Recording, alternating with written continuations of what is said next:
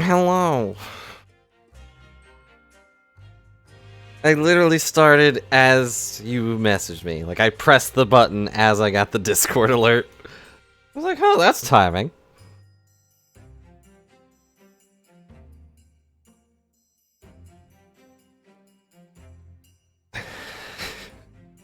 You're fine. It was just a coincidence, not on purpose, I think. Unless you're spying on me. You might be. Yeah, wrong one. There we go. Well, that's weird. You should stop that.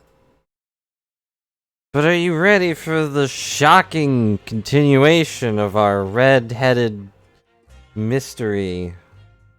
I'm still depressed. Still depressed that Gregson's gone. Potentially. This could literally be a red herring. And this is all just a trick to find something. I don't know what, but something. But we will be seeing if we'll be able to, you know, play the game or if the power will go out. I've been told by several people that, you know, there's a chance the power could go out, so you better be careful. And I don't really see that happening, but it's like I'm not really paying attention to the weather anyways. It's currently just raining. But hello Random and hello Gum.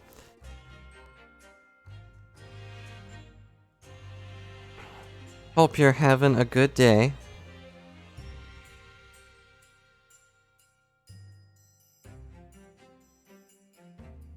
You know, it's okay to be cautious, but some people take it a little too far.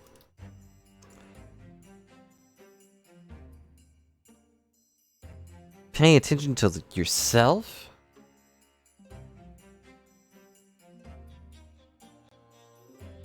You know, I know people who, for one, will not get the vaccine because they're like, no, people with the vaccine have still gotten sick and blah, blah, blah, blah, blah. So, yeah, they can still get sick, but they don't get as sick if they didn't have it. It's like if you have a shield, you can still get stabbed, but if you get stabbed through the shield, chances are you're not going to get damaged as much. You know? It's like wearing a bulletproof vest, basically. You can still get shot, yeah. But you're not going to die.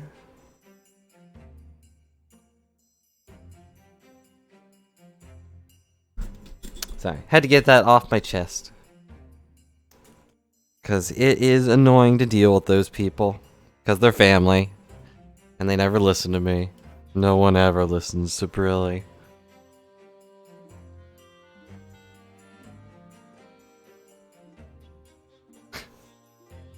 Yeah, they still get shot. Bulletproof vests are worthless because they still let you get shot. So, yeah. It's not the vest's fault that there's a gun.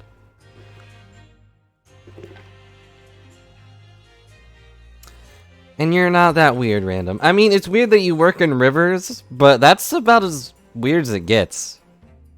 The only other weird thing I can think of is that you stab Mimikyu every time you see her. That's the only weird things I can think about with you. You have a good voice, you're a good bean, you make silly jokes. I was gonna say you kick my butt at Pokemon, but I think Reslane won that one, so technically we both got our butts kicked.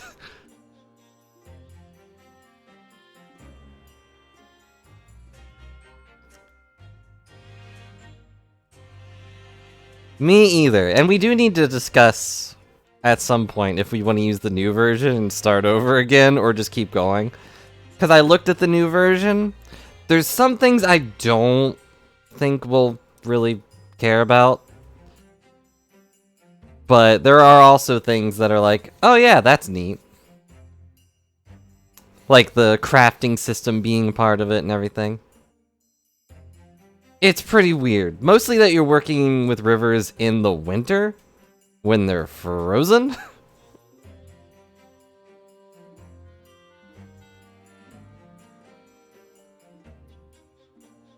I know the water around here is frozen. Our pool, which hasn't been used for like 3 years, is frozen. I've had to keep Peanut from jumping in there.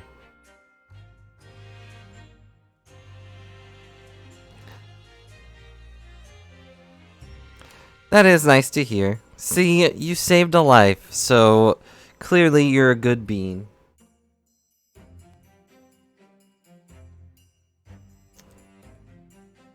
I've only been told that once myself, not even for streaming stuff. And I really don't even know how to take that kind of thing, you know? I'm like, welcome? I'm glad you're still alive.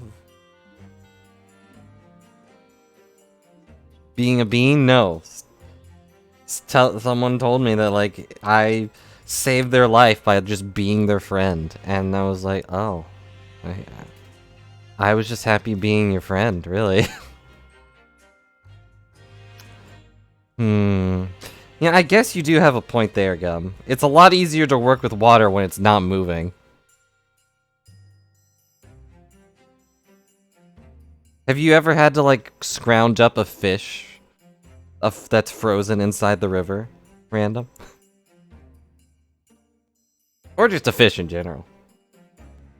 Have you had your own sabaping? Wow. Don't work with the fish. I'm not frozen. I only go to Wendy's. Fresh fish, never frozen. They just go to the nearby river and grab a fish from the water.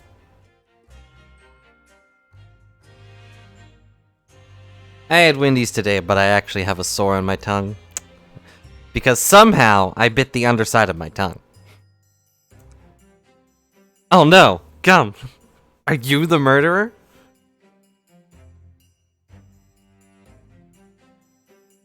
Yeah, I don't know how I did it, but I somehow bit the bottom part of my tongue. So if I ever pause while saying something, it's probably because I did something stupid. It doesn't really hurt to talk, it's just kind of there, you know?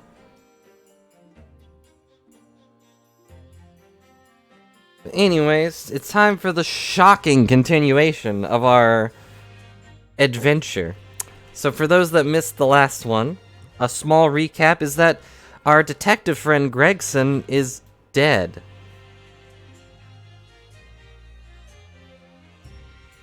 And Lord Van Zeeks is being accused of his murder.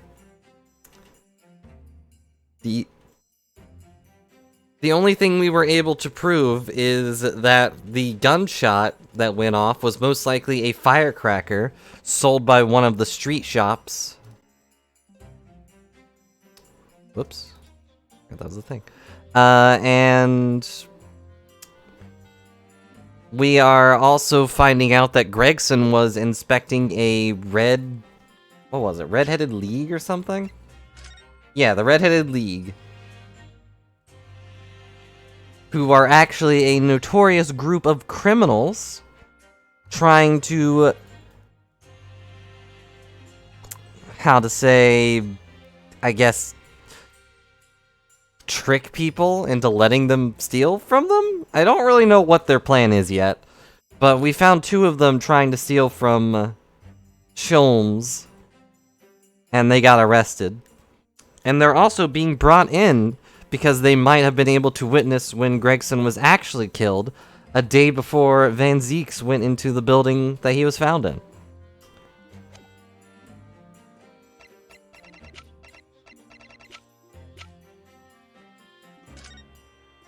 And that's him. So we're bringing in these two red-headed thieves who may have known that Gregson was inspecting them. Although, it's not a very good disguise if everyone knows who you are.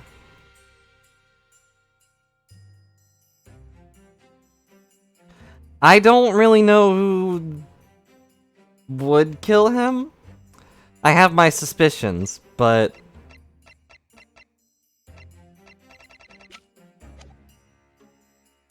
we don't know anything for sure yet.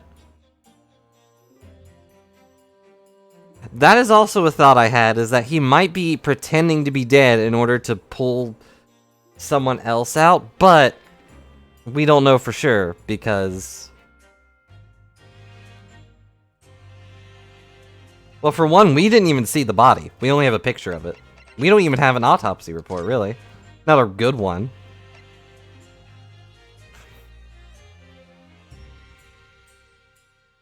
It's like this time of death isn't even marked. The only thing we know is that he was shot in the chest at close range from the front, resulting in instant death. Scorch marks the point of entry.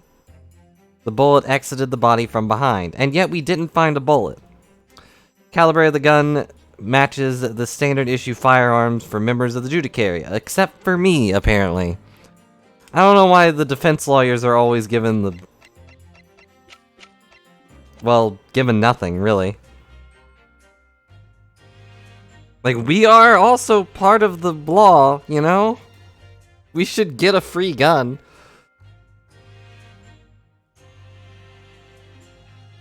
I used to have a sword, but someone took it from me. It's like, do you know how much trouble Phoenix Wright would get out of if he had a gun? Honestly, not that much. I suspect he would miss. But at least one time he would have kept himself from being tasered. He took it back and now he's kind of a jerk. He got his soul back, but he lost his soul.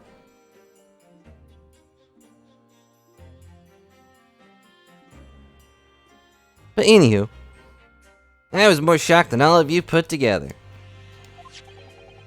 This is the autopsy report in question, is it? Yeah, it's strange that there's no time of death noted. Death noted.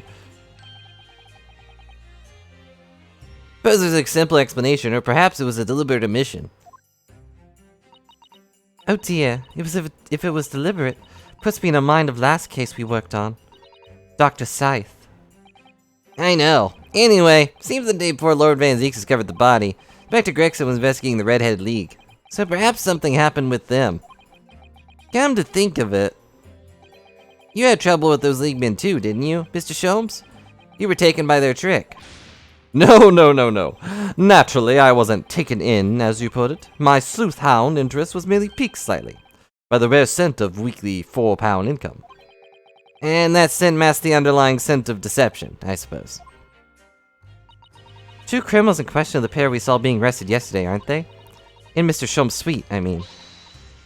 That's right, Suze. It was me that took 'em in. Thanks to the tip-off by the good law-abiding citizen. Indeed, yours truly. Though it's going to be that pair in the witness stand next, is it? Something doesn't quite make sense to me, though. Day before Inspector Gregson was found, you hadn't had trouble with the Red-Headed League yet, had you? Why have the Inspector been investigating them? Well, the likely explanation would be that Gregson's own sleuth hound interest was piqued by the rare scent of the weekly £4 income. Don't tar him with the same brush as you, Sholmes. Yeah, well... And there's the whole issue of Inspector Gregson being investigated by Lord Van Zeeks for some reason. The Reaper, the Red-Headed League, Inspector Gregson, Lord Van Zeeks. Yeah, thanks for listing all the factors, Sasato. Real appreciated. And Kazuma. Don't forget Kazuma. Feels though he knew he arrived at this point somehow. Gosh, I think you're right. What's he really trying to achieve here today? All the answers will soon be revealed. Observe the time, my dear fellow. This recess will be over very shortly. Yeah, you're right.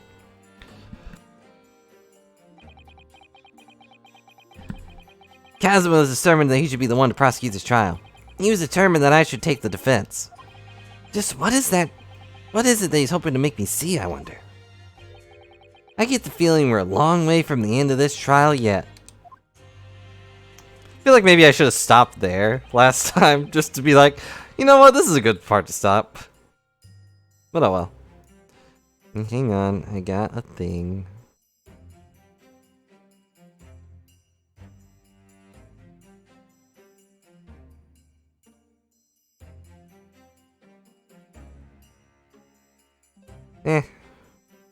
Never mind. Someone took care of it. No, not Penny.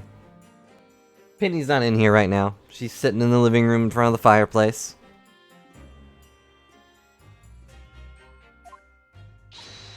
Yes. You didn't ask a question out loud, but I read your mind.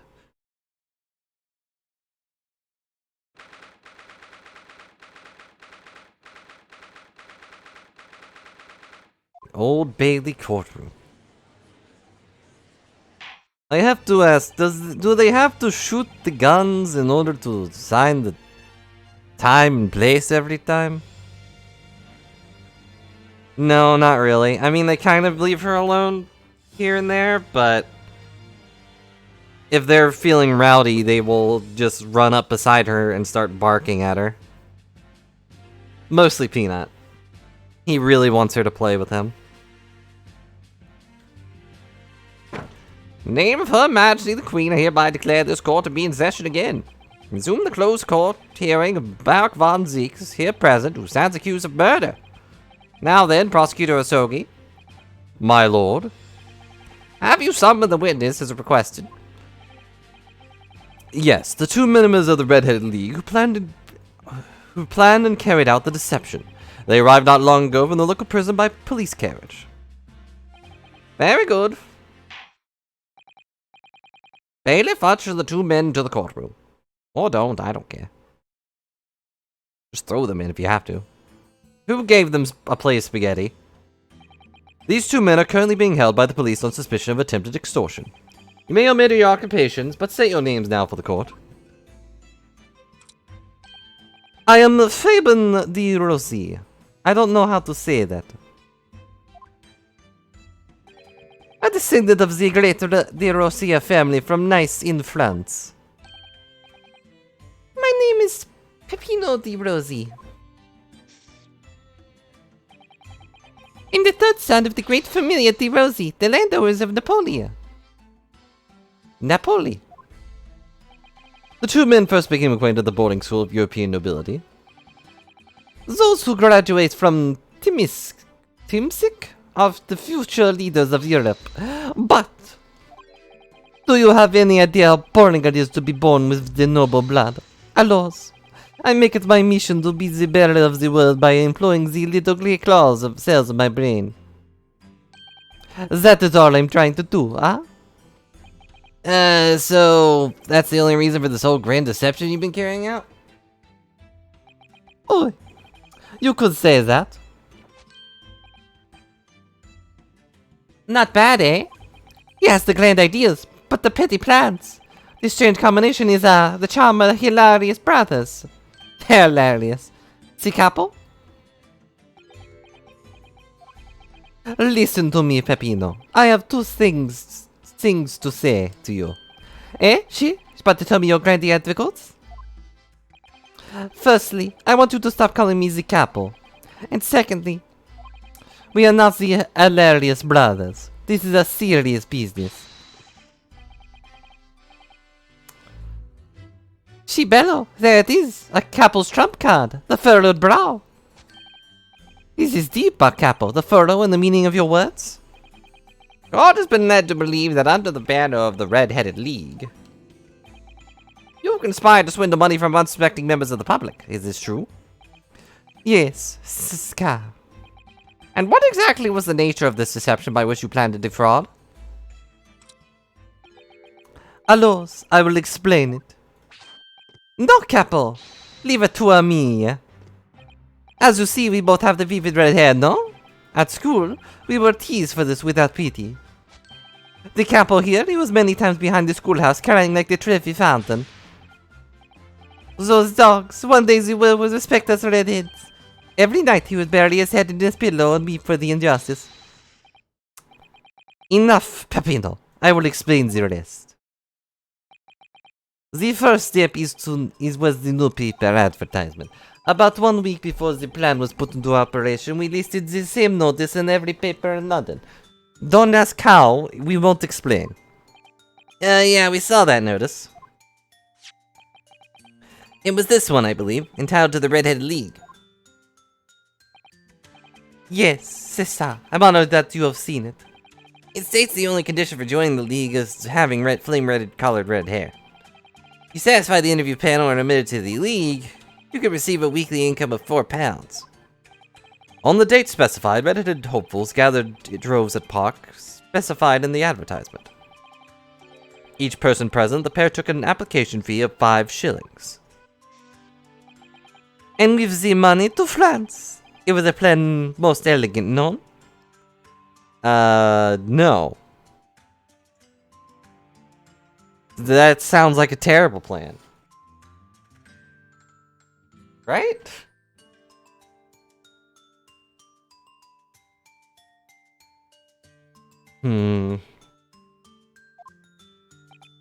No, it was most dishonorable. Well, thanks, Kazuma. But to be frank, I'm stunned anyone was foolish enough to be taken in by such an obvious trick. The park was described by one witness as choked with red-headed folk like a coaster's orange barrel. And the day in which all these men gathered to apply was the day before the victim was discovered. Crucially, these 2 men spoke face to face with every single person present that day. Yes, I have been seeing more red-headed people in one day than I will see in the rest of my life. See. And now, every time I see a couple's hair, I feel sick to my stomach. Anyway, why have we been summoned here today? Aye? The date for our trial was not until tomorrow, I was told. Naturally, neither of these men have been told any details about this trial. They've only been shown this photograph, and for some reason, they didn't laugh. Very good. So, Mr. DeRosy and Mr. DeRosy, you will now give your formal testimony to the court. Subject gentleman pictured in this photograph. Of course, we are always ready to help with the law. Except for, you know, when we want to break it.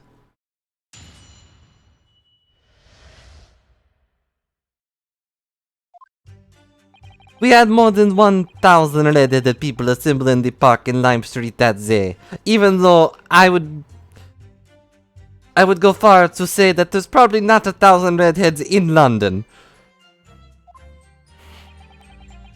But I don't recall the man in this photograph, eh, Capo? None, I don't remember him. Obviously he's dead now, but I assure you he was not in the park. Allora, this victim has nothing to do with us. You have a lot to add to for Peppino. It's your fault that we got caught in the first place. You've given sworn testimony that this man in the photograph was not present. Can you be certain? Yes, I'm quite certain. We did not interview this man. Nobody looking like this came to the park. This I can promise. Must be known you've been arrested for grand deception, however. Accordingly, this court has little confidence in your assurances. Why is that this time? This is the only time we've ever had someone totally dishonorable on the bench, and the judge has been like, yeah, we can't really trust that, but, you know, let's keep it going. Every time everyone else lies, he's just like, huh, I can't believe you lied. Oh well. Uffa, with this attitude, we get to nowhere, huh? He's really sulking now. This confidential document was obtained directly from Scotland Yard. Records an entry from the inspector's private diary dated before the incident. It reads, Lime Street, Red-Headed League, undercover. Ah, I have the answer. Maybe there was another similar event in the park on the day in question, huh? That is ridiculous. No question, Inspector Gregson was investigating the Red-Headed League. Which means it's quite possible that's when he was killed. Is it? Ah, yes, my lord. Also, Gum, I don't know who Tim Sick is, but...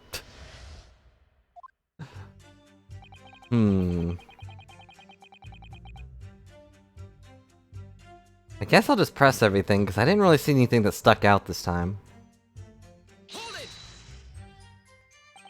1,000 people? That's a very big crowd. It was quite a spectacle. Redheads come from all over the capital. See? The capo here. He is a magnificent animal, eh? No one else could attract so many people. If I could be born again, I would be the capo. Ah, All those people wanted was the money, Peppino. The £4 per week. Are you suggesting that you spoke personally with all 1,000 applicants? Oi. That we did, because every one of them paid us 5 shillings. We take their names, and we take their money, and we take their addresses as well. Then I tell them we take some days to let them know by a post, Fino. Maybe 2 minutes a person? We started early in the morning, and we start late in the night. Oh, you earned 5,000 shillings in one day? That's a small fortune. Who'd have thought there was 1,000 such gullible redheads in London to start with? One of whom was a great detective with chemically altered hair. I don't know that ghosts have tricks. Hold it! He doesn't look at all familiar? No, I don't think so. And this is a wee guy. He was trying to trick us. I do not like the people who are trying to trick the other people. Says the con artist. If between them they interviewed 1,000 people with red hair, it would be unreasonable to expect them to remember every face. No, senor. I may be small, but my memory is very large. I never forget a thing. There can be kid ghosts, which is depressing to think about, but they exist. Like Casper. He was a friendly ghost. And, well, I don't know if the Pac-Man ghost ever got an age rating. My opinion, I do not think that this man was in the park. Not gonna give a court a definite, it seems. Yeah, Capo? You don't see a man like this, huh? No, I don't remember him. Obviously he's dead now, but I assure you he was not in the park. Knowing what you said, you spoke with 1,000 or more people that day. Yes, that is true. My eyes were burning by the color that day.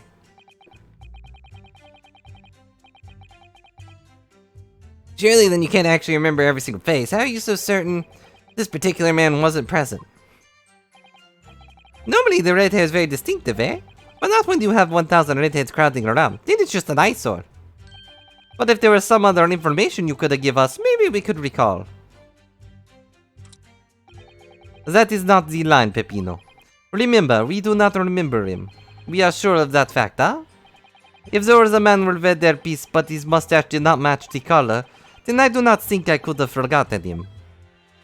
Casper said these two had only been shown the photograph and they'd been told nothing else at all. What if I fed them just one other detail about the victim? For example... his fish and chips. Absolutely. I can certainly appreciate that just knowing the man had red hair wouldn't help you remember the situation. What if I told you that the man was always munching on a packet of fish and chips? Do you remember a man who was eating incessantly? Not really. I was looking only at the heads of the applicants. I wouldn't have noticed the fish and chips any more than caviar and smoked salmon. Or spaghetti. I love a spaghetti. Really? I had no idea. Tell them again what you said before, Peppino. Si, capo. Si. Say it again and again.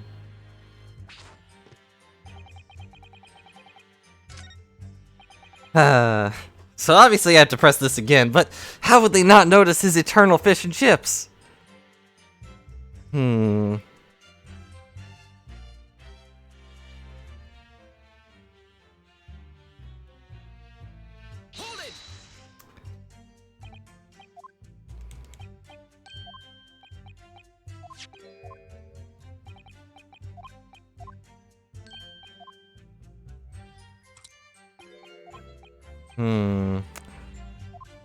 And they knew who Sholmes was, which is weird.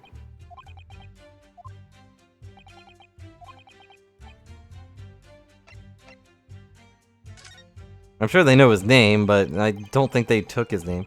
Ain't knowing the man in red hair wouldn't help you situation. But what if I told you the man in the red hair piece was actually a detective?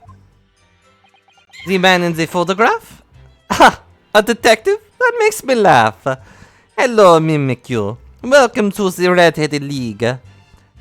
Also, Mimikyu, I have important evidence to present to you to prove that Random is in fact a good bean. You have to take this evidence to court, so there you go.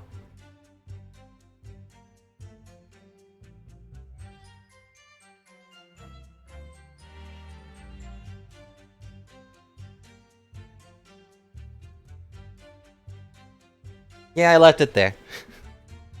Yeah, it does. No one who can draw things like that cannot be a good being.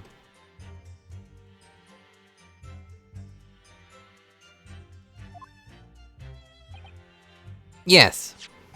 It would appear he found your notice in the paper suspicious and decided to investigate incognito. Sorry, but this changes nothing. Excuse me. Okay.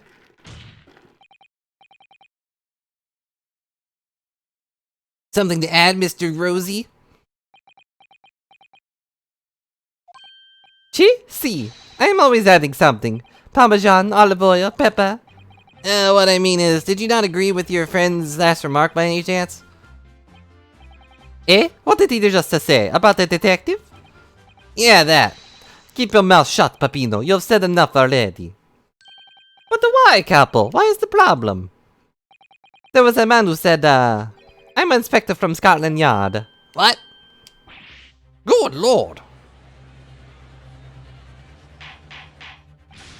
Order in the court. Laying this vaulty face in your testimony, witness. It's simple. The man who was at the park said to us that he was an inspector. There was no such man. Madai, why are you saying, Capo? Have you forgotten, I have forgotten nothing. Nobody like this came to the park. Master Capo, you beat me to many things, but not two. The memory and the meals. Like I said, when is the time to eat a pasta? No one is a faster. But you are inferior to me in every other way. So shut up. I don't really understand this guy's motive. Like, why is he trying to lie? Especially when it's very clear he's lying. Objection.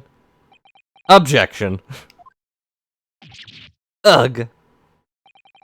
Chopped yard, the damage is done. Indeed it is, sir. Yes, there was a man who came to the park and he said he was an inspector from Scotland Yard. However, he looked nothing like the man in the photograph. He was someone else. How can you be so sure? Because, to start with, this face was completely different. See, it's true, it's true. The man who came here was a younger. His face was clean shaven, his eyes were sadder, his chin was thinner. No resemblance whatsoever then. Anyway, I was not going to be fooled. I took the obvious precaution and said to him, if you are really the detective, show us the proof. See, Capo here. He doesn't take a no nonsense, eh? But he was well prepared. He said he had identification. Identification? You mean official police inspector's identification? That's most unconvincing. Sorry, my lord? Counsel, no incognito inspector would offer his identification for an inspection. It's quite out of the question. Definitely. Why would he expose his true identity? Clearly, the papers were fake. Certo, Capo, you're a genius. We say in Italia, it takes a thief to recognize another, right? And what happened after he announced that he was a detective? He became very annoying. He said, you're under an investigation. So I took his paper from him and chased him out of the park. It was fantastical. And look, here's the identification. So you stole it from the man. He had it coming. He made us very scared. But it was not you who said he was. Indeed, person described does not appear to have any behaved as a true inspector would. However, I believe it prudent for these identification papers to be entered of evidence. But I like them. Alright, time to read those, I guess. Now, let us return to the witness's testimony.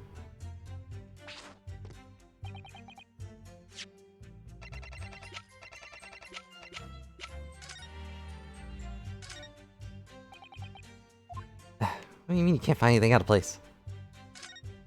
Why do I have to find the thing just to open it? How do we see inspection identification looks like inside? Let's see. I can't read cursive. Yeah, it definitely looks fake, doesn't it? Out of interest, what name is given? Probably just something plucked out of the air. It's Tobias Gregson. Hey, wait a second. Wait, what? This is Scotland Yard insignia. Looks genuine to me. But how? The department identification number details are all correct as well. Since when have you known those? Do you mean to say... I know it seems incredible, but yes. I think this is a genuine identification book issued by Scotland Yard. But that's unbelievable. That's the real thing after all?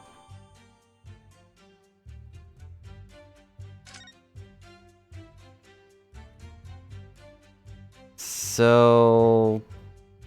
yeah, she just knows, but does that mean... either he was in a really good disguise, or whoever killed him took it from him?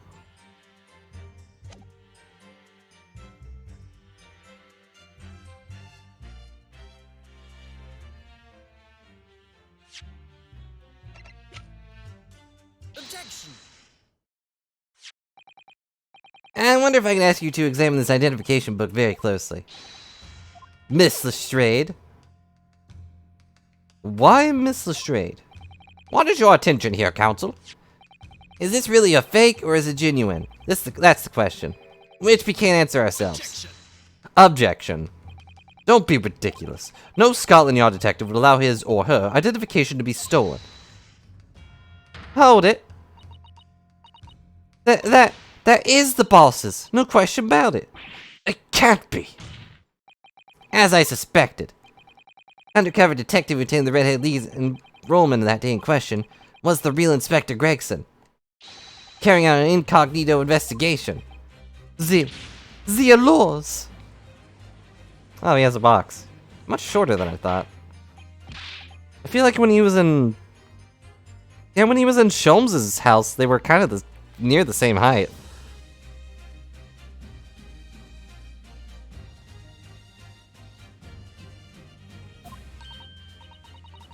But if the boss had his identification stolen, he would have reported it straight away. I mean, he was always on to me about it. If you lose something, report it at once, he'd say. Could it be, then, that the inspector was physically unable to report it? Physically, What are you saying? Unable to... You're not suggesting. Yeah, it's quite possible that he was killed before he had the chance to report his identification stolen. No. Or he was killed and then it was stolen. We didn't find it on the body. The defense persists that the victim was killed the day before his body was discovered, at a different location. Do you two have anything to say about that? Wow. I know nothing. I do nothing. Pull yourself together, Peppino. You can have a little more like a master criminal than that, no? Now I wish I had returned to Italia. I make it the pasta. Stop crying, Peppino, please. Otherwise, Lume, stop your whine and start talking. Even the court will need to hear your story in considerably greater detail. I know nothing. I done nothing. What in the world was that Psyduck? I couldn't even tell that was a Psyduck. Huh. Can you wear lipstick if you don't have lips? But you will tell everything, or face the worst possible outcome. Ugh. Dry your eyes and testify again. About these identification papers, and the precise circumstance in which you came by them. Yeah, for crying out loud. Literally. Daisy Duck does it? Does she? I think I do recall her doing it once, but I don't know if she always does she?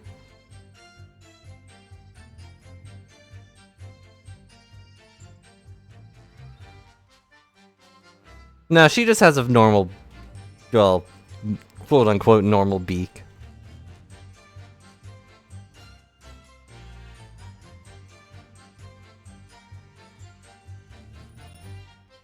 You know, all the ducks in that world look the same.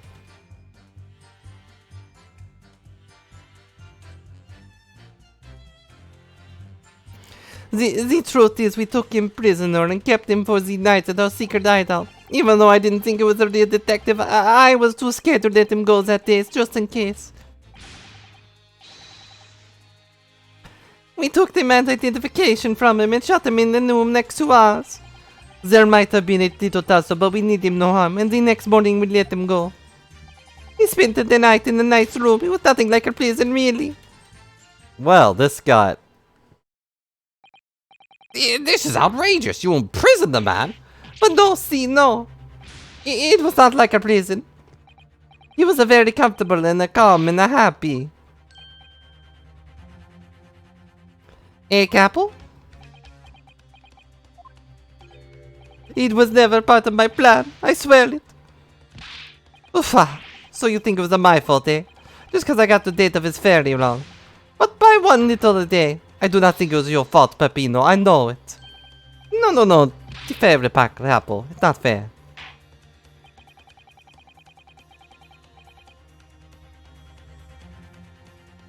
Had plenty of time squabbling back in the prison, gentlemen.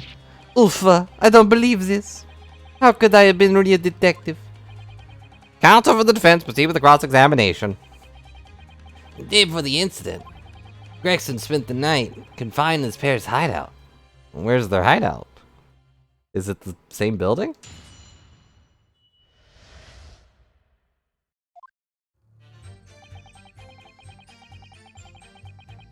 Hold it!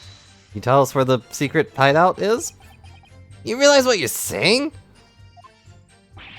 You have to believe me, I never intended for that to happen. And I'm sure that the detective not intended either. Do you think?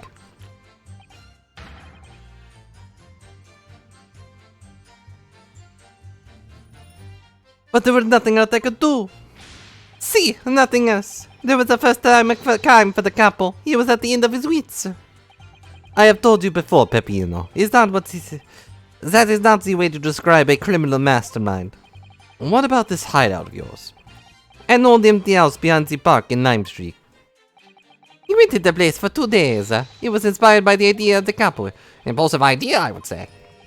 No, not impulsive. Inspired, eh, couple? What am I supposed to say to that, Peppino? And then the house described that you confined Inspector Gregson, was it? Oi. But you have to remember, I was under the impression that he was a pretender, not a real inspector. Doesn't quite add up, though. If you didn't think the man was a real inspector, there would have been no reason to take him prisoner, would there? No, you are right. But we couldn't be completely certain. Behind Lime Street, but we didn't find him there, right?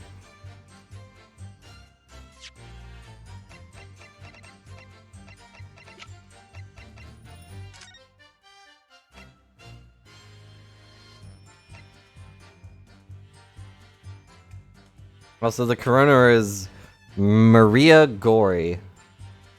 Maria Gori. That feels like a pun, but I don't...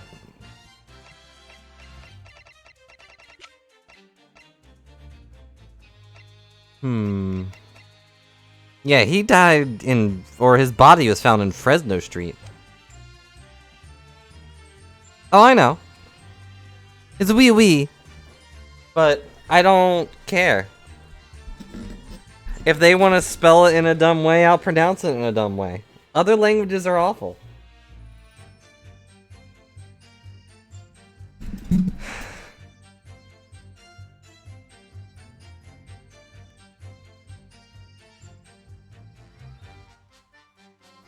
It's just like with English, too. If English words are spelled in a stupid way, I'll pronounce them in a stupid way.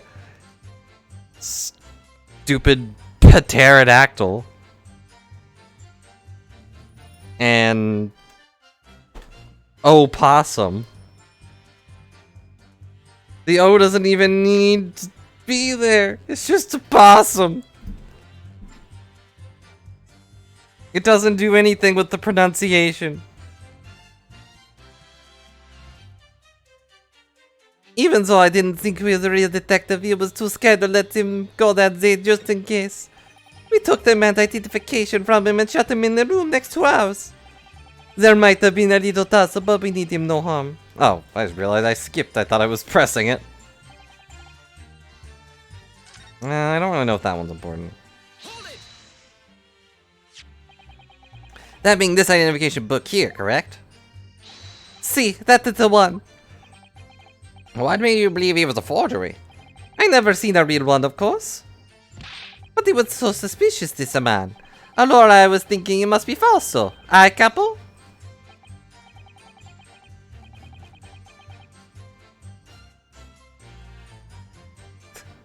Yeah, you don't want to confuse it with Australian possums.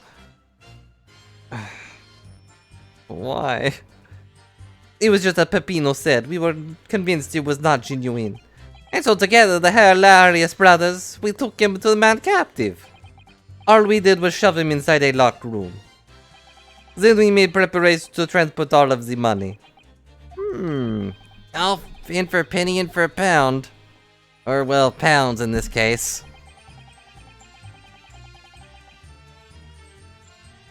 The next morning we let him go. What do you mean by a little tussle exactly? Both, it was nothing. Just a minor incident.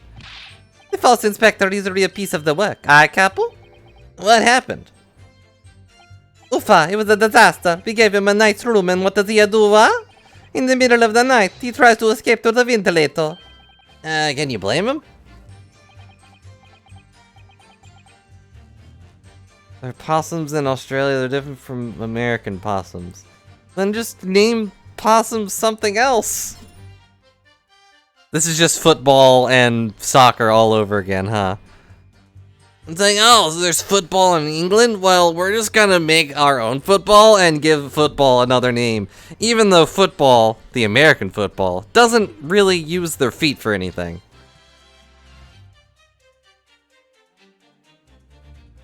Yeah, why don't they just add the America part to it? Like, mossums. Or slink rats. You use your feet to run and punt. Okay. Does that mean basketball is also just another type of football? You use your feet to run and to jump.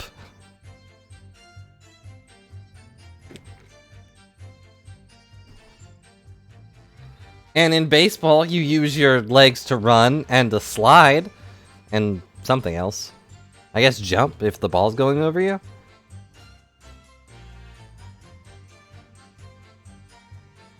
I don't know what came first, and I never really liked any sports to begin with, so I don't really care. It's just always an issue when someone's like, oh, do you like football? And I'm like, which one? I guess for me it's not an issue because I don't like any of them. I genuinely don't get football though. I don't know the rules. All I know is they go from one end of the thing to the other. It's like, oh, okay. I got it.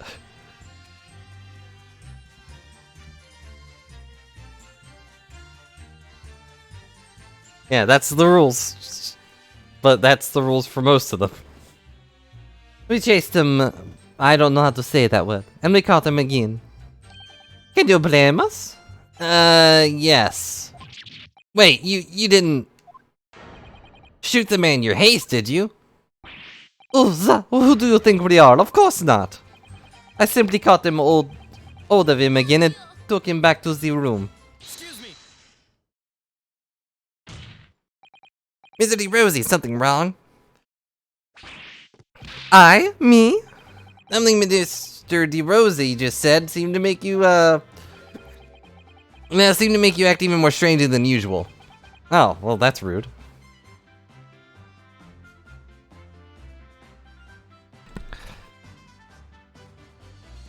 That's how I play Mario Party.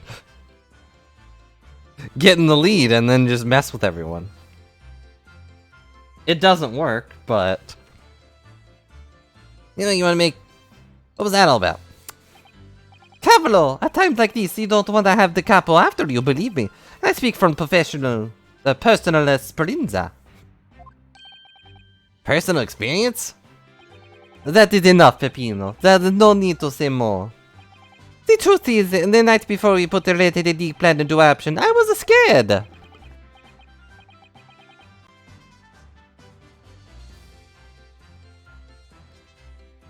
And a thing that aren't Mario Party. Mario Party is cursed.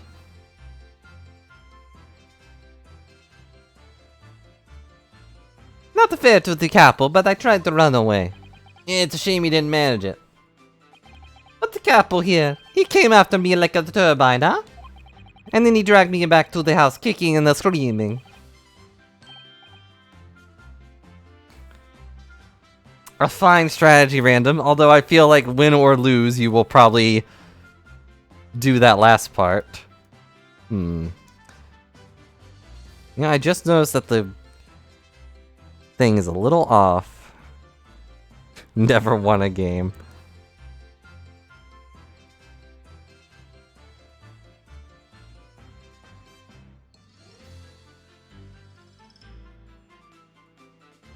I'm sure you've won at least a game.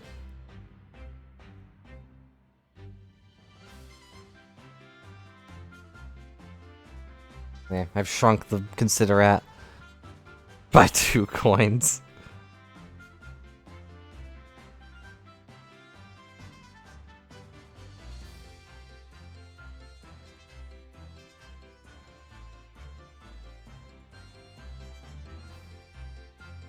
Well, you'll get them next time.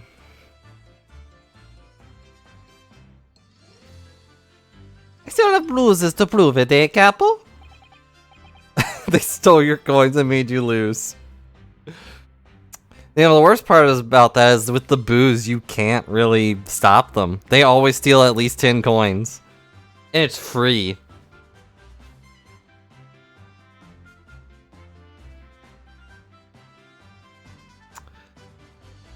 I do have one major complaint about the new Mario Party, if you can even call it new. That they only have like 100 minigames, apparently. It's like, when they take that many minigames from every game, shouldn't they have more?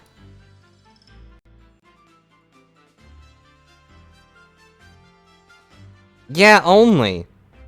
When you play the game like 5 times, you already run through all of them.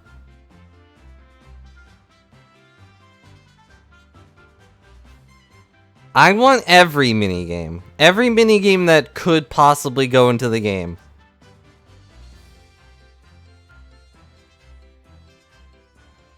The only ones I would be like, yeah, I understand why they didn't add that would be the ones that required like motion controls from the Wii versions.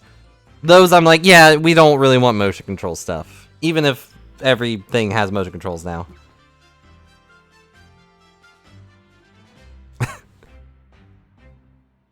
They'll regret that to their grave. You lost by an even number.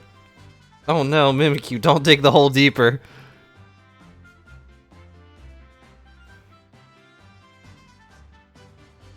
Yeah, exactly. Like, they need more maps, too. Especially, they just need more maps from the more recent Mario parties, rather than 1 and 2 and 3.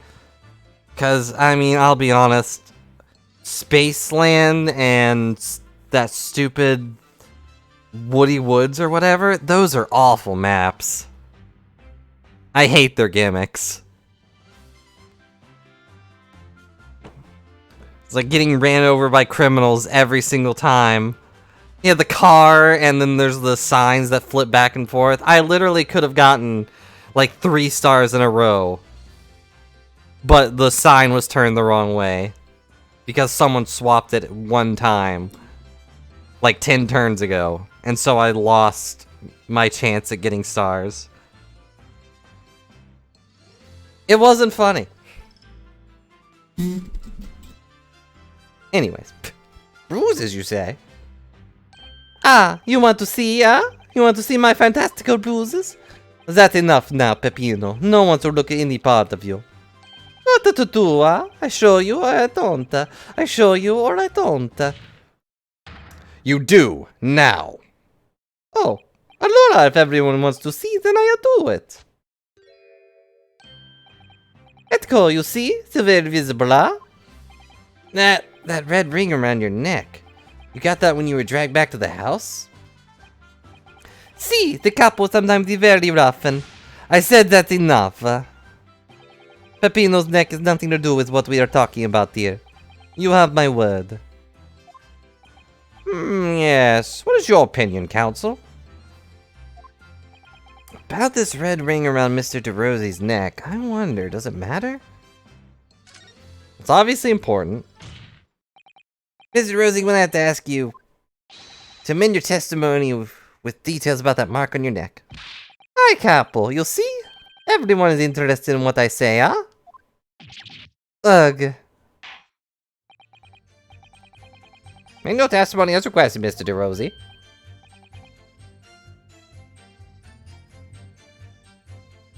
It only took the turn order to make everyone hate each other? That sounds like Mario Party. We've seen that before, though, I think, right? What's-his-face had the same mark.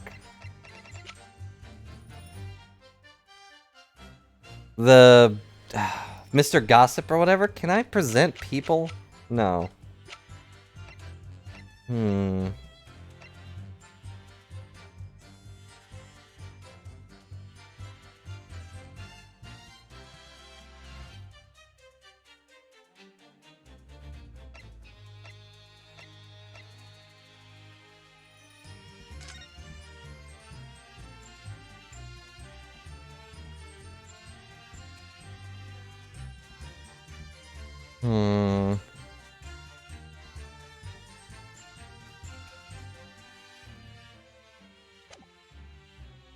Alright, what does this say?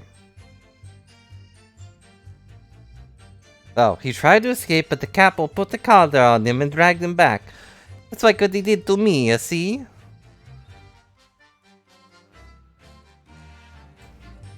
No, I think random already achieved that percent. World record is, hey, you guys want to play Mario Party? I hate you.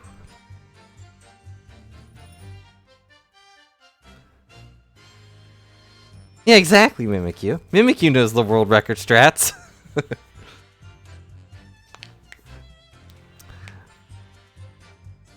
Alternatively, I could always ask someone if they want to play, I've forgotten the name.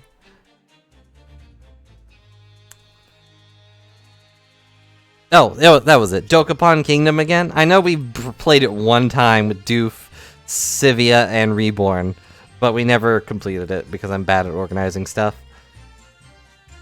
But if that game had continued going on, I have the feeling all three of them would have hated me for suggesting that game. It's worse than Mario Party. I'll tell you that.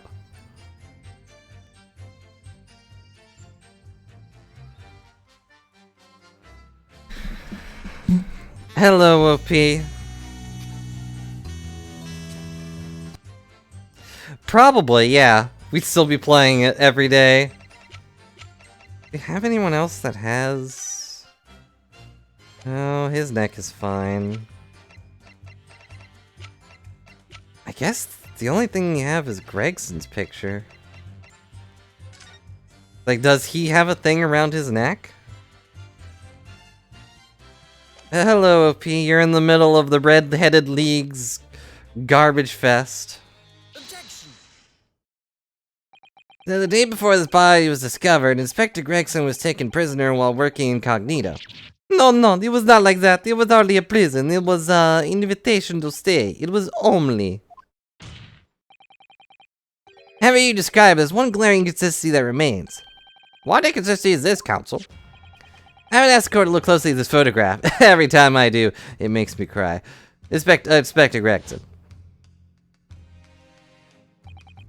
You will see there's no red ring visible around his neck. Eh? But that makes no sense. It was me who took the collar off the man in the morning. I saw the red bruises on his neck, just like I have. Even if the mark is still clearly visible on this witness's neck. He expects to see bruising of the victim who's put the collar more recently than Mr. DeRosie. Indeed, most peculiar. But that's what we tell you, huh? Huh? We say this from the beginning. Many times! Oh. Oi, Peppino is right. The man in the photograph is someone different from the man we held captive that night. It was Mr. Gossip Man. Order in the court. Alcohol makes everything worse. It appeared then the day before the incident, the man who visited the park in Lime Street posing as an incognito inspector was not Inspector Gregson at all. They did, but they're also already under arrest for something else, so what do they have to lose? That's true, however. How do you explain the inspector's identification? This is a genuine identification book issued by Scotland Yard. Inconceivable that someone could have stolen such an important item from the inspector. Prosecution made that assertion itself. You shouldn't drink and drive, even digitally, random.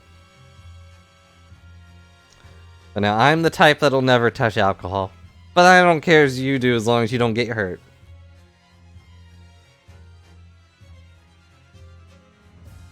We also know the inspector made a note about the Redhead League in the diary that day.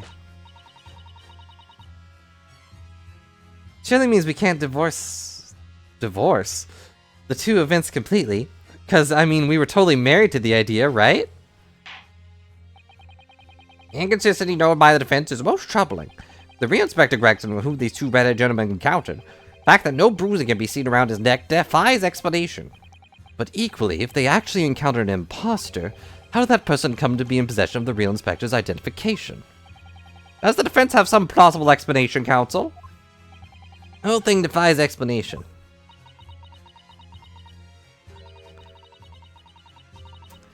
Well, 200 CC and 500 red shells later.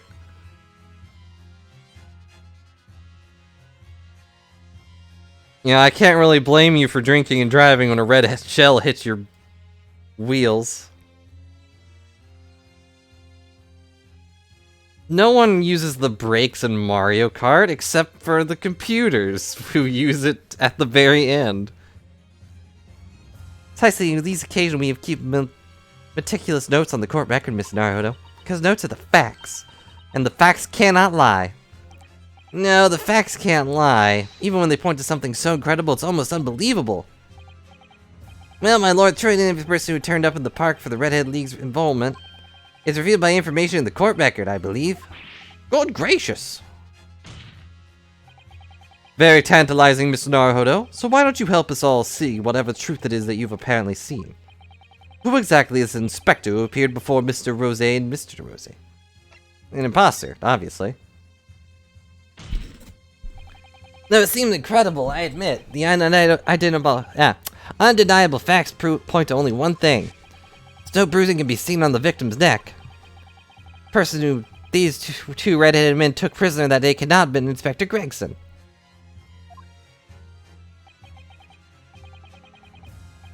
In other words, your whole argument now has been a waste of time. Objection. On the contrary, I haven't finished. What?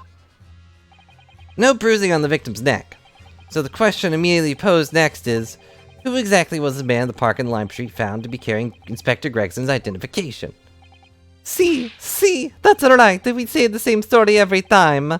Whoever this man was, the couple dragged him from pillar to post with the dog collar. Don't drink and drive, and hello, Griffey. Hope you're having a good day. Hope you don't get snowed in.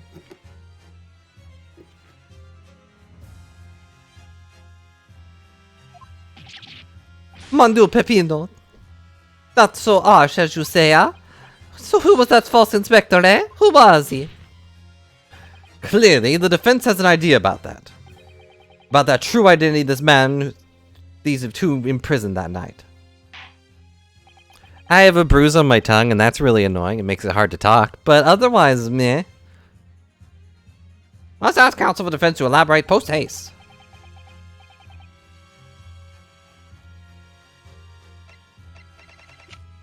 Well,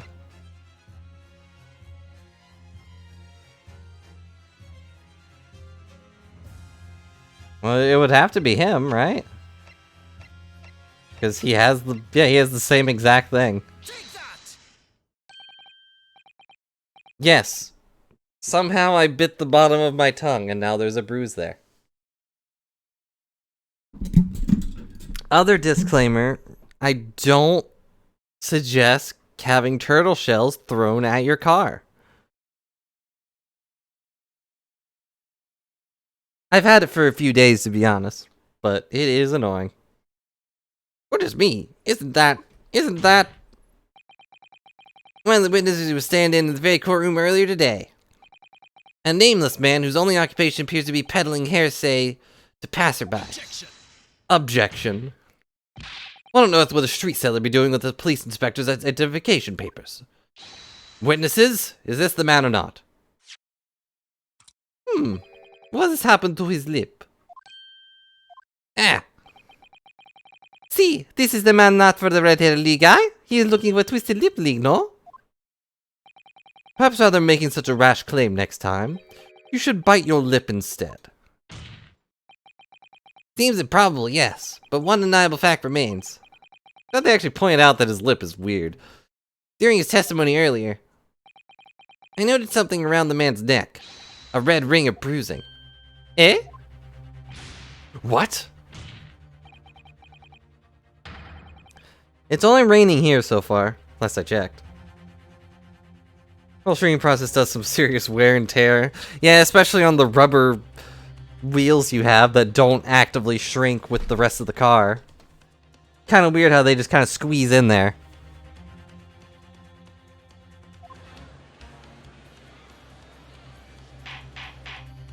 The rain, sleet, and snow. Random weather is prepared to throw. Yeah. I couldn't think of a rhyme. I'm sorry. Bailiff?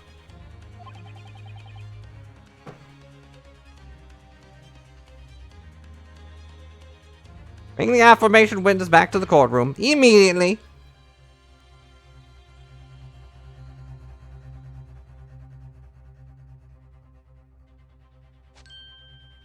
Yeah, it's the same thing. Well, I never. Undeniable ring of bruising, indeed. And identical to that of the witness beside him. What's going on here? I've always had this, me. It's a birthmark, isn't it? A birthmark, you say? I assume the reason you've been recalled to the stand has been explained to you. Something about that inspector again. Telling you, you got it all wrong as usual. You're denying all knowledge of it. Well, of course I am. You trying to kill me with all this nonsense, eh? Well, at least you'll have more stories to peddle on back to Fresno Street, won't you? Now, we're going to need you to testify again. And you, Mr. DeRosie and Mr. DeRosie. Sure you cooperate, won't you? Do we have any choice? We are in bigger trouble, like, couple. Right, the Untitled Chapter. Proceed with the testimony. They're so proud to have been dragged around. I guess. The man who claimed to be inspector that day was definitely not this man. That's right, see? You think we'd forget those grand lips, huh? I never leave Fresno Street, alright? No attention to Redhead Lake. It's all alone in the world, man. No kind of kinfolk was nothing. Why'd I be involved with something like that?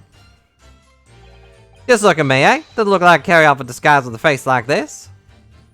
Unless it's fake. Certainly appear that we have wrong man. What I have been telling you, huh? There's no need for this pointless testimony. That's right, I'm just a simple peddler. Remember? Fresno Street's all I know. How would I have come by police inspector's identification book, eh?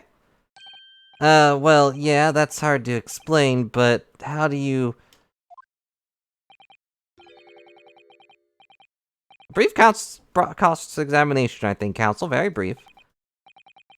Is there anyone in this courtroom who thinks I might be onto something? I stand steadfastly on your side as always, Mr. Naruhodo.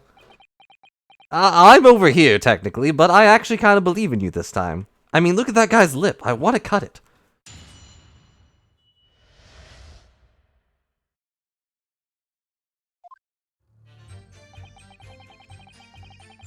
It was definitely not this man.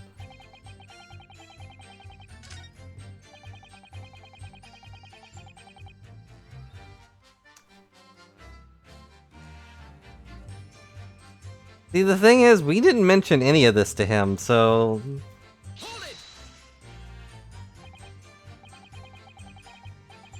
So you've heard of the Redhead League, have you? You don't get a name like Gossip for nothing, eh? My business know what's going on in town. So that tasty tidbit to fed you redheads that came past me. Just between us, you even got a sandwich caught up for. Well, he does have a very red nose, if that counts. Who knows? As you can see, my own hair's got a hint of red in it. Doesn't have a hint of red in it. In any case, Fresno Street's my patch. Won't catch me sliding off some other part of town. No, sir, not likely. Oh. Excuse me. First time he's actually said anything. Mr. DeRose. Ooga. Ah. Oi, can I help you? Mr. Goss was word now to lead you. Remember something relevant, perhaps? It was the other day when I was looking for a place near the park. A small house or something. To be the headquarters of your Red-Headed League, yes. I visited an housing agent in Lime Street, and there I saw him. This man was paying money to see agent. What? Mr. Gossip with a housing agent? Yes, he had some kind of contract in his hand, and they were very clearly discussing terms. But no, you're mistaken, chum. I never left Fresno Street, mate, like I said before. You may mistake me for someone else. Someone with the same face. No, Capo was right, I remember it too. He was playing the man with the banknotes. With notes? Like I said, that wasn't me. I was curious why this man with the dirty clothes had so much money. So I looked at the name on the papers. Is it Hugh Bone? What name was written, Mr. Gossip? No, this is a man, he lies. He tells you his real name. But in fact his name is Hugh Bone, no? He's better than Mr. Gossip, I think, see? No! I'm a peddler of tidbits of information, like I said, on Fresno Street. That's that. I don't much like folk talking about my personal life.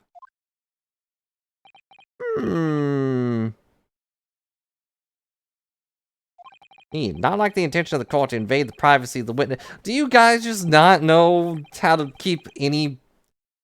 No, you don't respect his wishes. If he's not going to give his name, you throw him in the street. Well, don't, because he's clearly a very important witness, but...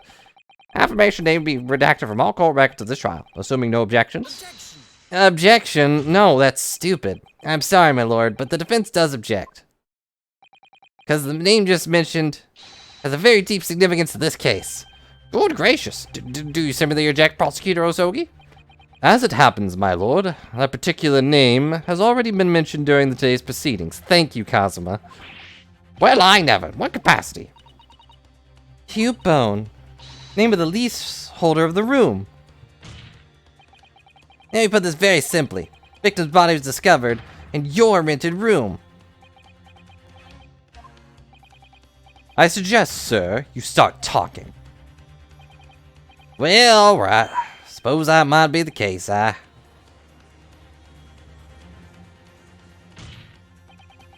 Your real name is Hugh Bone? Well, just seen us. I like to blow me own trumpet, but there's no finer peddler tidbits in town. So I happen to be aboard a grubby little room in a fallen out backstreet townhouse. You do? Once every 6 months I go and pay the rent to the agent in Lime Street. I remember now. There's 2 vulgar redheads there last time. If either of us is a vulgar, it's not to me. Think again, Pepino. Why didn't you bring this up before? Like I told you already. I don't like talking about my personal life. Tidbit peddler as far as anyone else is concerned. No fuss. Yeah, no, that doesn't really go. Your update your testimony includes its most surprising revelation, Mr. Bone. If I must. Leaseholder of the Scotland Yard, been looking for since the body was discovered, has been here under our noses all along, or under a lip. Not closing his fist when he slams the desk. He can't. He can only close it around his sword. I went to that room with the fellow was found. True. What difference that makes? Does that...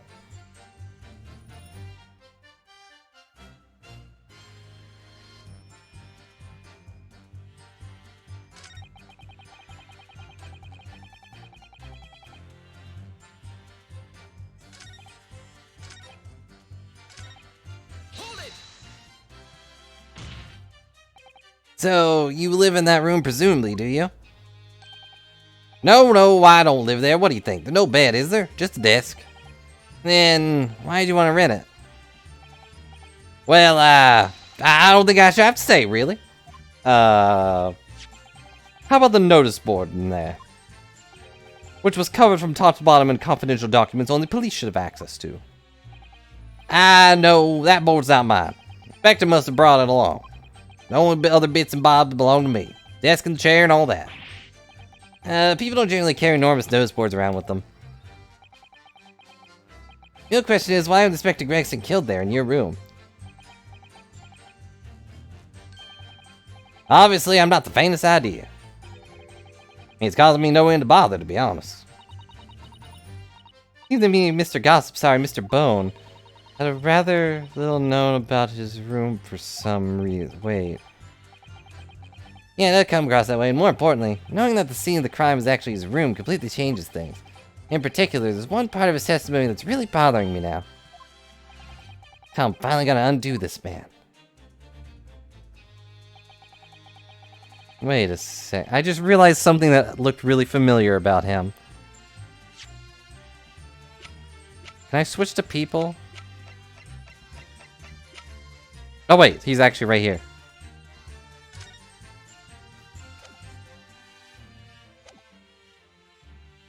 Yeah, his hair's the same. And everyone knows you don't change your hair for 10 years.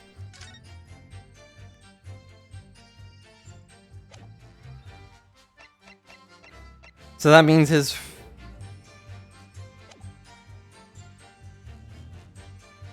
All alone in the world, me. Okay, then what about this photograph? Objection. You have no kinfolk, as you put it. Explain why is it among these sparse furnishings we found this photograph in the room? Ah! I presume that you've been renting the room. That photograph belongs to you, does it not? Oh, So, Mr. Bone, drop the pretense and tell the court exactly who you really are. I don't know what you mean. I'm a peddler. I keep telling you so. You don't really need to bother with me, but please, just leave it alone. As the man says, leave it alone. Whatever the truth is about this man's life has no bearing on this case. Because it's simply not possible that he impersonated Inspector Gregson. Objection. How can you be so sure? Just look at the man. No amount of disguise could ever hide those unmissable features. Unless the unmissable features are the disguise. What if we look at this the other way around? What do you mean? Yes, counsel, what do you mean? Well, there's no denying Mr. Bone's lip is very prominent indeed. But consider the possibility that his prominent lip is itself part of an elaborate disguise. Then he's hiding that prominent feature, in the other words, revealing his true face. Would make an utterly impenetrable disguise. Wouldn't you agree, Mr. Hugh Bone? He even hides the lip when he twists himself up. Good witness! Are you hiding the truth from this court? If that's a disguise, then underneath it, his true identity must be... Yep, that's right. There's really only one person he could really be. My lord, the defense believes it can be revealed Mr. Bone's true identity to the court. No, please, no. Very well then, counsel. What is the true identity of this peddler who goes simply by the name of Gossip on the street? He's Daily Vigil. Take that! Your real name is actually Mr. Vigil, isn't it? Mr. Daily Vigil. Ah! I don't recall that name, counsel. Who is this Mr. Vigil? Name I encountered yesterday, my lord. Has to do with a certain client of Mr. Herlock Sholmes. Young gentlewoman came to the detective asking him to locate her missing husband. A woman in this photograph, in fact. She didn't laugh in it. This is Mrs. Vigil. What? From what I understand, you haven't returned home the night before the inspector was found dead. But of course, on that night, you were being held captive by the two Red-Headed League men. And last night, you were put up by the prosecution service in preparation for testifying in this trial, because we've been led to believe that you, Miss Venus, and Mr. Sandwich were all homeless. Being important witnesses in this case, we needed to know where we could find you, of course. And that explains why you've not only been able to return home, but also unable to contact your wife, who's been beside herself with worry, waiting for you at the Vigil residence. Now, just hold on a minute. I don't have the first idea. What I'm talking about? Really? Simple enough matter to confirm my suspicions. All we have to do is pull off that disguise. No, please. Bailiff, bring soap, sponge, and a wash bowl at once. Do we just have those in the courtroom? Mr. DeRosie and Mr. DeRosie, you will restrain the witness. Oi, my lord. See, my lord. Wait, why are they just helping us out now? You can't just tell witnesses to restrain another witness? Now let's see who you really are. What, Mr. Virgil? You were the fat-lipped kidnapper all along? Oh, yep, it just fell right off.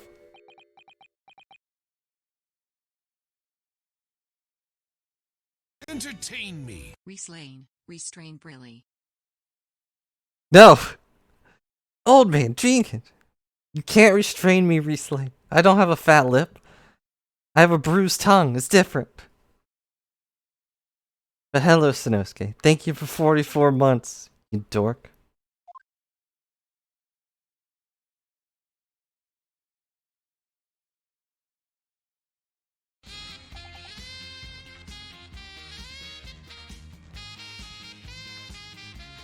Well, we're now seeing your true features, I presume. And your true coat. Lift your head, sir, so the court can see your face.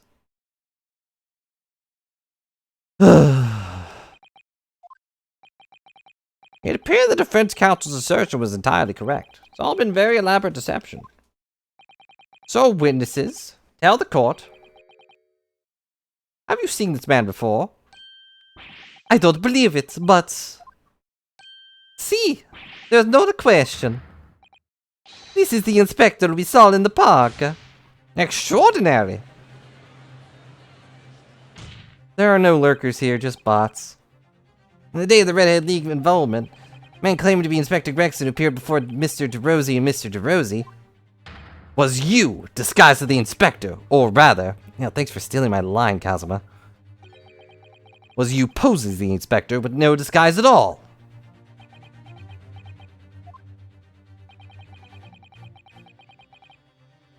I'm not a bot.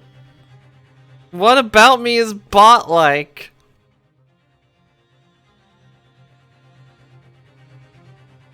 Mr. Vigil was formerly employed as chief warder at the Barclay prison. Chief warder? And your career had promise. Why would you quite possibly become the future governor of the prison? What on earth could you have been doing paddling the tittle-tattle of Fresno Street? Well, it's been 10 years since Mr. Vigil worked at prison. 10 years?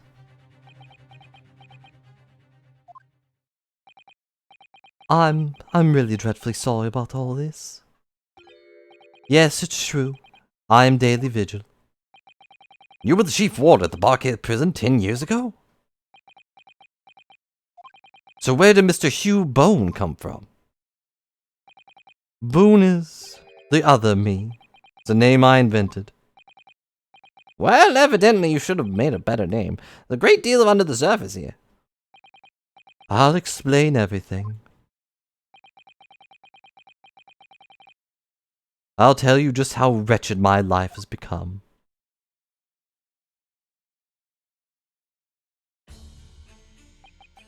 As you say, it was 10 years ago now that my employment at Barclay's chief warder came to an end. Having left the prison service, I searched for some new occupation by which to earn a wage.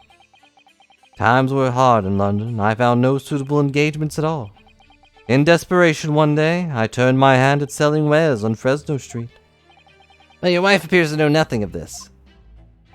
She still maintains that you were the chief warder of Barkeley Prison. It was utterly determined that my wife should not know of my failings, which is why I have never told her. I opened an account at the bank under the name of Hugh Bone, and I rented the cheapest room I could find on Fresno Street. Seems like the very crime we're investigating. Yes, that's right. Place from which I would emerge every morning at 8 as a squalid peddler, and transform myself back every evening at 5 into a well-dressed man about the town before returning home. That quickly became my daily routine. Is that really enough to keep a huge mansion going, though? I was puzzled back for the lack of furniture in the room, but that explains it. But why on earth didn't you just tell us in the first place? I have a wife, sir, and 2 sons, and without wishing to sound self-conceited, they regard me with some pride.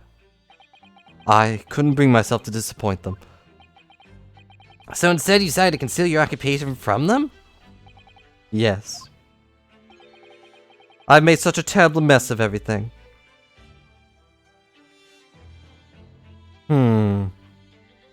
Yeah, I do wonder if he was wearing his ring before and we just didn't notice, because I didn't really pay attention to his hands. Although, I don't actually know if he ever really showed his other hand, now I think about it. He was always slapping his lip with his left, or his right hand. On the left. Still, one thing doesn't add up. No matter how many tidbits of information you could sell passing gentlemen, even at 6 pence apiece, you couldn't hope to match the salary you must have commanded as chief warder at the prison. Very true.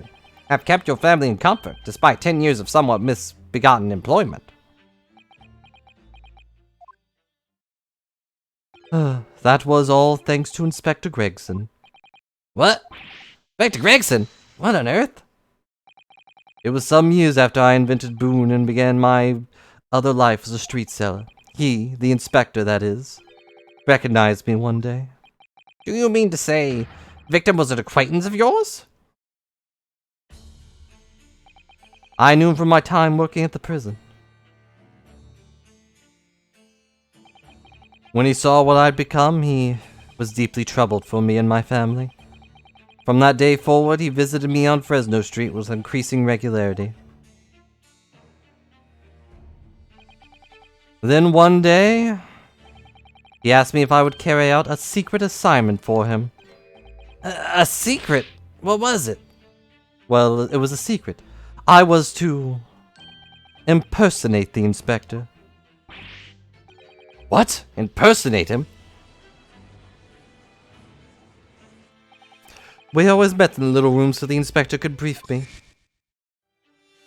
Visit, Orxies tomorrow, take a statement from the proprietress. It was always something along those lines. Surveillance work, interviewing people. On those occasions, he would lend me his identification so people would believe who I was. My instructions were to make an impression, to let people know that Inspector Gregson had been at work. And for those services, why does he keep doing that with his arms? He compensated me financially. A Scotland Yard inspector willingly relinquished his identification into your care with the intent to deceive? That's, as I'm sure not need to point out, as a very serious criminal offense. But why? What was the point of you impersonating him? I truthfully do not know. All I can say is that the inspector warned me on numerous occasions. Now remember, Vigil, I need your solemn word. You don't blab about this to anyone, alright? Ever. Even if I end up a croaker.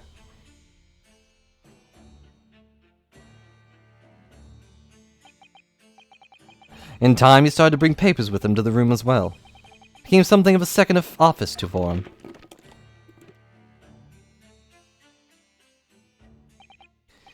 So, in fact, the person who declared himself to be Inspector Gregson at the park on Lime Street was really... Yes, it was me. acting on the inspector's orders. As usual, I removed my boon disguise, and then went as instructed to the park, armed with the inspector's identification book.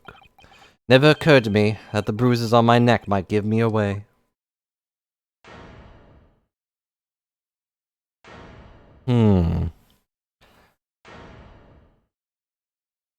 But you know, with all that in mind, it seems less and less likely that this guy was responsible for Gregson's death. You know?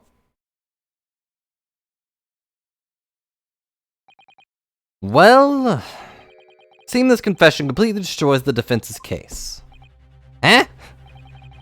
Explain yourself, Prosecutor Asogi. My learned friend's assertion was as follows. The victim was killed at another location on the day before his corpse was discovered, at the hands of these two red-haired leaguemen when they impersonated the inspector. Ow. That was never our assertion at all, actually, but whatever. But no, that cannot be. Oh, dang it. After all, it wasn't the inspector who went to the park that day. It was me. Oh, goodness. Finally, we have clarity.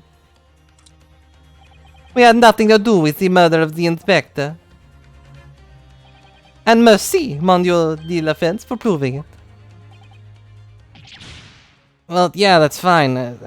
But that still raises a lot of other questions. If you didn't do it, well, then obviously this guy possibly did it. And if he didn't, where did this wig come from? Indeed, it would appear we have reached a de facto conclusion of sorts. These witnesses had no involvement with the murder of the victim. As proven, somewhat ironically, by the defense. Ugh.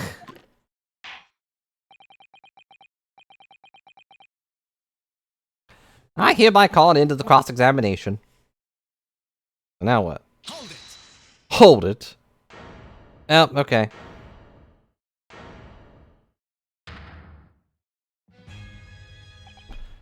Pardon me, my lord, but with your permission, I would like to pose one further question to the witness. Kazuma? What question, counsel? Concerns me the events of 10 years ago. I believe you would have been present at the very significant execution that was carried out at that time. 10 years ago? Execution of the professor. Genshin Sogi. I want to know exactly what your involvement was. Oh. Answer me, man. One moment, counsel. Is this related to the current case? Naturally. It is the prosecution's belief that this case and the events of 10 years ago are inextricably linked. Does the defense concur, counsel? Kazuma, you're not yourself. You're not as calm and collected as usual. Poor Kazuma. I thought of trying to think of a way that it could be connected in some way while I was objecting. I didn't. No wonder he's acting this way. Mr. Vigil's memories of what happened 10 years ago would tell the tale of Genshin Osogi's last moments. His own father. I know, I do understand that, but even so... Prosecutor Asogi. Do you genuinely believe that this question requires an answer in order to learn the truth behind Inspector Gregson's death? I need you to trust me. Please. I trusted you were dead and you lied to me! Very well, the defense had no objection. I see. In that case, you'll answer the question, witness. The truth is, I remember very little of that time. You've forgotten? I'm sorry to say, yes. As I said, I resigned from my role at the prison 10 years ago. But for some peculiar reason, my memory of the events leading up to that moment is extremely hazy. Does that not strike you as strange, Mr. Naruhodo? Sorry? Well, 10 years is a long time, but to have forgotten the reason why you left such an important job... Yeah, you're right. And not only that, Mr. Vigil's claim contradicts what we already know. Human spirit is a fragile thing, it's broken all too easily. Some get pushed down by a small princess, and lose their memories for quite some time, for instance. Which is why we have a tendency to wrap it up for protection. Sorry? Then the human spirit? I'm afraid I don't understand what you mean. When we experience pain and suffering that we feel unable to bear, we block it out, obliterate it from our memories, seal it away. But it never truly leaves us. If the seal is broken, the memories resurface. And what they do, that fragile spirit may finally be crushed. But I really don't know. But if it must be crushed, then so be it. Because the truth will not stay buried. It's coming out, one way or the other. Right. Now I understand. Clear what his intentions are. He means to expose the truth, at any cost. Perhaps if I point out the contradiction in what Mr. Vigil claimed earlier. Might cause some crucial memories to return to him. But should I? Should I present evidence or not? Yeah, do it. Why would I not? You know?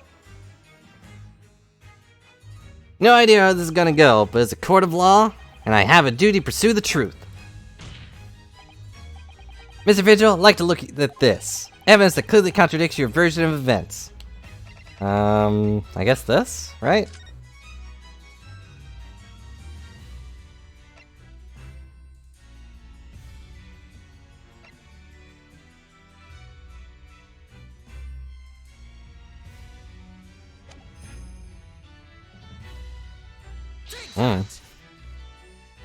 The only thing we have of his, other than his picture of his wife.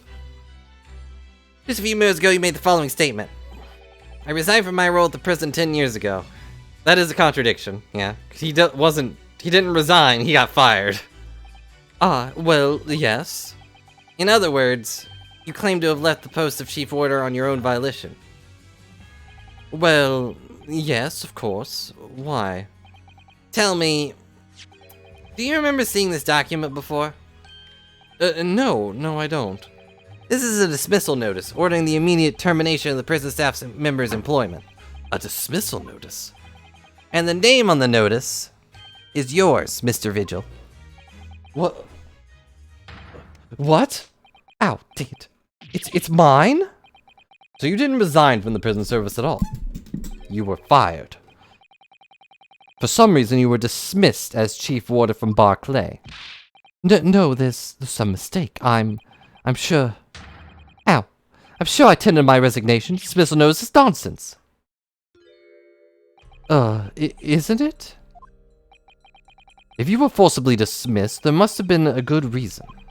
Clearly, you did something evil. Mr. Vigil, it's time to break the seal and have you remember.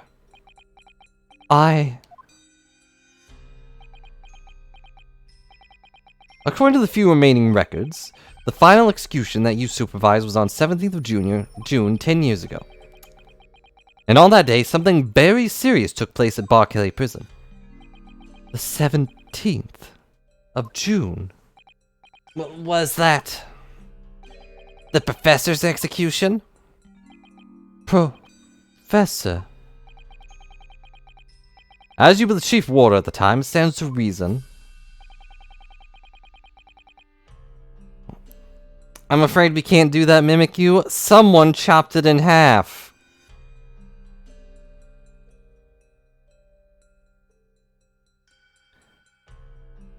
You know, not pointing fingers, but someone's pointing a finger at himself for chopping it in half. Mr. Vigil's father? He doesn't have a father. No one would have a child with that fat a lip.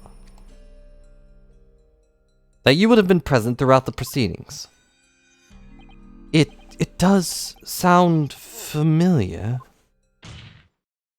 And yet, that execution never took place.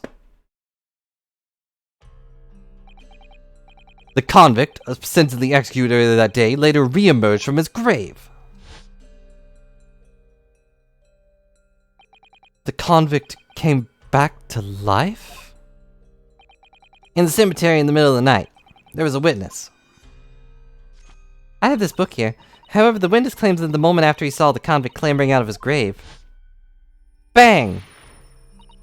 A gunshot rang out from over his shoulder, and the bullet pierced the professor's chest, killing him instantly.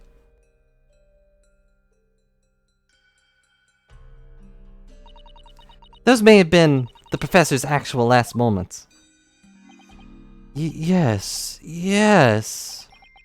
Seeing as you were in charge of overseeing executions at the time, you must know the truth about what really happened. It's in your head, somewhere deep down.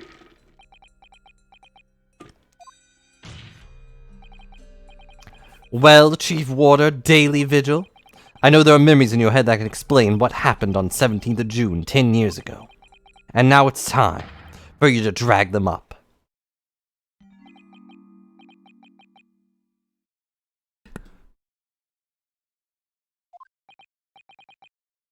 Mr. Vigil?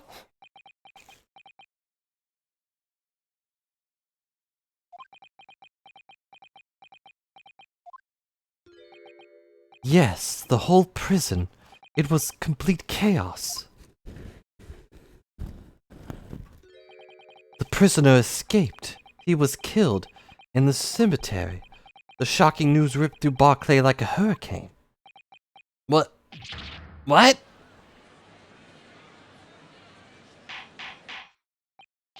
Order! Order in the court! Do you mean to say, Mr. Vigil, that your memories of the time have returned? My head, it's... Are we getting like some magical stuff where he was hypnotized into thinking something different? It's like some floodgates have opened. The images, the screams. Oh my goodness. The papers. There were reports, articles about a man who'd seen a ghost. Yeah, in Outstreber. But surely those reports were exaggerated. No. There were traces at the scene. Traces of what? In Logate Cemetery, at the plot number 139. Blood. Lots of blood. That's where the man was buried, of course. Obviously, something terrible had happened there. The depths of conspiracy and depravity of which this tale is emerging is quite staggering.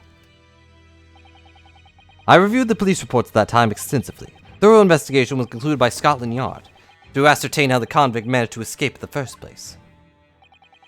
And the conclusion reached by the investigating team was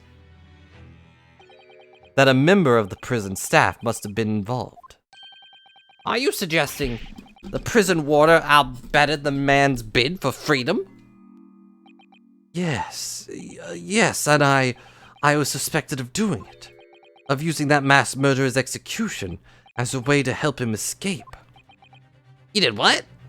No, I remember now. The horror of it all is coming back to me. One evening, a few days after the execution, some detectives came to the prison. I was called to the governor's office at the top of the watchtower.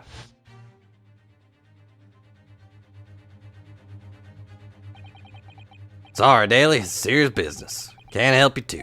Can't help you, no. Chief Warder, you're responsible for overseeing the execution before, eh? Well, seems the fellas at Scotland Yard want to have a few words with you about it. Better pack your things, laddie. About to attend in person. As soon as he told me that, my mind just went completely blank. And the next thing I knew, the professor, the most hated killer in our country's history. And I let him escape? I'm finished. My life is over.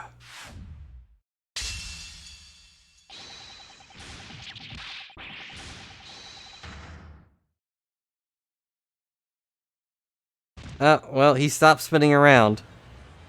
He's dead now. Order in the court. Bailiff, fetch a doctor at once. Preferably not Dr. Scythe.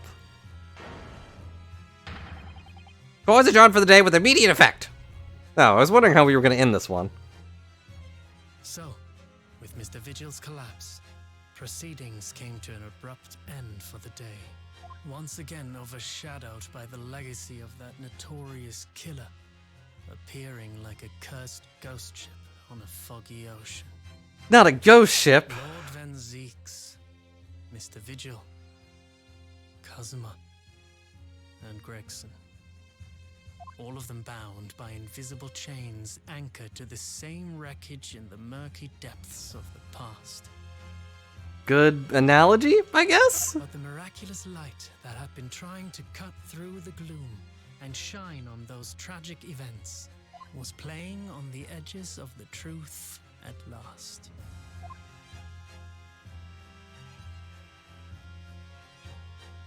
You know, ghost ship, chains, murky depths. Clearly, this means that the true criminal is Davy Jones. Everyone knows that Davy Jones was a notorious professor. Of course you can. That's why they're invisible.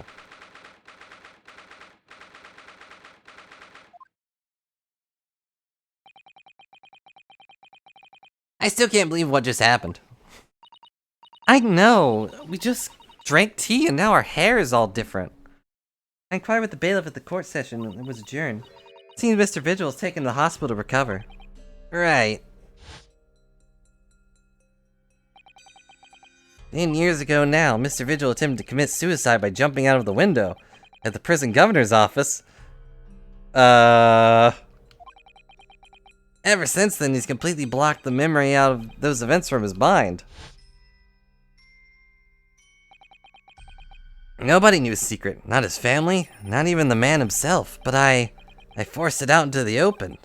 Was it wrong of me to do that? Did I overstep the mark, I wonder? Nah, it's fine. Runo! Oh, Iris. You were miles away. Anyways, I brew a fresh pot of soothing tea for you. Yeah, I thought it was like supposed to be like, oh, the window of his mind shattered open. But no, he jumped. You and Susie have an exhausting day so far, haven't you? Oh. Thank you, Iris. How thoughtful of you. You happen to know where Mr. Sholmes is? Came out of the courtroom back to the defendant's antechamber. He disappeared. Oh, no, I don't know. He just suddenly sprang to his feet and left. All he said was, "I must leave." I wonder if he's pursuing the mystery of Inspector Gregson's death. Well, you know what Hurley's always saying, don't you? Mystery in this world that should perhaps never be solved.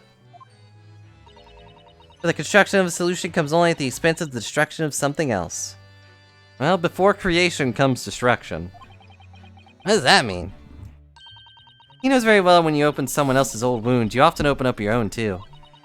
But he just can't take his own advice and leave well alone. Solving mysteries is too important to him. That's so true. That's what I like about Hurley, after all. I suppose that's the lot of a great detective is in some ways. So then, let's have tea. And then I'll give you a hand. Or a gun. Oh, do you have time, Iris? Yep, I finished this month's manuscript at last, with barely a day to spare before the deadline. Oh, I'm so looking forward to it. A brand new story to read, The Adventures of Sherlock Sholmes. You know, I hide Hurley's violin these days before I have a deadline. You do? Poor Mr. Sholmes. I'm sure it's very wise, Iris. How sensible of you.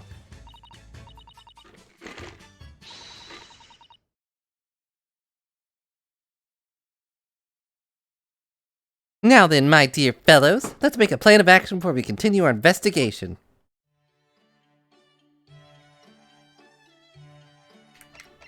I guess that's translated to, let's talk. So how'd it go in court this morning? Well, we still don't know the truth about what really happened, but one thing's increasingly clear. Lord Van Zeeks definitely didn't do it. Of course, you know, you have to actually prove that. We're like, well, someone has to go to jail. Might as well be Lord Van Zeeks, right? Even though you've definitely proven that he couldn't have possibly been there. Whatever.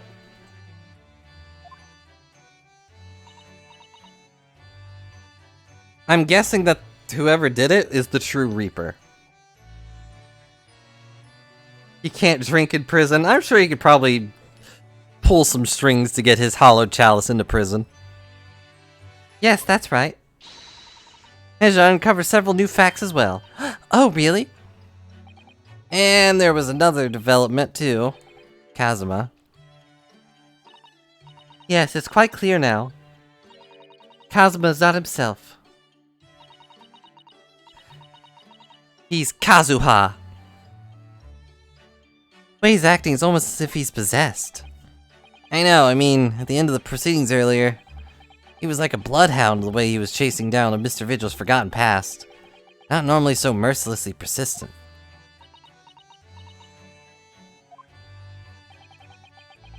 What's going on in his head, I wonder? But you look at someone and you just think, what's going on inside their head? Then you sit down with Kazuma and try to understand what he's going through.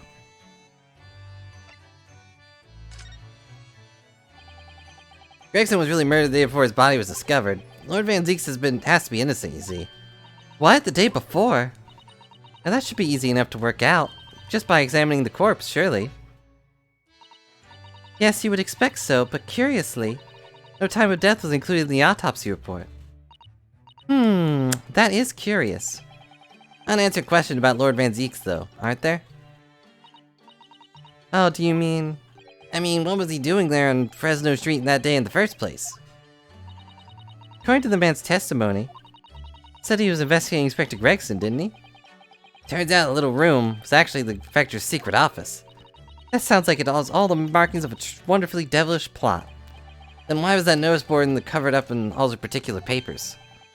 Papers about cases with link to the Reaper. I'm starting to get a bad feeling about all this. Oh dear, sounds more like something horribly devilish.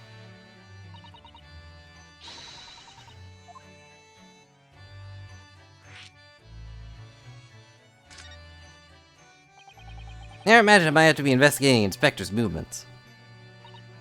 Well, according to the entry in the diary, how do you have that? Okay, she's just repeating what we heard in court. I thought she just had his diary. I was like, where did you get that? Are you the secret thief? Carrying out an incognito investigation of the Redhead League the day before his death. Oh, you mean he was doing the same as Hurley? Well, Mr. Sholmes was trying to apply, whereas the inspector was supposed to be investigating. I do wish it had been the other way around. Anyway, turns out the inspector went to investigate the Red League that day wasn't actually Gregson at all. It was Mr. Vigil, in possession of Gregson's identification. You know what that sounds like to me? Establishing an alibi. Oh my. Yes, you're absolutely right, Iris. But why would Gregson need an alibi? Here the inspector had something to do with it he wished to keep secret. I don't believe it. I always thought he was just a harmless lover of fish and chips. Perhaps they were seasoned with something a little more potent than salt and vinegar. I think perhaps we should try to move away from food analogies. Well, anyway, if Lord Van Zieks felt the need to investigate Gregson... Yes, I agree. You must try to find out what he knows.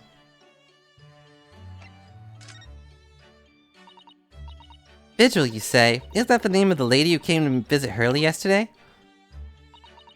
That's right. To ask Mr. Sholmes if he would help her find her missing husband. Only Mr. Sholmes completely passed the buck to us. Actually, didn't you say that Mr. Vigil had been taken to the hospital? Do you know which one? That's gonna be the only one we know. It's St. Siner's. I'm starting to wonder if all other hospitals in London have closed down. Yep. Starting to wonder, did every other hospital in London just not get drawn?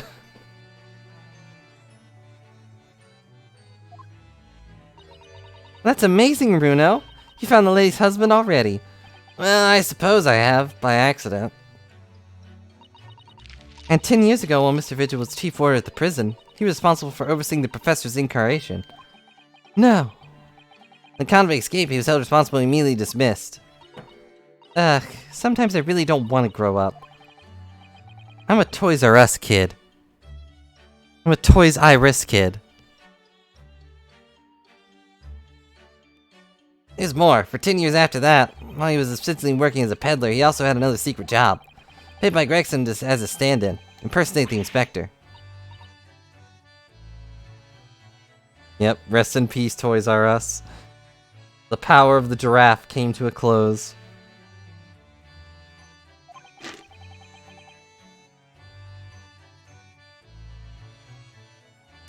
Absolutely no idea why you would impersonate Gregson. Kenny was right. I'm starting to think all adults are up to no good now. Including you, Bruno. I haven't paid anyone to impersonate me. Yet. Although down the line, I guess my descendant will have someone impersonate him. Means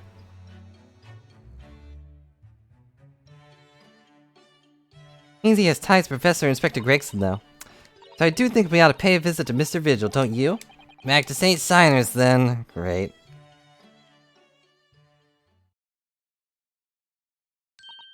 Well, I think it's cleared out what we need to do, isn't it? Let's investigate, my dear fellows! Oh, Iris, you're even more enthusiastic than usual today. If anyone has anything to hide, on my special Wilson shooting iron will set them straight. That water pistol, also stop aiming it at me. It's stuff full of piping hot extra special bendamine. I'm quite sure it'll be very effective. Better be careful not to hide anything. Ryu, you can't even hide your own thoughts. Now, it feels a little strange that Mr. Sholmes nowhere to be seen, but still, let's go see what we can find out.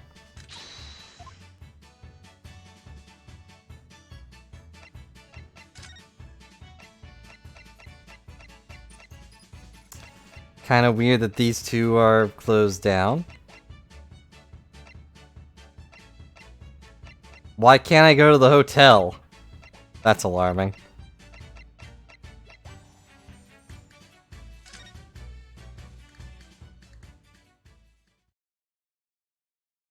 Oh great, you're back.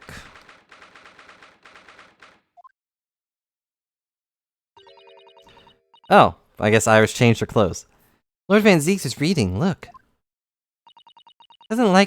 He seems like he wants visitors, does he? What is this, a zoo? Must have noticed that we're here, surely. Not until you started talking. What do you Nipponese want? No way to greet the law who's trying his hardest to prove your innocence, is it? Perhaps not. I apologize. So what can I do for you, Mr. Naruhodo? You did it! That's 3 times! Write that down! And yeah, also Iris is not Japanese. Although it's hard to prove that with her pink hair. Lord Van Zeek speaking earnestly. Oh, the fog will lift over London for the first time in months tomorrow. This does feel very, very strange. I must say I was impressed. Oh, well, thank you? Not by you, by your fellow Nipponese, your prosecutor friend. Oh, I see. Yeah. It's sardonic, don't you think, for a man such as me, so loathing of the Nipponese, to be entirely at the mercy of 2 of you? Ha! I suppose it is retribution for having played the part of the Reaper all these years. Played the part?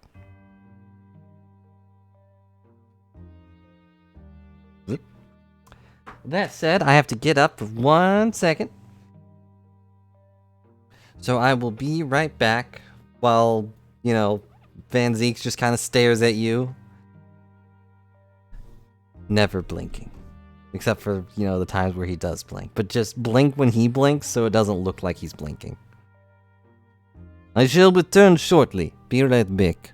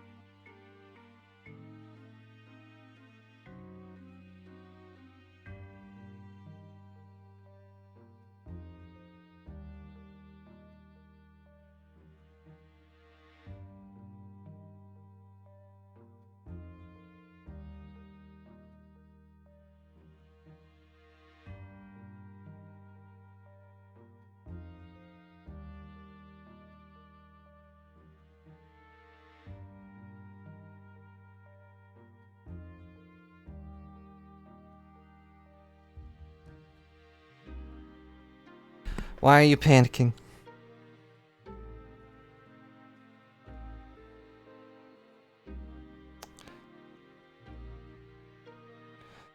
I refuse. You think I would corrupt my palate with the blood of a Nipponese? Ha! Ha, I see. But also, hello, I have returned. I had a small issue where my sleeve got caught on a big old box, and it fell down and spooked Peanut. Didn't hit him, it just made him yelp in surprise.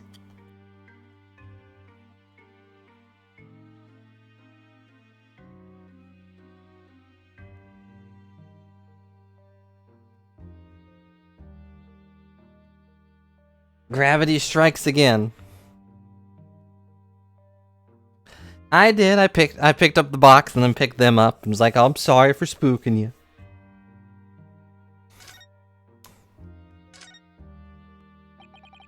What's told me that you gladly allowed people to believe you were the Reaper, because it helped reduce the amount of serious crimes that took place in London. If keeping quiet and playing the part benefits the cause I myself committed to pursuing, then why would I choose to say anything? But the henchman of the criminal killed by the Reaper attacked you only the other day. That was just the most recent of many attempts in your life, wasn't it? Someone's clearly profiting from your silence about all this. Someone is using you. Believe me, ever since the Reaper first appeared, I've been doing my utmost to expose him. Or rather, expose the organization. It's a whole organization? It's inconceivable that all these accidents were orchestrated by one man. No, the Reaper always appears to have very accurate information about the accused in each case. Which can only mean that somebody at Scotland Yard is involved. Someone at... You can't mean... It's taken me many years, but I finally identified the central figure in this Reaper organization.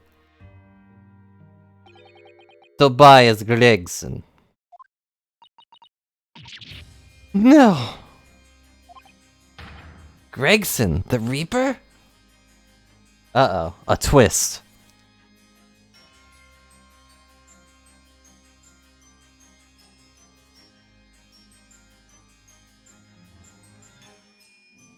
Let me change the thing real quick. Well, actually I still need that for later.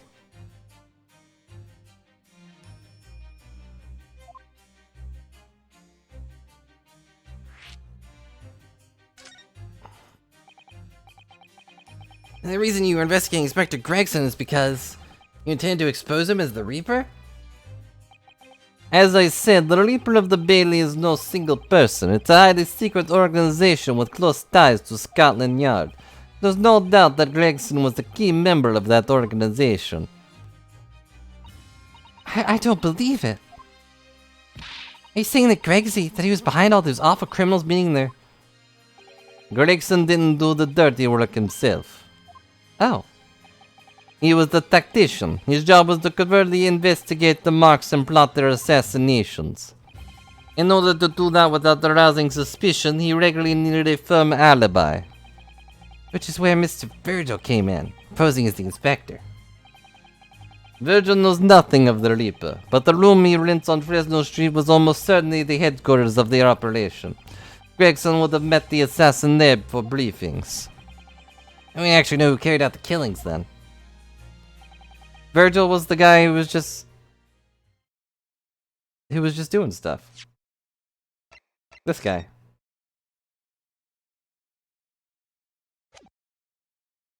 Sorry, Vigil. I just read it wrong. Doesn't matter. Actually, I do have a name. You what? I can name the man. You have the true identity of the Reaper already then. Or if I can name the woman. Oh. She's a young woman by the name of Asa Shin. But she's dead. Wait, what? Shin?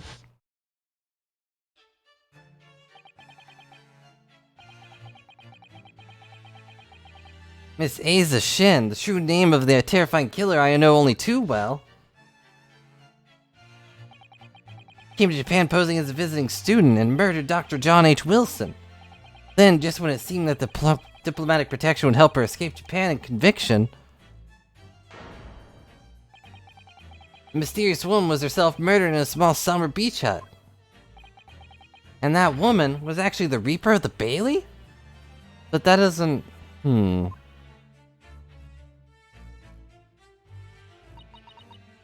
Yep, that is Iris's dad. He died before we even met Iris. Miss Naruto, perhaps this isn't the place to discuss. No, of course not. Can't mention it here. The fact that she killed Dr. John H. Wilson.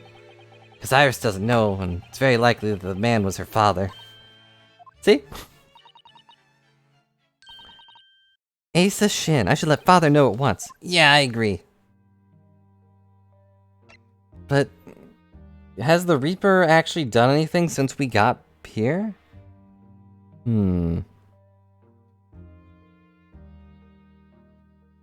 because the guy who died in the fire was actually killed by that other guy. I don't remember names. Oh, hang on. Thing got stuck.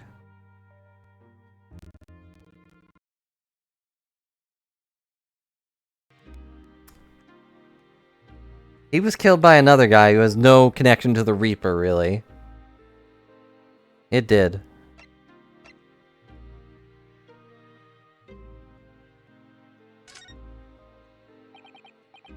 Kazuma, is it? Kazuma Sogi. He says he's a friend of yours.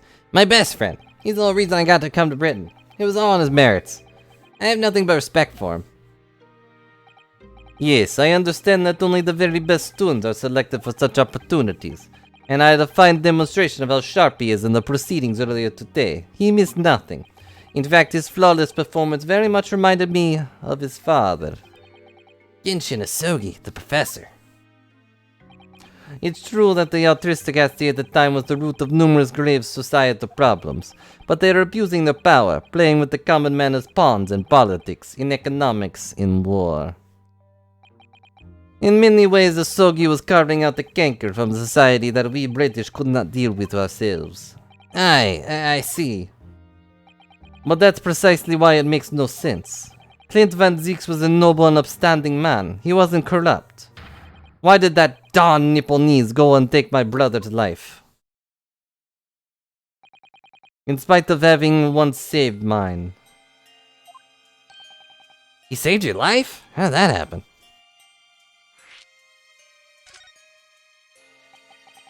It was 10 years ago, on a foggy night. What was to be the professor's final strike had sent a wave of panic through the capital. Clint Van Zieks had already been killed at this point, then. Genshin and I were walking down some back streets at a late hour. Of course, at that point, I had no idea of the true nature of the man at my side. All of the sudden... Don't make a peep! You're coming with us! No, I have a feeling this guy was not actually the professor. We were surrounded. All of our assailants were armed with pistols, their faces obscured by scarves. Clint was not only from a noble heritage, he was a brilliant prosecutor as well. The scum of London hated the sight of him, and they had no sympathy for his young brother either.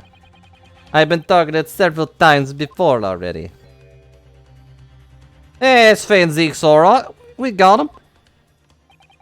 I could hear them murmuring amongst themselves. I knew they were after me. But just when I thought my time had come... I let them kill you. Clint would never forgive me. It was Asogi's voice, just a whisper in my ear. Bang.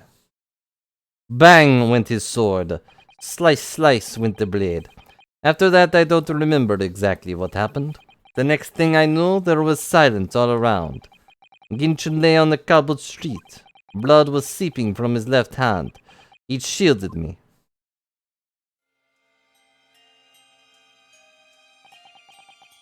2 days later, they arrested him, on suspicion of being London's most notorious mass murderer, the Professor.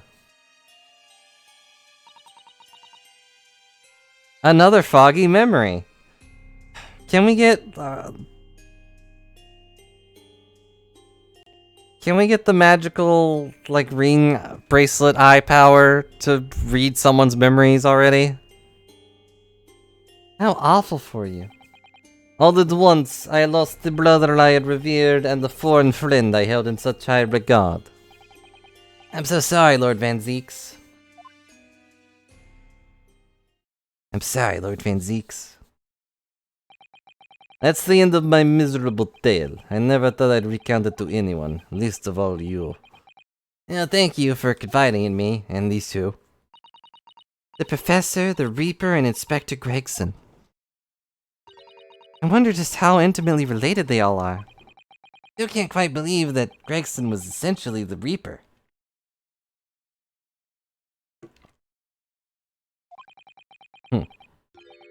Giving assassination orders to Jeziel Brett, which is not actually her name.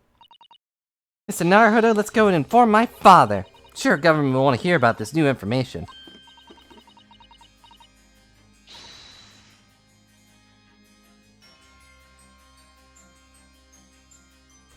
To summarize, the Reaper might be Gregson, or he might be part of it, and at one point, Van Zeeks was going to be assassinated by a bunch of thugs on a street, and the Professor protected him. That means I get to meet your dad, Susie. Hooray! Yeah, alright. Let's head back to the Great Waterloo Hotel, then. Alright, I'm going back to reading, then. Don't bother me. Ever again, please.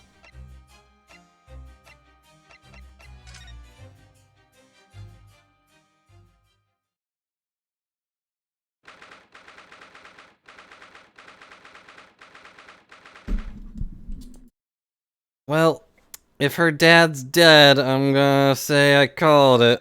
Cause the hotel just screams someone's gonna die here. Thought of yesterday and thinking of today, this place is so princely. A wild guess, but I have a feeling you'd think the same tomorrow, too. My tea has finer fragrance than whatever they're serving in the tea room here, though, wouldn't you say? Oh, look who we have here. It's unexpected pleasure. Well, it's me, I figured. Oh, he's not dead, that's good. Father! Is this your dad, Susie? How lovely.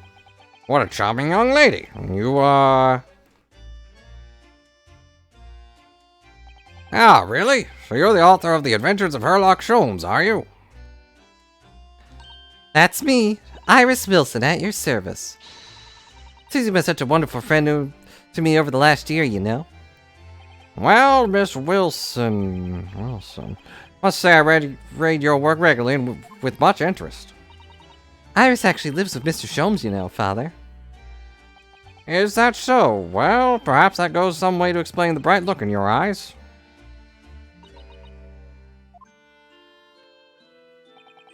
Wouldn't be smiling so airily if you knew just how bright she is, believe me. Now then, young Naruhodo, a pleasure seeing you in action earlier. As an inventee of the symposium, I was allowed to observe the front gallery, after I twisted some arms. Literally.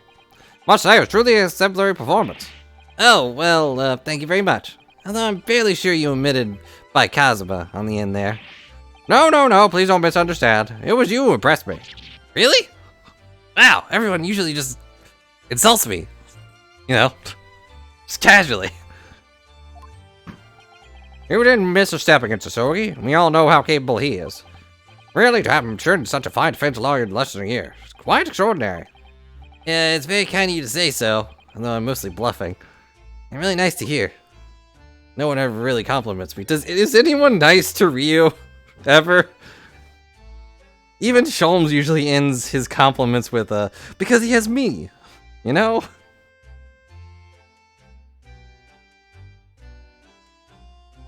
What I saw in court today confirmed what I've been hoping for. Favor I mentioned yesterday, Naruhodo. I trust you haven't forgotten. You never actually... No, you did mention something, didn't you? But first... I have something to report, Father.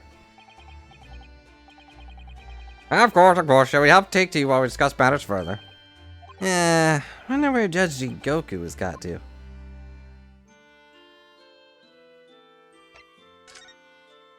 About the Reaper. Father, do you know about the so-called Reaper of the Bailey? I've heard rumors. Some members of the Judiciary explained it to me yesterday. Of course, when I'm visiting soon here in London, Reaper is yet to emerge. Right, he didn't appear until after that case with the visiting students had already returned home. Lord Van Zeeks was in the dock yesterday. Or today. That was Barak, the younger brother of Clint Van Zeeks, I believe. That's right. He's known throughout London as the Reaper, as you've heard. But the truth is, it wasn't him behind all those mysterious deaths. It was somebody else. Well, yeah, okay.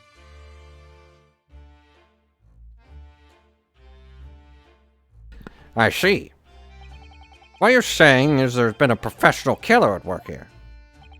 Exactly. Someone by the name of Asa Shin, in fact. I beg your pardon? Did you say Asa Shin? You mean that Jeziel Brett woman? Who was responsible for killing my great friend? Oh no, a friend of yours was killed? Professor Mikotoba, I think perhaps we shouldn't discuss this right now. Because the friend of the professor is talking about is Dr. John H. Wilson. And that's not something we want Iris to find out about. Not like this, anyway. We have to break it to her eventually, though, right? I mean, really, Sholm should be the one to do it.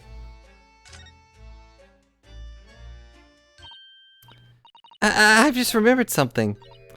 Biscuits. This hotel has the most delicious looking biscuits. That's rather out of the blue. Well, yeah, he's voicing me. He's doing the deliberately. Think I'll go and see if I can purchase some. I wonder, would you like to come too, Iris? Oh, yes. You just try to leave me behind. No, that would kind of be counterproductive. That young girl. Called Iris Wilson, is she? Yep, that's right. She's the author of all those adventure stories starring the great Detective Sholmes? But the name of the credited author isn't Iris, is it? It's Dr. John H. Wilson. Yeah, I know. That's the name of her father, you see. Her father? Did you not know that? Dr. John H. Wilson. I was deeply indebted to the man for a kindness he showed me during my time in London. Why I was keen to reprocreate and invite him to Imperial Yume University 4 years ago. And he was murdered last year by Jeziel Brett. Why? Why would the hands of the Reaper stretch all the way to Japan? Iris knows nothing about that case. But it seems very likely that the victim, Dr. Wilson, was her father. Well, I can't say we ever spoke about his family, so I don't know if he had a daughter or not. But I think I can say with some certainty that he was never the great detective's partner. There could have been another Dr. Wilson, you think?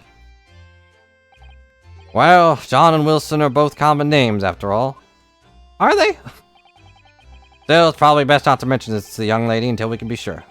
That's what we thought, yeah. We're back with cinnamon biscuits. Oh, they smell delicious, Iris. I think cinnamon will go very well with the tea they serve here. Don't you, Susie? And John is. I'm not sure about Wilson, especially specifically John H. Wilson. It depends on what the H stands for, I guess. Sure, you're right, Iris. I haven't seen Judge Jigoku for a while, have you? Guilty! That guilty is still ringing in my ears. Oh, now you mentioned it, I haven't seen him since this morning either. I suppose since the symposium opening was postponed, I've gone to explore the great exhibition. That reminds me of something you mentioned yesterday. About Judge Jigoku having once been in the dock himself? Ah, yes, she was all tied up with that accursed trial. The closed trial of Kazuma's father. Chihiro was trying to mitigate Genshin's guilt, so he took the stand to testify. But he got a little carried away and, actually managed to break the witness stand. Oh my! Also said some contemptuous word about the British Empire, for which he was charged. Oh dear. Although it's worryingly easy to imagine him doing that. Well, it was all right in the end. He was acquitted and returned home to Japan together.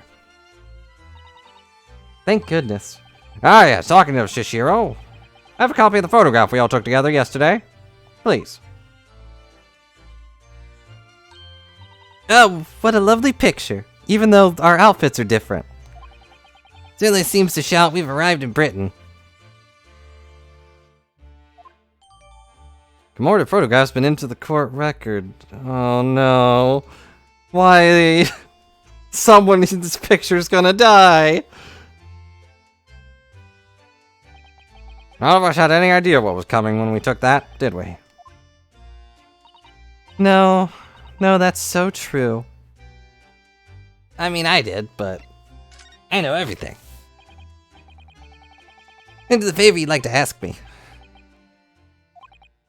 Well, this fateful trial you're fighting, one way or another, it'll be over before long. That's when it is, I'd like to accompany back to Japan. You want me to do what?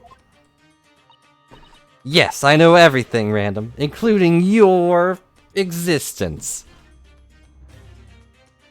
Father, what is the meaning of this? Now, Susato, you should understand. You've seen how our courts work firsthand. The judicial system is in its infancy, especially when it comes to defense. Oh, you mean... Supreme Court Judiciary is in desperate need of a good defense lawyer. As soon as possible. Really quite urgently, in fact. In fact, like right this second. I don't know why we're discussing this. Come on, let's go.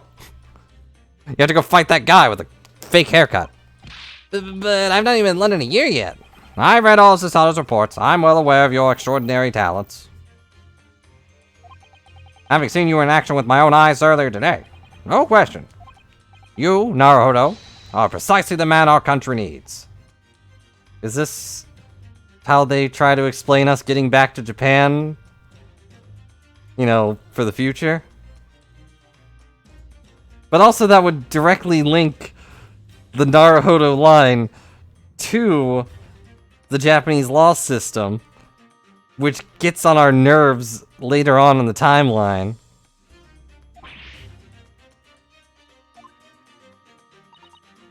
So, you'd be leaving then, Runo? But then, what am I supposed to do, Father?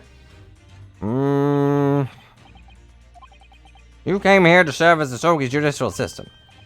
Oh yeah, supposed to be Kazuma's assistant. Our government is still in the process of deciding how to best deal with this situation, though. Already chosen your own path, Susato. Maybe you could, I don't know, invite some cousin of Ryu's? Some Ryutaro, perhaps?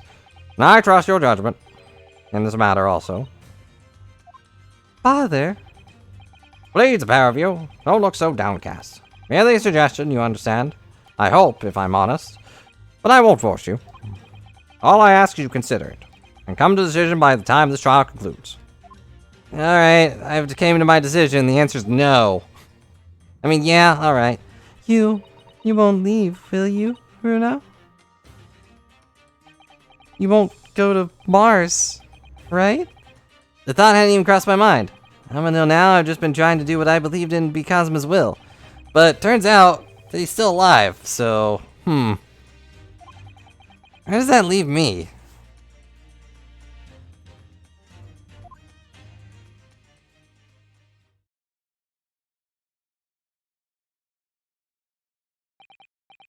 Well, if you're screwed now, you can telegram the government ministers, Japanese police, of this information about Assassin. It's Assassin. Or is it Assassin? I don't know. As a Shin, I do agree that I do not belong on B's knees. Of course, Father, thank you. I look forward to next month's installment, Miss Wilson. Oh good, and please do come to Baker Street sometime, won't you? We'd love to entertain you. Is that a gun? I'd be delighted. Ryu, not gonna shoot me, is she? Best of luck tomorrow, Naruto.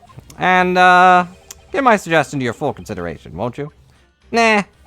Yeah, I will. Going back home? Do I even have a home? I mean, I don't have parents. Apparently. You know, Kazuma's always been a great deal to my father. I'm sure he'd love the chance to meet with him and talk to him about all this. Yeah, no doubt. Asa Shin. Of course, it's so obvious. How could I have neglected to consider the possibility before now? Mr. Sholmes. Hurley, where have you been? Why, I joined you all for tea, of course. What an extraordinary question. I didn't notice you at all. No matter, no matter. The cinnamon biscuits were great. Anyway, to more pressing concerns, Mr. Naruhodo. Oh, yeah? I must dispatch a telegram to your country at once. It's a matter of such urgency. To Japan, you mean? Tell me, to whom can I entrust this task? Quickly now, who? Ah, well... My father's just now left to send a telegram to the Imperial Police Bureau of Japan himself. I see. Well, he looked reliable enough for a bearded fellow. I don't think what father sports could be considered a beard, Mr. Sholmes. Or that having a beard makes you trustworthy. Looking at you, gum. Not that I know if you have a beard or not. Not a moment to lose. Kindly ask your trusty unshaven father to see if this is sent. I will, but what is it? No questions at this time, if you please, Mr. Sato. All we can do is pray that for once, my deduction is awry. And then imply your deductions are normally correct, Mr. Sholmes? Which isn't exactly... Now then, ignoring what you just said, then you may be surprised to learn that I'm a very busy man. I certainly have no time to hide behind settees and eavesdrop on other people's conversations. So that's what joining us for tea meant. I leave the sending of this in your hands then, my dear fellows. Goodbye. Wait a minute, Mr. Sholmes. He just sort of ran off, didn't he? At quite a pace. And left the unpaid bill for his tea behind, too. Rude. I must catch up with my father at the telegraph office. At once. And I'll run and call us a cab. Straight away. Oh, well, I'm alone. And there was me thinking everyone would be clamoring to pay Mr. Sholmes' bill.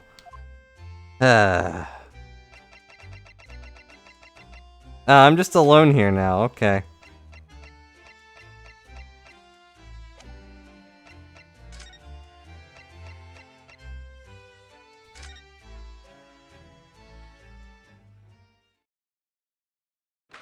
It's the same room. This is where Olive Green was. It's the same exact room. Are there no other hotels in London? This is the ward where Mr. Vigil is brought, apparently. To be frank, I'm a little worried about seeing him again. And seeing this room. Here I am. Oh, the lawyer. Hello again.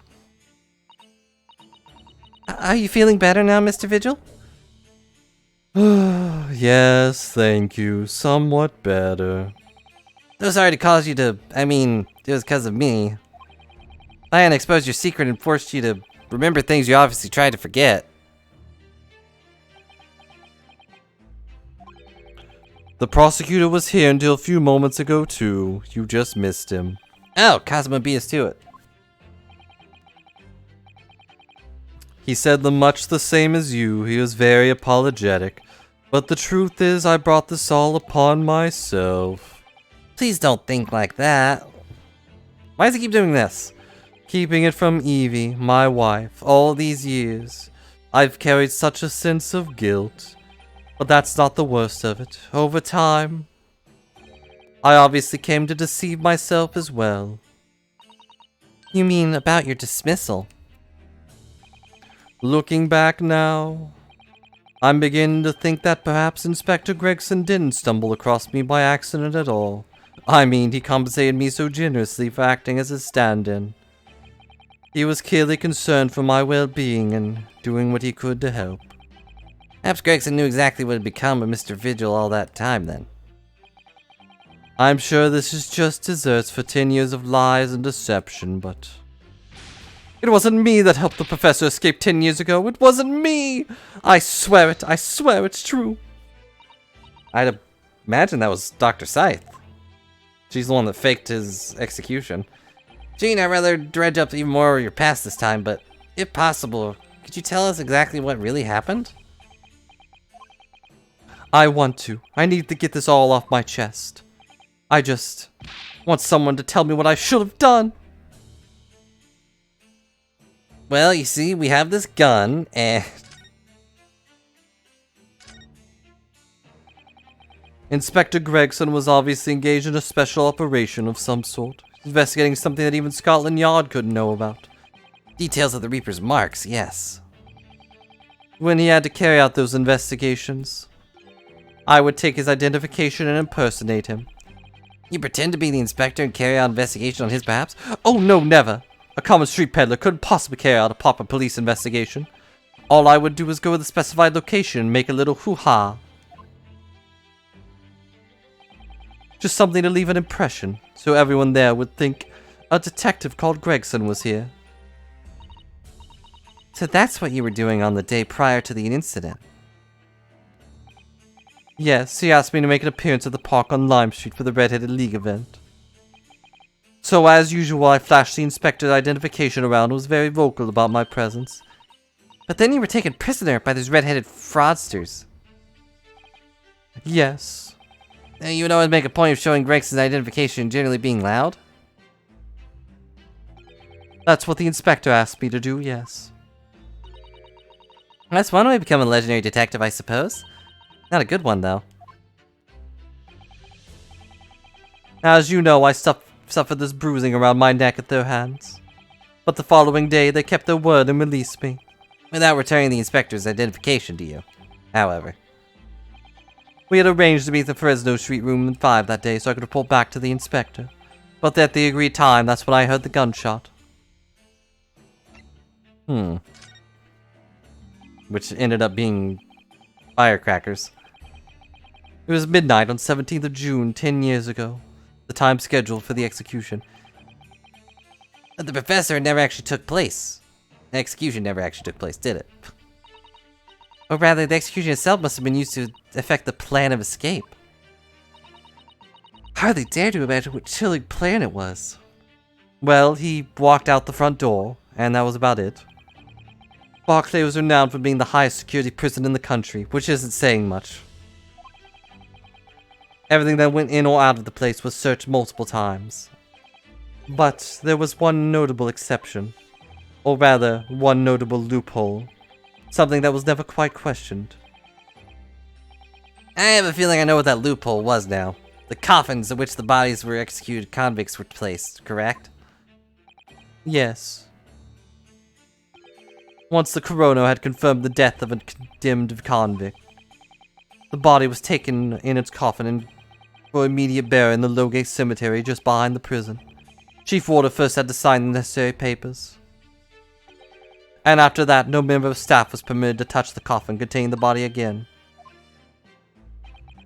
When executions took place, only the executor and the coroner were permitted inside the chamber. I would wait in the adjacent room for word that the condemned convict was dead.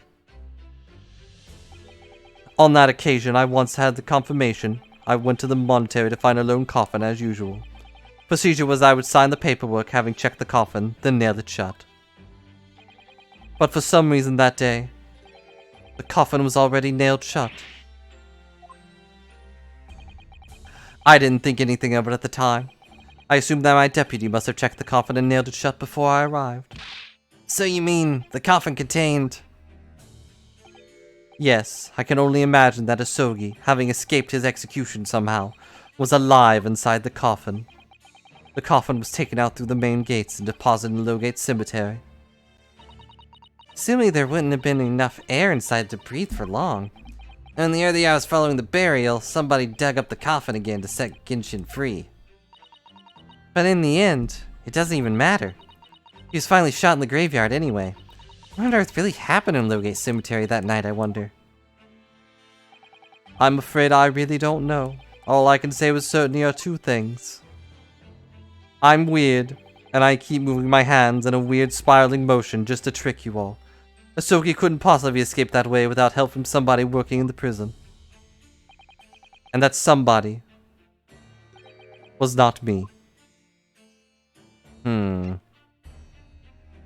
So it would either be the Executioner or Dr. Scythe.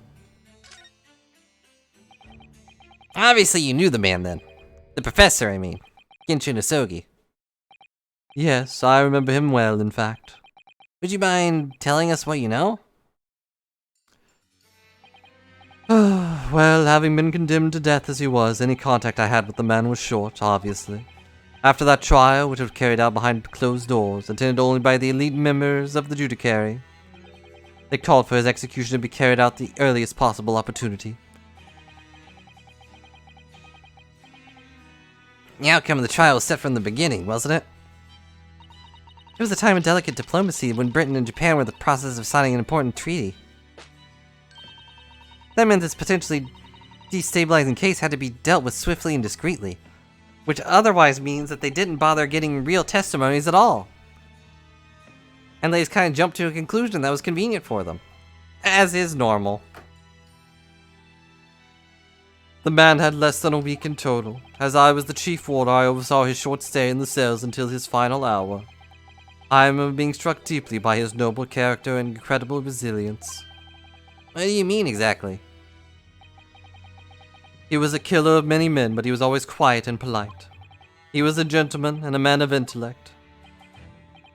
In fact, I couldn't bring myself to believe what he'd done, so I asked him one day. Those 5 members of the aristocracy whose lives were taken, were you really responsible? I'm guilty of the unfortunate crime at the ending of another human's life, yes. That wasn't really an answer. The following day, the closed trial took place, and the verdict was no surprise. Guilty. A thing I've never really heard.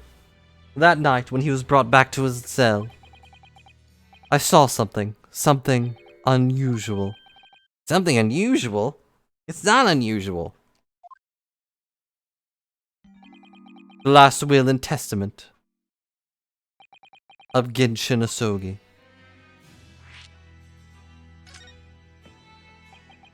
As I said, it was on the night following his trial after he had been found guilty.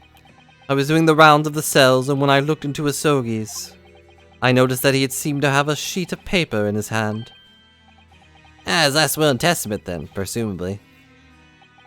As soon as he noticed me, he hurriedly shoved it behind his back. But why did you find that so unusual? Is it normal for a man to pen a will when he knows his death is nigh? Yes, that's true. But there were special conditions to Asogi's incarceration, you see. What sort of conditions?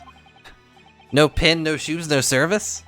Even though he was held in a cell designed for condemned inmates, he was allowed to keep his personal effects with him, with one exception. Really? He was allowed his things? That is unusual, certainly. Is it? I feel like everyone we've had to deal with has kept their things. Of course, he'd been convicted of killing 5 members of the aristocracy. But at the same time, he was a guest in our country from the Empire of Japan. The powers that be were determined that his final days shouldn't needlessly be uncomfortable. And what was the exception you mentioned? To the personal effects he was allowed? That's the point. He wasn't permitted to have writing materials. Specifically, no pens, no papers, no service. So he was prevented from leaving any written record of what happened to him? Yes, that was the long and short of it. I've no idea where he obtained that paper. Any writing materials would have been confiscated from him upon his incarceration. As I said, he hid the paper behind his back, and then he pleaded with me. What did you just hide behind your back? Please turn a blind eye. This is my lifeline. But you know it's against the rules. You're the only person who's seen. You just agree to keep quiet. All right then, but what's on the paper? A last will and testament. This will is the only weapon I have left now. Well, okay then. How can a will be a weapon? I mean, whether there's a will, there's a way, but I don't know about there being a weapon. I decided to pretend I'd seen nothing and let him keep his will. But then later, It just seemed to vanish without a trace. What? What do you mean? It vanished. Seeing that isn't the end of the story in this mysterious will. It's probably still in a cell, I'd assume. The only person who saw Asogi's will, but somehow it disappeared. it was after Asogi's execution. Which was actually an elaborate jailbreak. The warders gathered up Asogi's possessions that were in his cell. They would be sent back to his family home in Japan, you see. There's a way to be a weapon. You're right, paper cuts. Poor Kazuma. And you're saying that it was anywhere to be found among his personal effects? The will, I mean. That's right. Though I didn't search through them myself. But Governor Caden will. He was screaming, "Cannot disappear completely!"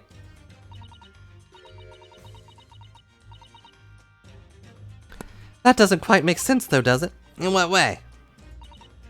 Well, we'd understood that only Mr. Vigil was aware of the will's existence. In which case, how'd the prison governor know to look for it? Oh yeah, you're right. I really don't know how he knew, but it certainly seemed as though he knew of the will's existence from the outset. Only he didn't refer to it as will. What he said was the Asogi papers. The Asogi papers? I really can't tell you anything of the subsequent events. Because, well, of what happened. Your dismissal, and the way you just blocked it all from your memory. I'd forgotten all this until today. I don't suppose it's relevant to the case, though. Well, I mean, you brought it up, so it probably will be relevant. Thank you very much for sharing with us, Mr. Vigil. Very grateful. Are we gonna talk to your wife, though, or... Okay. I'm afraid there's really little more I can tell you. My wife Evie will be here shortly, so I do hope I don't appear rude, but... No, not at all. Thank you again. I'll be coming you now.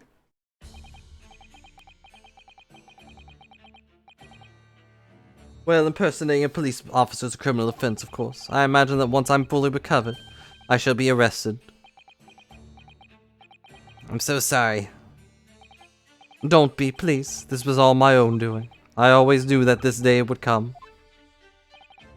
Well, I wish you well. Goodbye, Mr. Vigil. I could, represent you in court or whatever, but I don't really care. Ah! Before you go, there's one more thing. Yeah? What is it? The Asogi papers. I've been very grateful if you'd make no mention of the things I told you about them. Presumably for some good reason? It's my understanding that their very existence is a closely guarded secret. If it became known that I remembered, well, could be rather troublesome, I think.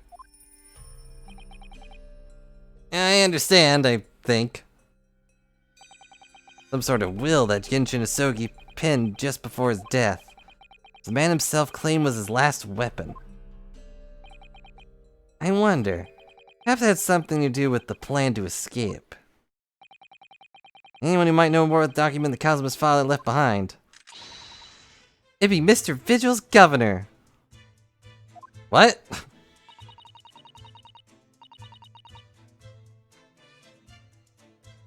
Precisely where we must go. Back to Barclay Prison. Again!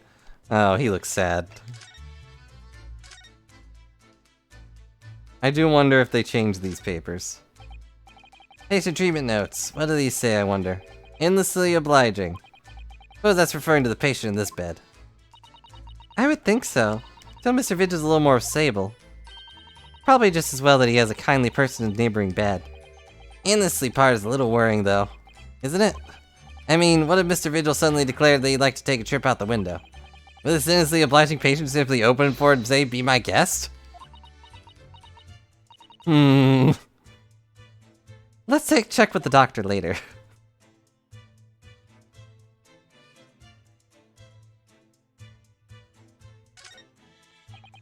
Must be the patient treatment notes. Let's see.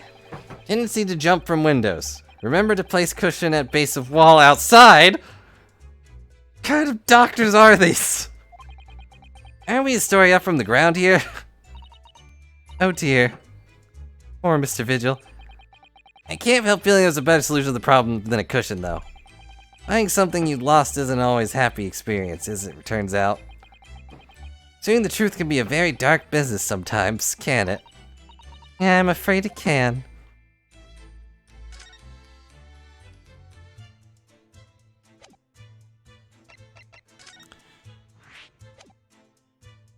Well, back to Barclay Prison.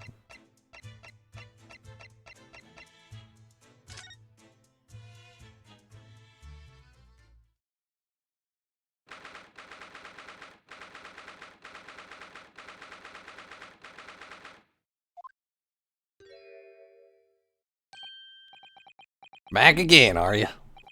Yeah, hello. Heard all about your investigation. Just read the report right now. Found him, eh? Vigil. Yeah, luckily. Well, anywho, glad it doesn't work here anymore. It's a case of nothing to do with Barclay. Like you to get the wrong idea about that. Of course, yeah. Mr. Vigil stopped working here 10 years ago now, so... Yeah, we've seen his dismissal notice, haven't we? He was given the chop. Ah, Kimmerer, you ken very well. How about we handcuff Biscuit? Oh, they really are like little handcuffs. And it's hard as irons, too. So, what brought you down here for the day? Let me ask you something else we'd like to ask you about, actually. That's so. If you happen to oblige. Oh, no. Don't just come out and say it. I believe there might have been a document disappeared from Gen Asogi's cell. I think it's been called the Asogi Papers or something.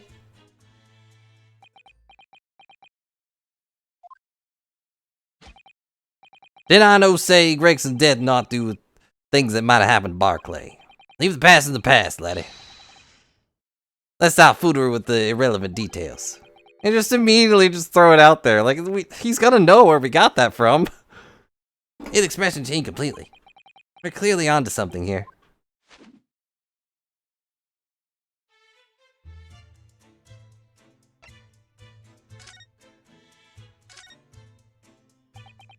That murder's botched execution, the whole miserable escape.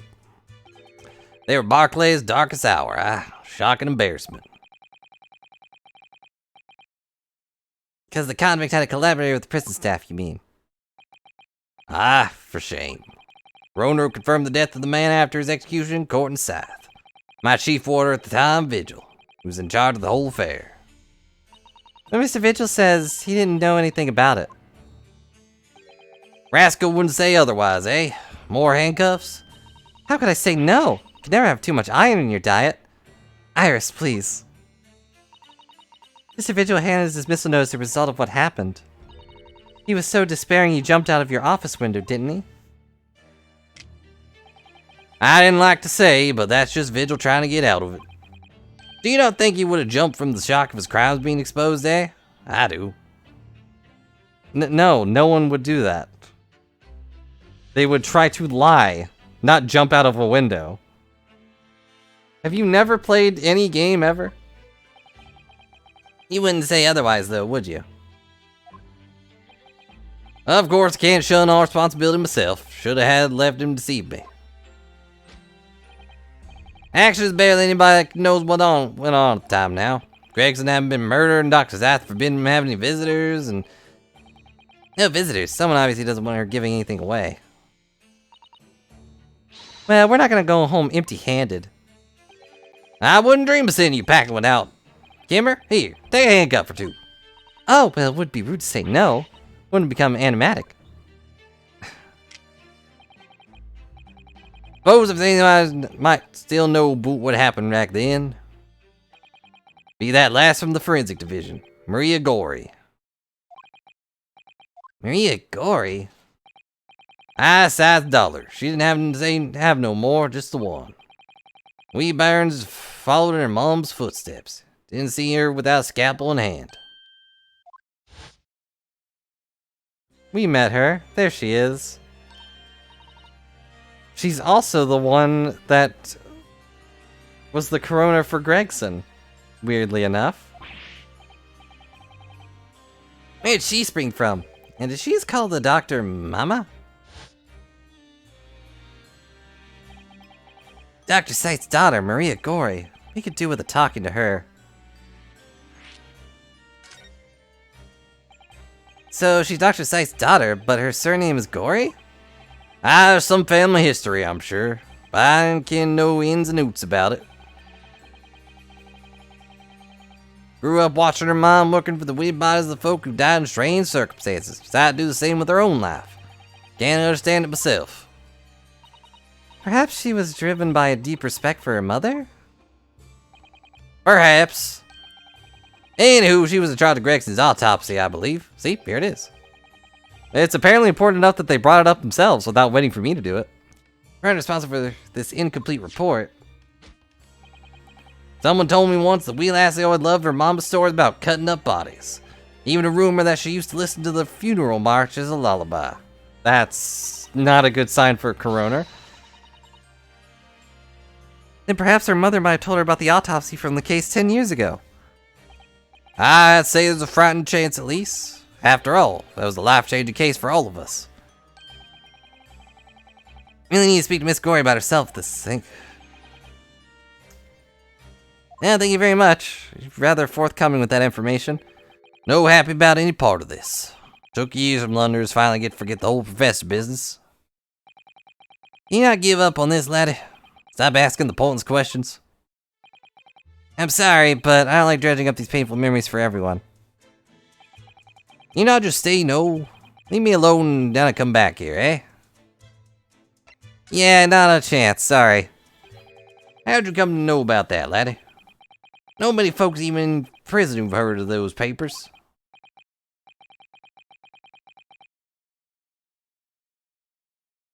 Well, I can't tell them Mr. Vigil told me. I'm afraid our sources must remain confidential, sir. Been led to believe that the papers are actually a last will and testament. Is that right? The professor's, or rather, Kinshin Asogi's.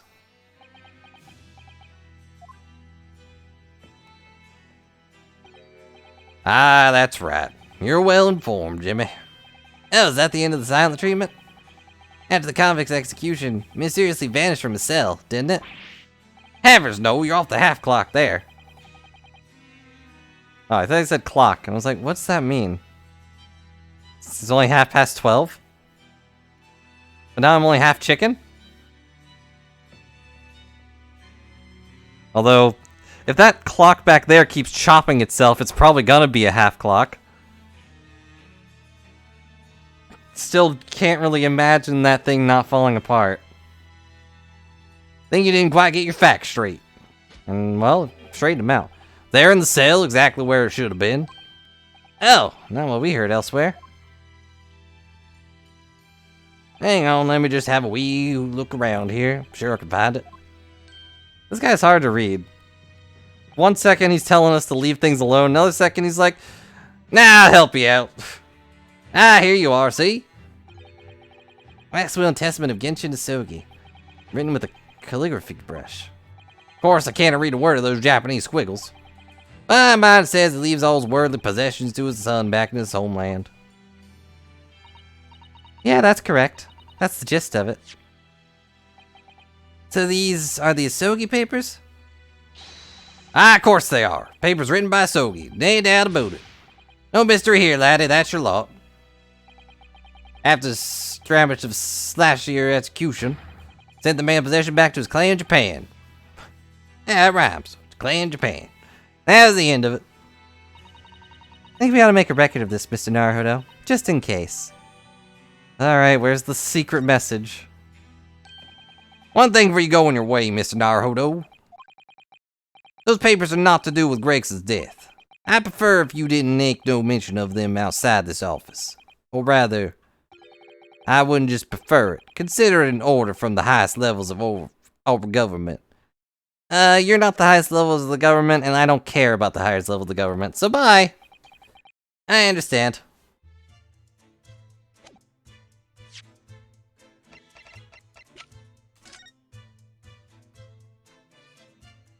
Good thing we can read Japanese and translate it. I, Genshin Asogi, hereby request that upon my death, any and all material possessions and wealth belonging to me in London are delivered to my son, Kazuma Asogi, in the Empire of Japan. With deep sadness, I must accept my fate in this foreign land and the knowledge that I will never see my homeland or family again, but I regret nothing about my chosen path.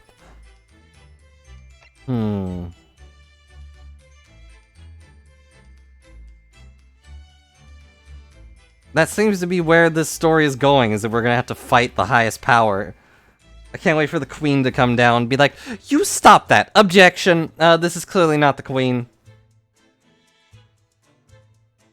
We can prove she is not the queen by pointing out the fact that if we stab her, she will die. And everyone knows the queen is immortal.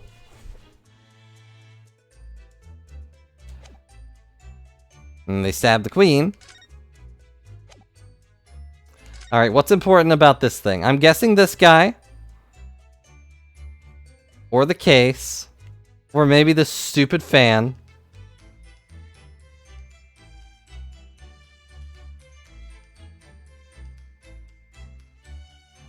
It might be this thing. I don't know what this really... I guess it's just one of these, but cut off by his beard. No, it's clipped through his beard.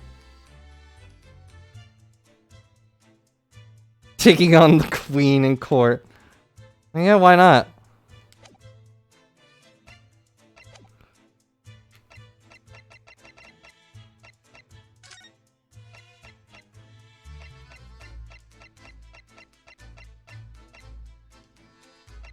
Alright, let's go here, I guess. Anything here? Maybe the coroner's here?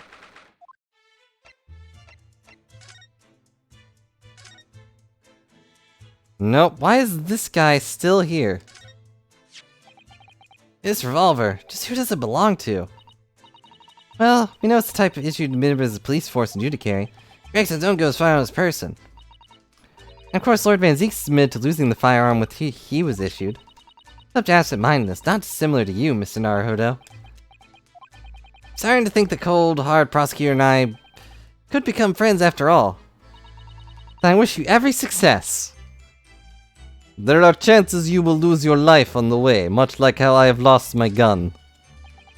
Never imagined this little figurine would turn out to be a watch-finding key.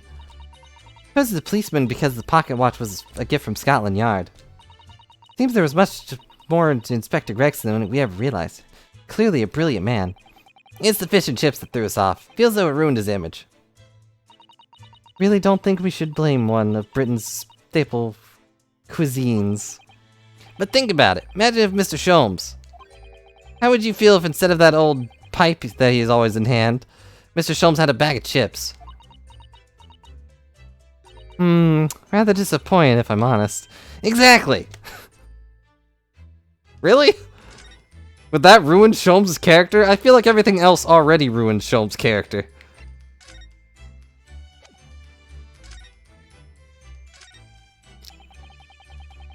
He does it stretching back over 10 years on his notice board. Yeah, history of Lord Van Zeek's defeats in court. I think it's appropriate description. Although, when you consider everything on the board, it's certainly true that all these people had a background of dubious dealings.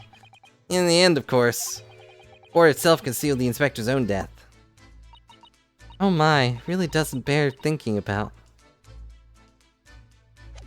Not even a bag of fish and chips?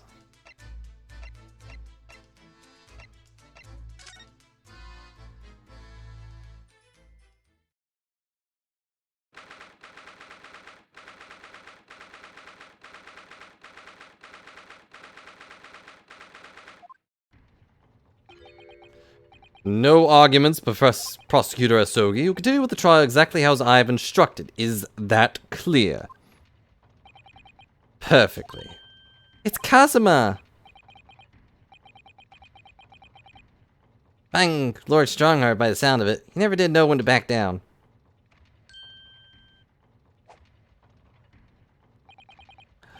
On your way now, Asogi, my lord.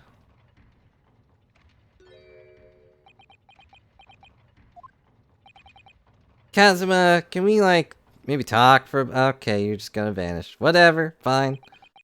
Left without saying a word. Yes, what are you doing here? Oh, I was just hoping to ask you a few questions, if you wouldn't mind. I wanted Van Zeek's trial concluded today. But Prosecutor Sogi's unwelcome inquiries are going to make it take longer than necessary. Unwelcome inquiries? I'm sorry I don't have a waving bandana gift to place over his head whenever he shows up.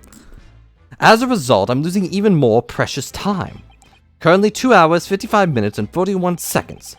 42, 43, 44, 45. Must solve everything before 3 hours have passed, Mr. Naruhodo. In a miraculous not even 5 minutes. Anyway, I can't let the man's obvious bad mood put me off. Need information.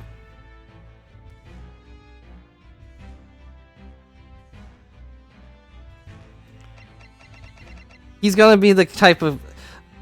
In order to waste his time, I'm gonna press every single thing this guy says whenever he's in court. If he shows up in court. But yes, he definitely seems like the final boss.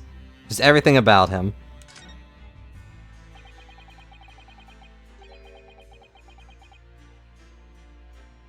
Von Karma did do the time gimmick with being like just snapping his fingers and ordering people to stop, but he wasn't so specific about the time.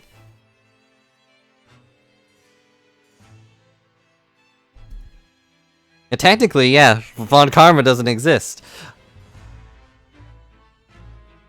I say that because his office is a supervillain lair and he won't take care of those stupid birds. And also no one with... In this game, no one that is involved with gears has been a good guy. Only the flower power gears are good guys. Also, he's just too tall.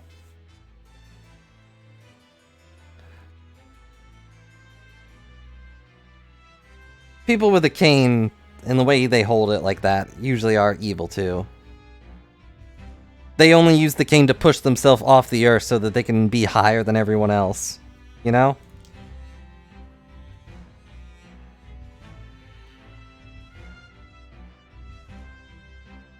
He had a gear loose, but technically no, he didn't build that machine. He just wrote on paper. I didn't say tall people are evil. I said he's too tall. Taller people are evil.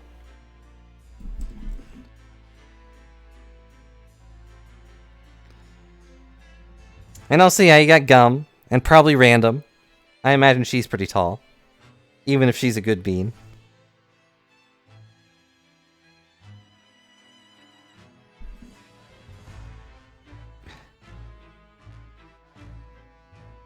Prosecutor Sogi believe that Lord Van Zeeks is the Reaper? I wouldn't know. I was hoping she would say she isn't tall so we could confirm that she's good, Mimikyu. Don't tell her.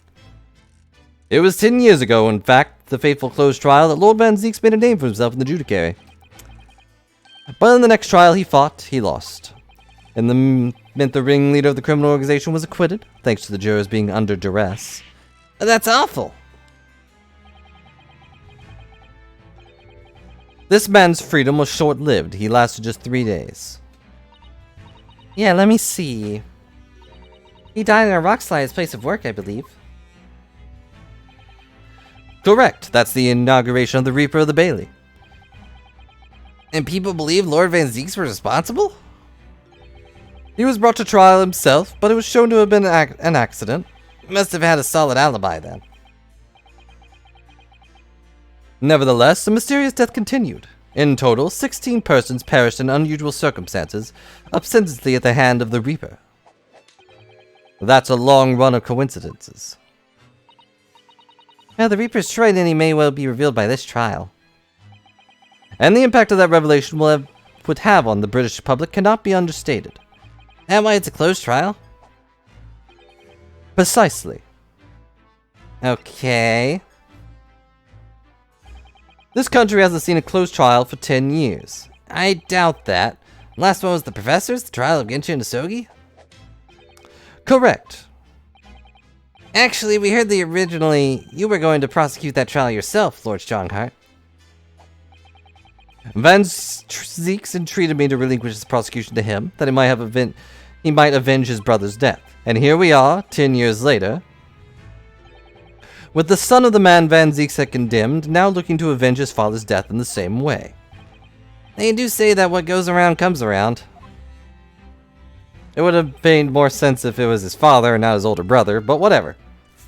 However, it would seem that the new young prosecutor is harboring some ulterior motive as well. Kazuma is. I like my organization to run smoothly in the exact manner that I prescribe.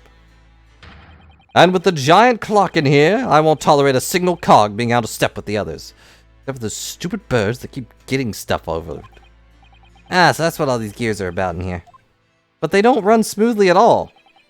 A lot of them just get stuck. That one on the right is like constantly going around in circles but doesn't do anything. And the one on the left just is constantly pausing itself. All these gears are awful.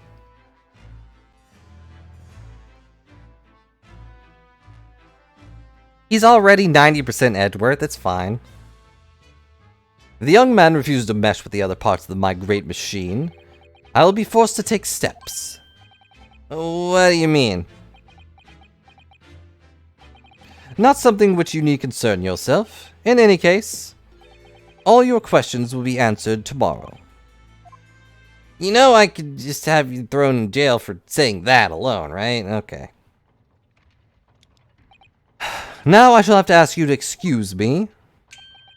As of this moment, I've been delayed from attending my next meeting precisely 3 hours. Oh my, that's a long time. And I hold you entirely responsible. Even though we actually managed to fit everything in not even 5 minutes.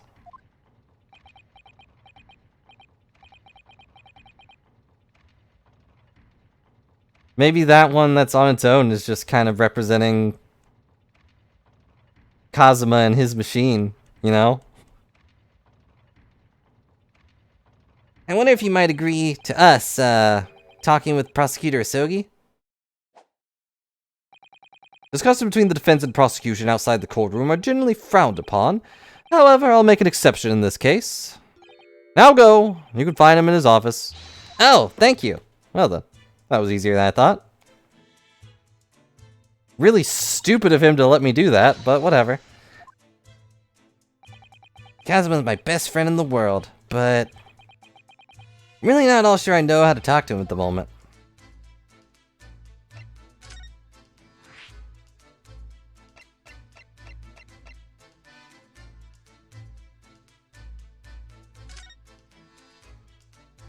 Because then the prosecution and defense could maybe, like, work out a deal to get someone thrown in jail. I don't know, man. Realistically, in a perfect game world, it would be so they should share information, you know, properly, but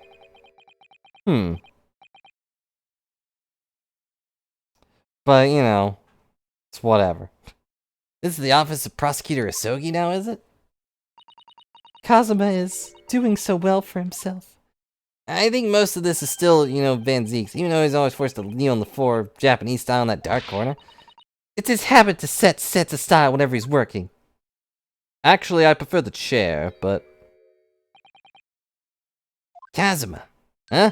Oh, you're here. I thought it wouldn't be long before you paid me a visit, Ryunsuke.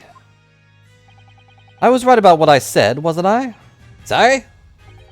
You have all the makings of a great defense lawyer. Well, I always believed that you'd fulfill your dream of advocating the British courts. I just never imagined for 1 second that it would be as the prosecutor. Seeing you stand in a foreign courtroom, so gallantly realizing your dream, Kazuma. Yes. They did that with the last one, too, when we were in here with Van Zeeks. He had a little figure set of the case, which is pretty adorable. But now I can't help but wonder if the last one was Kazuma's idea. Because clearly Van Zeeks couldn't do this. So truly happy for you. I'm truly thankful to you, Judicial Assistant Mikotoba. You could just call her Sasato. Ryunosuke, I always thought it'd be fun for you and I to shake up the British legal system together. This isn't quite how I envisioned it, but I suppose it's just another twist of fate. I've learned a lot of things during my time in London. Well, Sasato's father was himself a visiting student here once, and along with Judge Jingoku, and, well, I found out that the great detective might be a huge nerd. And about what happened with your father. Then you'll have no difficulty understanding why I had no choice. Why I had to find a way to get to Britain as a visiting student myself. I want to hear from you, Kazuma. As you wish, Ryunosuke Naruhodo. Also, put your bandana on. It's still weird talking to you like this. I also appreciate that the judge is a character. At least one of them. We have to look at this first. I mean, you gotta. What the? It's a scaled model of the crime scene. Oh, yeah, I realize that. Does the prosecution office make a model of the scene for every single case? Apparently so. Oh, it's just a thing the prosecutors do. Sometimes it helps visualize things better and notice things you hadn't spotted before. Why don't we do that? We have to go there. Actually, the miniature notice board is my work. Be honest, you enjoyed making that.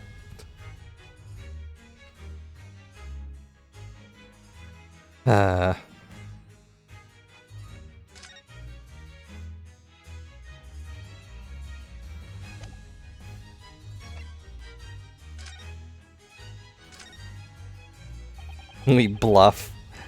Even if we had a full scale model, we should really have a scale model in the court every single time, right? If the prosecution gets this, we could have that instead of these stupid crime scene floor plans. You know? That'd be so much more useful.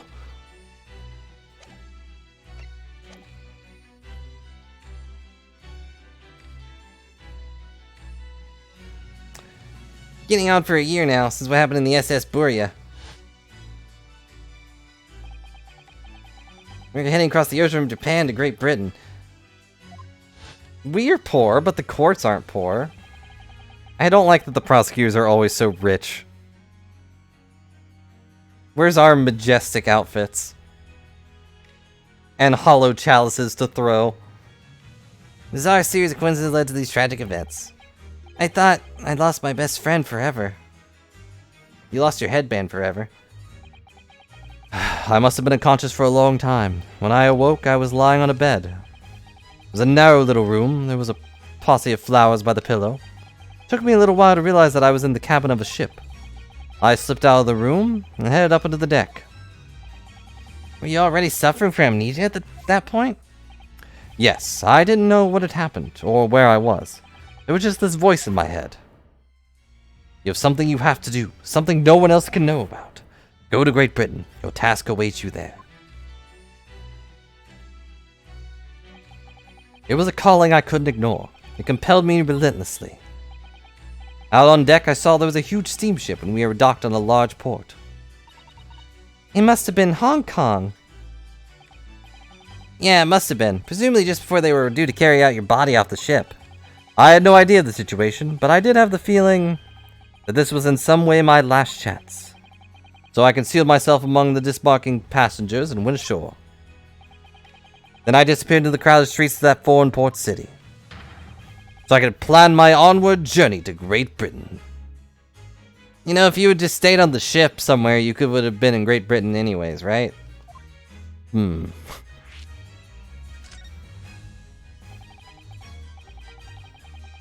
Just under a year ago, with all my past memories lost to me, I was left behind in Hong Kong. Everything was foreign to me, literally. The sights, the sounds, the smells, my head reeled. I was truly at a loss. I realized now I had escaped as a dead man, with nothing but the clothes on my back. No money, of course, no sword. Oh, how terrifying for you. Luckily, though, I had 2 feathers in my cap. One being your knowledge of English, I suppose. How would that help in Hong Kong? That's right, and on the back of that, I was able to pick up on some work as a deckhand on a cargo ship. Eventually, after calling at countless ports, finally arrived at Dover. Must have been some 3 months ago now. Your formidable tenacity of purpose showing itself again. I mean, the man lost his memory and literally nothing to his name. He still managed to make his way to London on the opposite side of the world. Of course, I had no idea why I moved heaven and earth to get there at that point. How'd you end up becoming Lord Van Zeek's apprentice then? That can only be called an extraordinary stroke of luck, really. You see, I was stopped at the border because I had no papers. They took me straight to Scotland Yard. And by sheer coincidence, Lord Strongheart was there to attend a meeting. That was when the second feather in my cap came into play. Would that have been your knowledge of the law? Yes, exactly. Lord Strongheart was curious about an Easterner with an intimate knowledge of British law. Took me back with him to Supreme Court, and assigned me to prosecutor's office. And then, 9 days ago, you finally got your memory back, after a trial involving Drebber. Yes, I did. That's,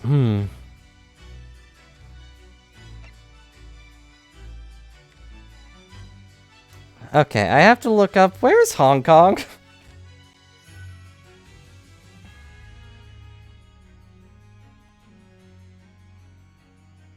Okay, yeah, I figured it's on, like, eastern China. How? Why did we stop there in the first place?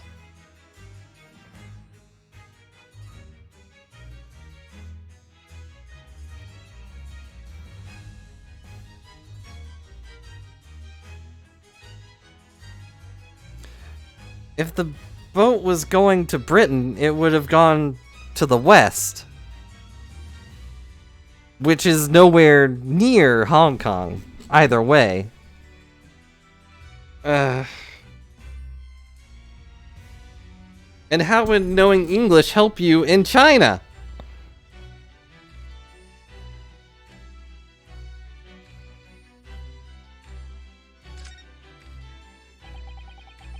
Ever since I met you at Yume, you talked about your dream. America is west, yes. Britain is also west of Japan.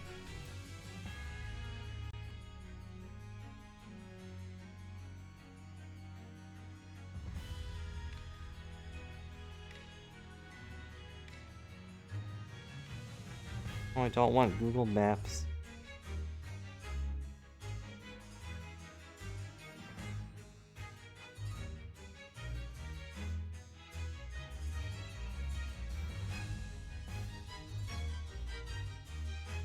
I guess that's true.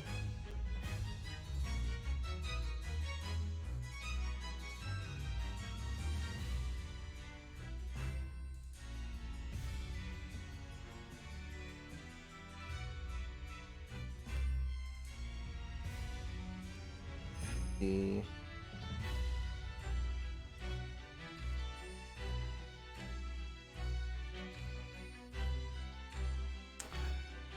Yeah, I guess China is more... Still, with that time frame, would it have really been only at Hong Kong?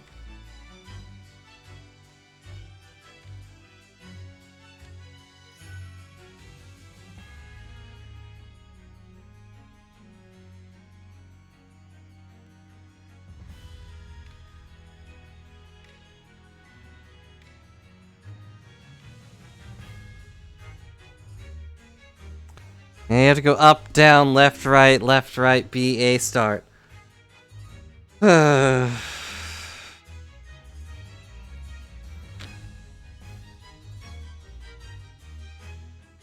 my words, Ryunsuke. I'll be chosen as a visiting student and make my way to Great Britain someday. Did you know the entire time about what happened to your father? 16 years ago. Look at the tiny Kazuma. Still hadn't earned his bandana. When my father left on the exciting trip to Great Britain, I was just a boy. We took a photograph together the day before his departure. My last memory of him. What I remember most about my father was his unswavering sense of justice.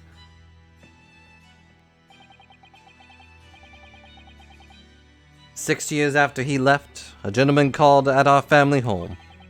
Told me that Genshin, my father, had been taken ill in England and passed away. It was Professor Mikotoba, your father, Sasato." Oh my. I already knew that, but oh my. Ever since then, the professor was very good to me. He even helped to fund my university education in Yume, but I'll be forever in his debt. But nevertheless, I just couldn't bring myself to believe what he told me.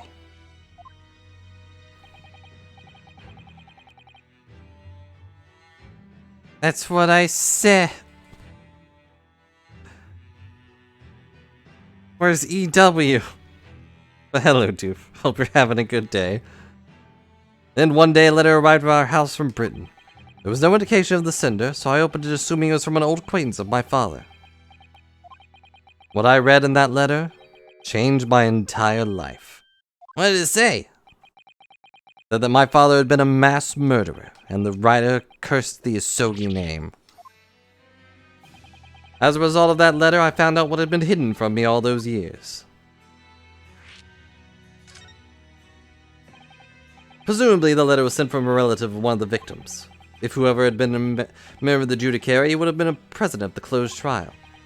The letter revealed that my father had been sentenced to death, executed being the killer. I'm so sorry you had to find out that way. I imagine the British government did its very best to silence whoever sent that letter. But someone who knew the truth and couldn't bear the resentment was always going to be a problem.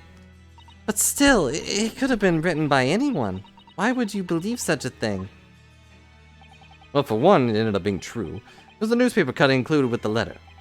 It was the first I'd ever heard the professor and his terrible killing spree.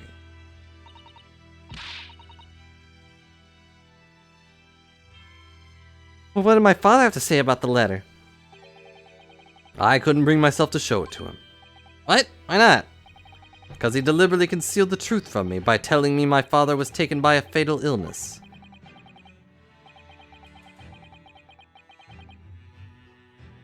And start by setting sail. But where's the select? Shouldn't you be able to use that code to just no-clip through Russia and go straight through land?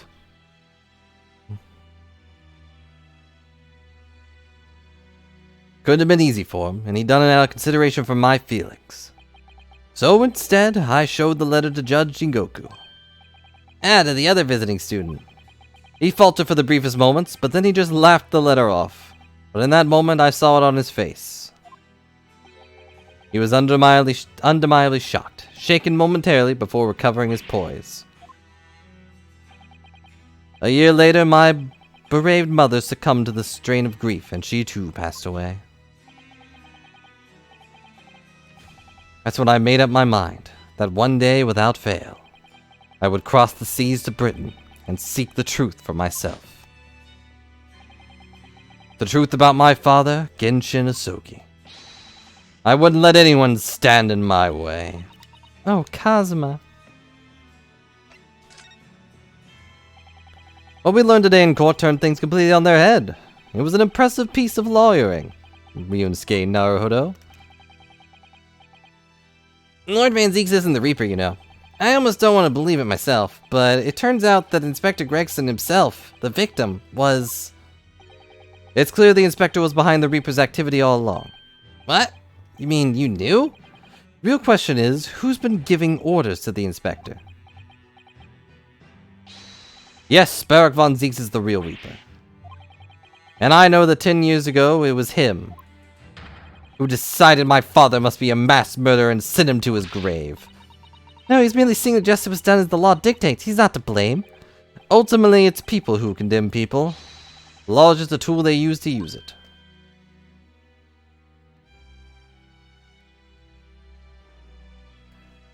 Now I'll believe you this time.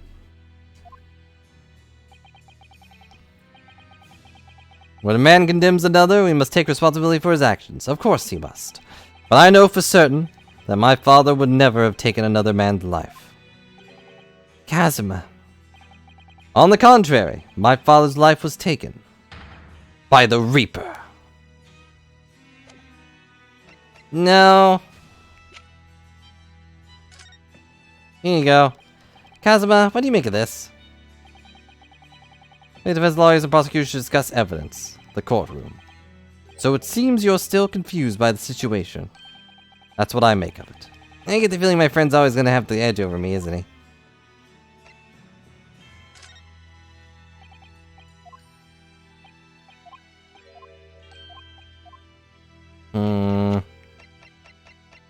Is this your gun? The Reaper. At last I get to take my revenge. Kazuma, Lord Van Zieks is responsible for your father's death. He's not the Reaper. He's the defendant and deserving of a fair trial.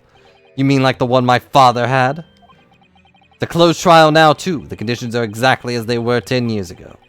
Even if they ruffle some feathers, I have a plan to show that man for what he really is. Why did the revolver do that?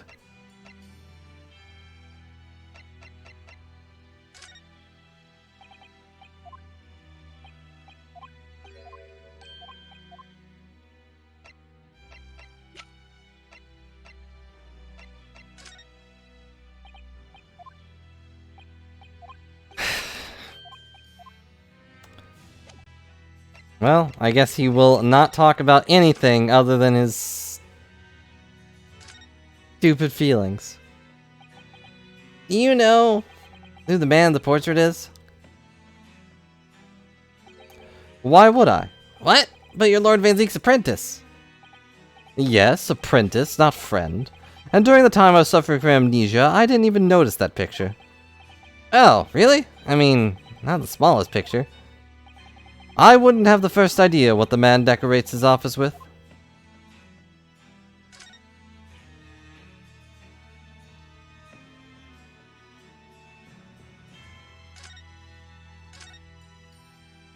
I know you were suffering from amnesia, but that doesn't mean you were stupid.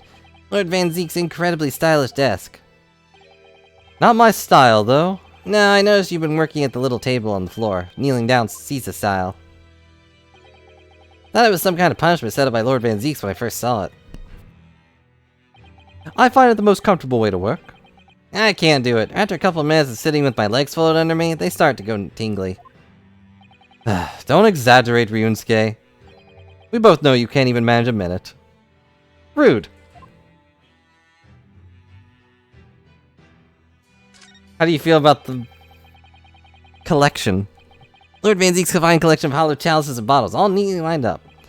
Yes, he's extremely particular about all that. He has a strict regimen for everything, from storage of the cast to the bottling of the contents. Gosh, you must have a really tough time being his apprentice.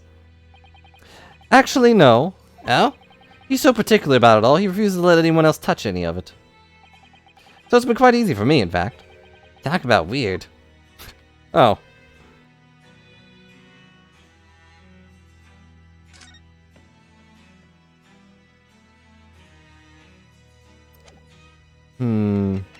Maybe I should present the armband! Kazuma, this is your armband. Actually, I think it's yours now. Sorry? You're the defense lawyer. You have a talent for it. I've always known you would. And now you've chosen to take that path in life. As your friend, I couldn't be happier for you, or more proud. Kazuma. So you keep hold of that. Besides, I'm a prosecutor now. That armband would have no meaning for me. Kazuma. Well, if you're sure, thank you, my friend.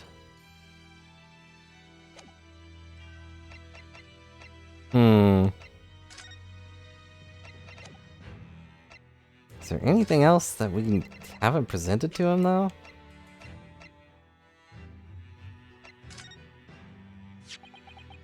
This came up in the trial, didn't it? Something a little dubious, I mean. The fact that no time of death was recorded in the Inspector Gregson's autopsy report. Something happens with his nose every time he turns his head. It's pretty weird. There were unexpected turns in the courtroom earlier. The suggestion you came up with certainly took everyone by surprise. The idea that the victim died the previous day at some other location is quite something. Well, considering when the pocket watch stopped and the scorch marks on the candle, certainly a distinct possibility. Evidence in the scenes both point to it.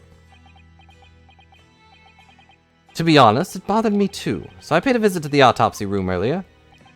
The coroner responsible wasn't there, but I got a name. Dr. Gory. If it wouldn't trouble you, Kazuma, very much like to speak with the coroner too. Of course, the last thing I want is for anything to be brushed under the carpet. Scotland Yard's autopsy laboratory is behind Lowgate Cemetery. Lowgate Cemetery? By Barclay Prison, you mean? Why is everything in one convenient location? You know it too, don't you? Prison where my father was incarcerated and robbed of his life. Kazuma. The swords sadly do not appear to be searchable, Mimikyu. Thank you. Pay a visit to the laboratory later today. Later today being like right now. Ryunosuke, I want to thank you.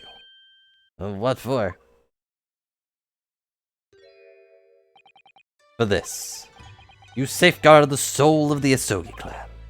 But it's a famous sword that's been in your family for generations. Can I have it back? My only slight regret is I never got the chance to draw it before I returned it to you. Kuruma is said to have been forged by a master swordsmith during the Sengoku Warring States period. I came from a long lineage of warriors, many of whom were expert swordsmen. Well then, you're a chip off the old block, I'd say. This blade, Kuruma, is a symbol of the Asogi clan's honor and might. Apparently, one of my father's apprentices even took the blade's name for a surname. Really? Kuruma? Does sound formidable, that's for sure. Could be the name of, I don't know, a giant fox demon or something. That'd be stupid. Be a ninja. 16 years ago, when my father was visiting student from here in London, he had his sword forever at his side. Which is why it means so much to me that I have it by my side again now, too. And that is all thanks to you. It was also thanks to you not being dead. It was an honor.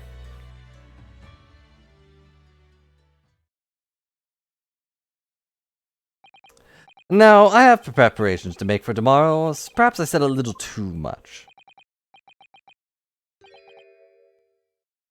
Kazuma, you've changed. No, Ryunosuke, I haven't changed at all. It's you who've changed. No, you definitely changed. I mean, you're not wearing a headband anymore. That's pretty weird. Also, your armband is clipping into your shoulder, and it's really distracting. I know it's supposed to be like bent or something, but there's a very clear crease line there, and it's very annoying. I can completely understand your resentment of Lord Van Zeek's given what happened. But the fact is, those events in this case are, well, unrelated? Is that what you want to say? How could you be so sure? What do you mean? Never mind. That man is the Reaper, and for that reason the inspector was killed. Going to prove as much in court tomorrow. By whatever means necessary. I can't let you do that, Kazuma. I figured you would. I know you'll do what you have to do as a lawyer. But I'm sure I don't need to tell you that I won't be taking any prisoners in the courtroom. I'd expect nothing less. Till tomorrow then, in the Old Bailey. Oh, I can leave now? Okay.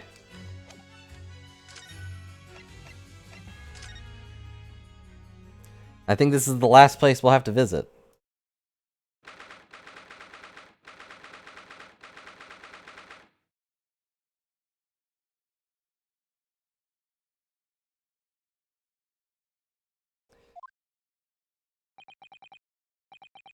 This place is really creepy, isn't it?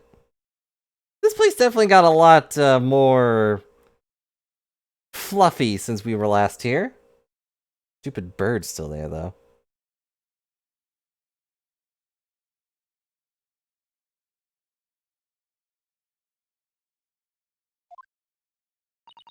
Well, being a dead room, it's probably full of the spirits of the dissected. But actually, there's a rather pleasing scent of roses in the air. Well, being a dead room... The coroner probably needs a bold scent like that to mask the odor of death. Oh.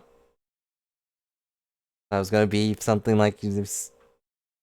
Sleeping in the flower bed or something, I don't know. Iris, you think we could change the subject?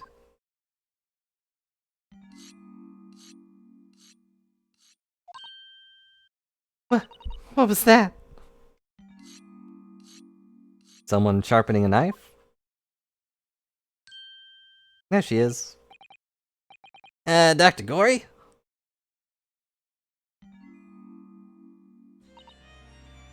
Roses, death, scythe, literal daughter of death. Varluxia, no! How could he show up in this game? He wasn't even relevant in the other games he was in. What? That noise before. I was sharpening my tools. I'd be dead mean if I didn't keep the perfectly keen on edge on them. Right. When following the column fibers of Dismiss, an expertly sharpened scalpel cuts like cheese. Would you like a demonstration? Oh yes, please. I'd love to see. Then I think you'll do nicely. Huh? No. I wouldn't do nicely at all. I mean, maybe some other time. Oh. Is that a tut? She's click her tongue. I came here to ask questions, so... It bothers me that doesn't make noise, but since it's her idle animation, I guess that makes sense.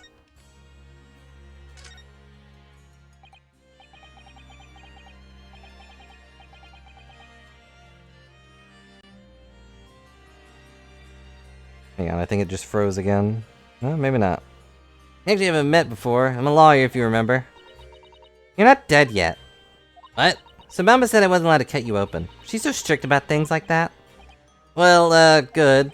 Dr. Scythe has some scruples, at least. Scruples. Oh dear. Looks like she's not interested in talking to us. For the time being, anyway.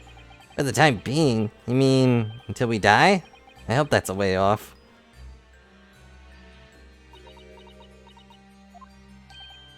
Sorry, but, I wasn't planning on dying anytime soon. Surely there's some less drastic way of making her listen. I have to present something. Autopsy report?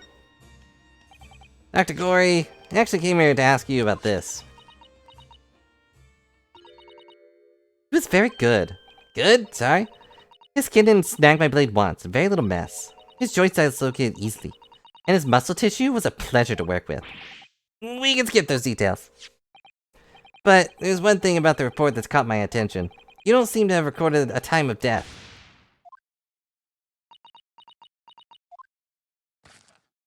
Oh, she has a face. That's not my fault. Oh, that made me jump. Then please, tell us what happened.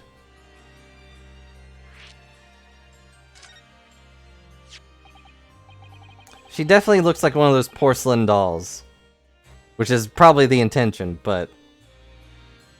She's also clearly crazy, and her mother should probably have not raised her to be crazy. Why does the autopsy report include the victim's time of death, then? Really most crucial detail.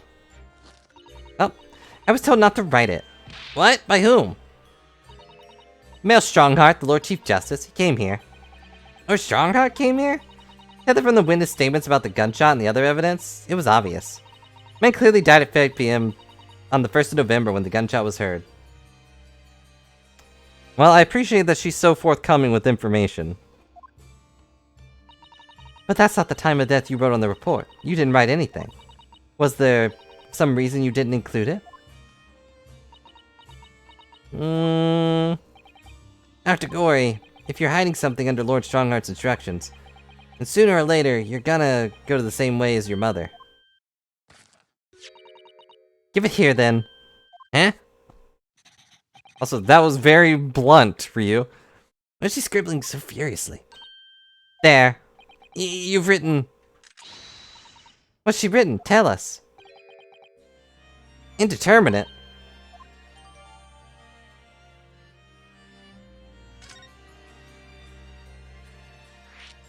What does that mean? What do you mean by that? Why was the time of death indeterminate? When the specimen was brought in, it was still fresh. So the time of death could easily have been decided when the gunshot was heard. But there was one small discrepancy. What discrepancy? There was some fried fish in the pocket of the specimen's overcoat. And that fish had started to rot. What? If the victim liked fresh fish, then presumably he'd like to eat it before it went off. Huh.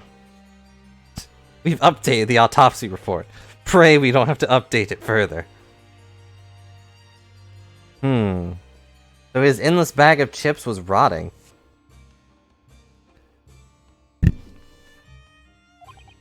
Well, yeah, what are you really trying to say? It's possible that someone tried to manipulate the apparent time of death. Manipulate the... Is that even possible to do? Theoretically, if you were to chill the body in ice, you could delay the onset of petrification. And if the overcoat wasn't in the body at the time, then only the fish would have started to rot. With today's science, it's not yet possible to determine if the body was chilled or not. Today's science advanced enough to let you freeze a corpse, it seems. Well, yeah, we have freezers. But surely, to chill a corpse like that require an enormous electrical refrigerator. And I don't imagine many households in London are equipped with such a device. No, definitely not, but maybe in a factory? Or some other special places. I don't recall seeing any factories as such like on Fresno Street, though. I wonder, if the inspector's body had been chilled somehow, what might have the actual time of death have been? I couldn't say for sure. But at the most, it might have been a day earlier. No! In other words, it would corroborate your previous deduction, Mr. Naruhodo. That Inspector Gregson was killed a day before his body was discovered. At a different location. You informed Lord Strongheart of this possibility? He simply said that there were no electrical refrigerators of that size in the vicinity. So he's clearly hiding something, and really poorly at that. Oh yeah, one other thing. Something the governor of Barclay Prison told us. Said that your mother, Dr. Scythe, was responsible for confirming the death of the professor at his execution. The professor... Apparently you always enjoyed listening to your mother's stories about her work, so... We were wondering if you might know something about what happened 10 years ago. That's not all Mama did. What? My mom... carried out the autopsy of Clint Van Zeeks as well. What? Really? The brother of Lord Van Zeeks?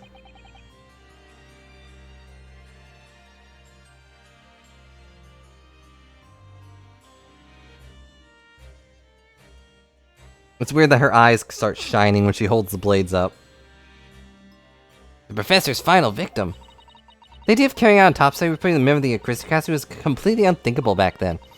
The detective in charge of the investigation insisted that it was miraculously authorized. Not Inspector being Inspector Gregson, of course. Quite an accomplishment for one man. That autopsy would provide the vital clue needed to arrest the killer. And Mama was there for that historic event. What does this all mean? You know, that amazing autopsy happened right here in this very room. The professor and Clint Van Zeeks. They both spent their final moments before their burial on that dissection table over there. So this lab, Mama's lab, was instrumental in some of the country's most important events. She really is proud of her mother. Wonder if you'd tell us more about exactly what happened back then, Dr. Gory. I don't know. I wasn't, there. Oh.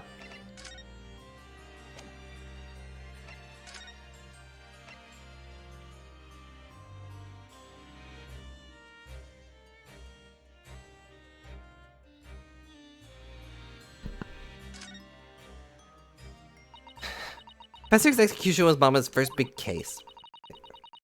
She had to be in Tin's Barclay execution prison chamber or whatever, and sign a certificate to confirm the convict's death. She's the best coroner in the world, I was so proud of her. But the execution didn't actually take place. No, and worse still, Mama actually helped with the jailbreak. I didn't want to know. Oh dear, you find out recently, do you mean? I believed in her, in my mom. But now I wonder if I'm starting to go down the same path as her. You mean because you omitted the time of death in his autopsy report? But that's because Lord Strongheart forbade you from including it. Just like Mom. I'm sure she was coerced by somebody too. Yeah, that's my feeling as well. No doubt there were powerful forces at play 10 years ago. Execution couldn't have been staged without a lot of people at the prison knowing about it. Obviously, the prison governor must have been in on it as well. The big man with the little handcuffs? According to what he told us, he was tricked by the chief warder. He says he knew nothing about it. Of course he said that. I'd say the same thing. Who was behind that jailbreak all those years ago? Here's the autopsy of Clint Van Zeeks. It was a time when carrying out autopsies of murder victims was very unusual. How would that be unusual? It's still not a practice that's observed in our country, even now. Why? Turned out that he was the professor's final victim, and when the autopsy was performed, Mama was present, although only as a secondary assistant.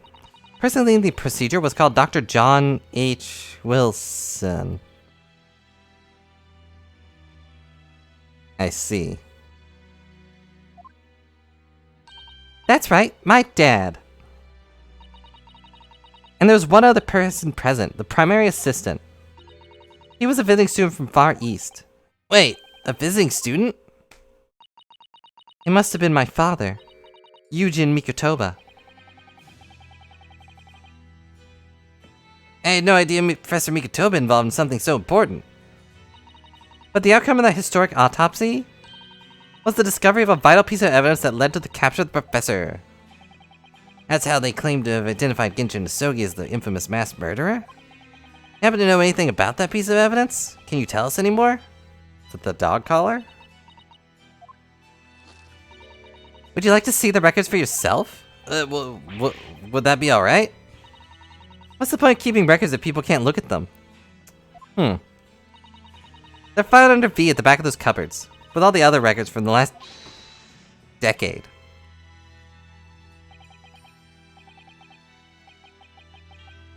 I mean, she has a point. What's the point of having records if we don't read them?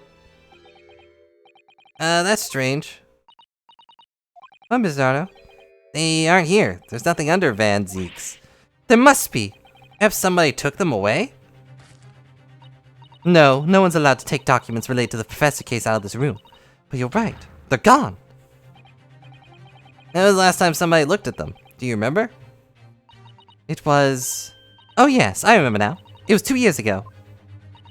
A consulting detective came here one day saying that he'd like to see the records. No, you don't mean...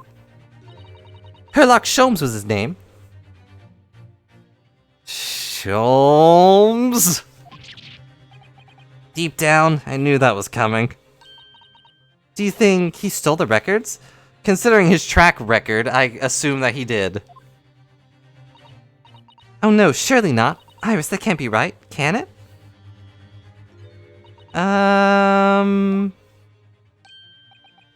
Iris?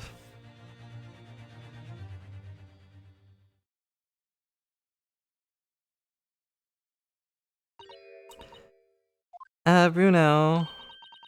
Hope you don't mind, but... what is it, Iris? I remember something very important I have to do. I'm gonna have to leave you now, and go shoot Sholmes in the face. Well, we'll come with you then. Oh, no, there's no need. You and Bruno can take your time here. Bye for now then, good luck. Wait a minute, little girl. Huh, me? I remember now. You've been here before, haven't you? Have you, Iris? Yeah, 2 years ago, when that detective came. You were with him, weren't you? You were a living specimen then, too. What? That's the way it usually works, yes. Was I? I really don't remember. Anyway, sorry, but I must dash. Wait, Iris. I'll brew up a pot for you when you get home. What's the matter with her? Behaving really strangely all of a sudden. Living people aren't usually referred to as specimens, though. And in that case, we won't keep you any longer either. It's been quite a while since I had, like, any visitors. That was really fun. Next time you come, I prefer it if you were ready for dissection. I can't make any promises, sorry. It's a bit strange that the records of Clint Van Zeek's autopsy have disappeared. I think we've asked all we came to ask now.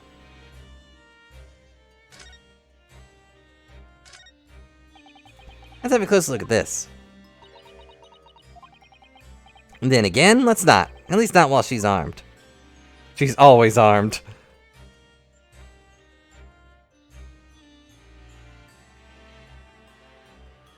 I wanted to look at the stuffed animals, though.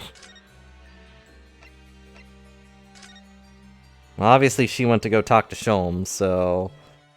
Well, maybe not. Well, what could I have possibly missed at this point?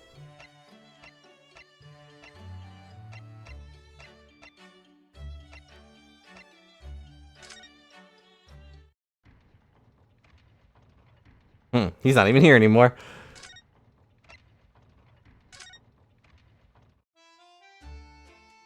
Nothing here.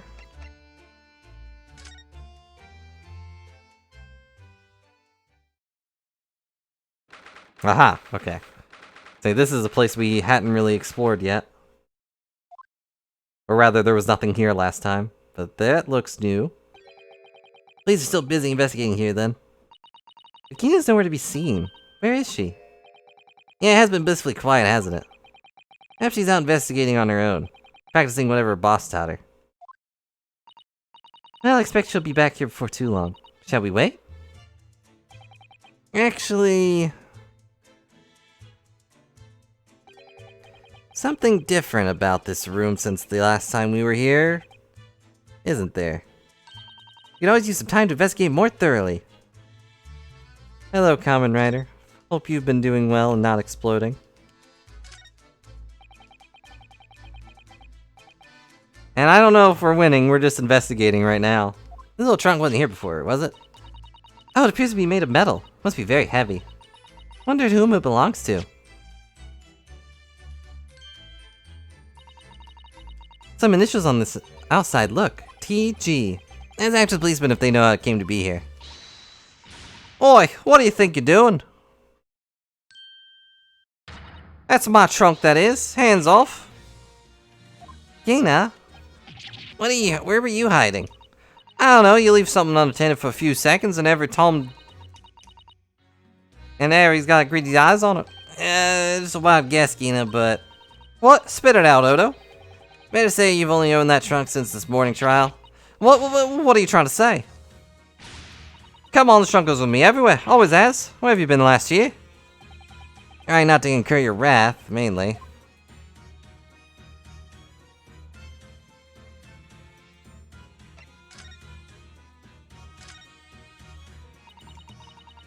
You should hear him talking about the yard now. Should be ashamed of themselves.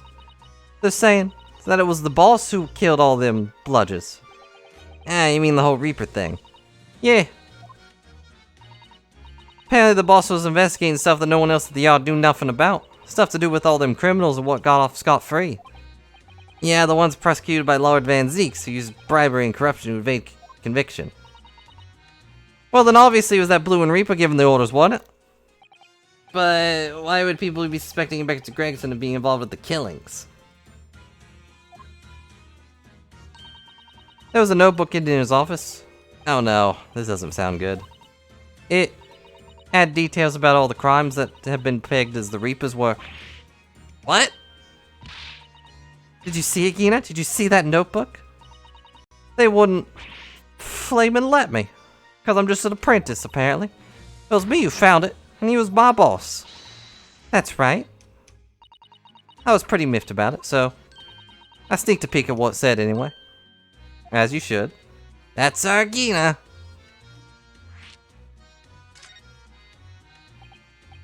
Managed to see what was written in Gregson's secret notebook anyway, did you? Way I see it, it's my right to read his note, what he wrote. And what had he written, Gina? Dates, times, places, names. A long list of them. All details about the blood are supposed to have been done in by the Reaper. But there could have been an explanation for that. As there's a record of the inspector's investigations into the Reaper's activities. Exactly, that's what I said. First thing you'd think, right? As it happens, it was full of names I recognized anyway. Yeah, the Reaper's targets were almost exclusively known leaders of London's criminal underworld. Well, yeah, but one name right at the end that was a bit odd. The name of the list, you mean? Pretty sure that date against it was 31st October. Day before the inspector was found dead. So, what was the odd name? It weren't like a name I'd ever seen before. It was something like, nah, it's no good. Can't remember it. I don't think it was an English name, put it that way. Wasn't Kazuma, was it? What a pity.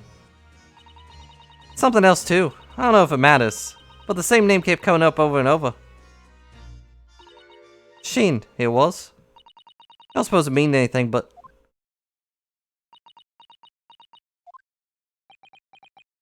Yeah, it means something. Did you say shin?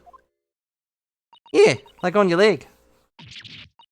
What does it mean something? Lord Van Zeeks knew the name too. He mentioned her as well. The woman who actually did the deeds. And now we find out her name appeared in Gregson's secret notebook?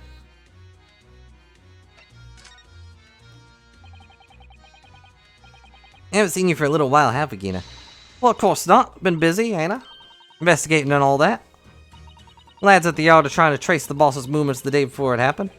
Day before? That would be undercover investigation into the Redhead League, then. Only the boss didn't go, did he? You found some guy what was pretending to be him, didn't you, Odo? That's me. I'm here. Yeah, it was Mr. Vigil that actually went to the park on Lime Street that day, posing as Gregson. But how did the wig get in here? Well, anyway, you ain't the only one to turn stuff up. Got my own ways of getting results. When me and my partner here get together, there ain't nothing we can't track down. Oh, little Toby. Such a faithful friend. Have you tracked anything down then? What do you think, eh? Of course we have. Can't tell you though. Police business, isn't it? Ugh. Anyway, point if you never need any help. You know who to turn to, right? Me and the around here. Right. Because he looks so hellish, to be honest. Gina, about your hellhound there. Chief Inspector Toby, you mean? He's the pride of the force he is. In Japanese, police dog means something quite different. Not altogether nice to those involved in crime.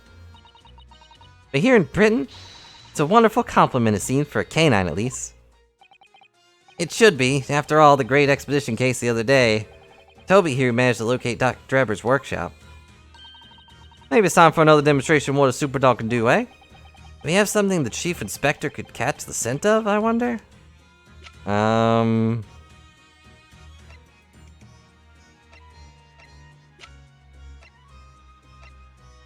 The gun, maybe?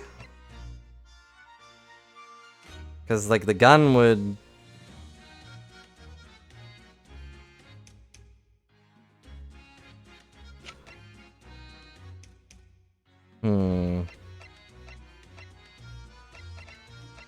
I doubt Vigil's important anymore. I'll try this. Chief Inspector Toby, if you wouldn't mind having a sniff of this. I'm really wondering why the stupid wig was in here. Sniff, sniff, sniff, sniff, sniff, sniff, sniff, sniff. Might be a little too keen, don't you think?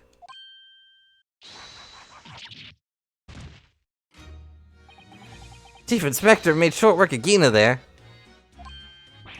Look what he's gone to. Oh my, that trunk clearly still has very strong scent. Of Inspector Gregson.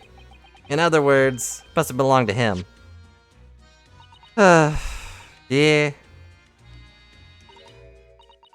Alright, fair cop, I suppose. He either got away with it too, one for this meddling dog. Why talk so proudly about Chief Inspector Toby's nose and what it can achieve? So that mean the wig was his? I figured it would like run off and find out where it was. That crossed your mind you might identify something that was right next to us? Yeah, that was a bit of a bloomer, wasn't it? That's enough then, Gina. I think it's time you told us the truth about that trunk.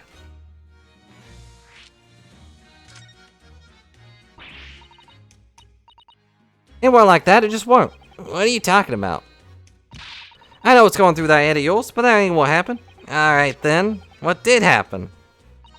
Well, like I said before, we were trying to trace the boss's movements. So let Toby have it with the boss's overcoat. As soon as I done that, he went off like a shot. Straight to that sandwich. The sandwich? Not a bag of chips? Mr. Naruhodo, I believe Gina means the witness. Mr. Sandwich? Oh, I forgot about that sandwich. Yeah, he had it in between him and his wooden board's ears. The boss's trunk. Huh. You mean when they heard the sound like a gunshot and all piled in here? Exactly. He nabbed it from the scene. Me and the chief inspector gave that sandwich a good grilling. You know what he said? I thought it might fetch a good price and the chap wouldn't be needing it anymore, so... But that's all I did, nothing more, nothing less. What do you have the Adam and Eve at heck of it, eh? Stealing the boss's dead stuff to flog. Why do people always steal from dead people? So Miss Venus wasn't the only one to meddle with the scene of the crime then. How could they? So anyway, that's why how it happened. Pretty decent trunk, so I figured I might as well make use of it. Something wrong with that, eh? I mean, what's in it? Maybe you and Mr. Sandwich should try to find the answer to that question together.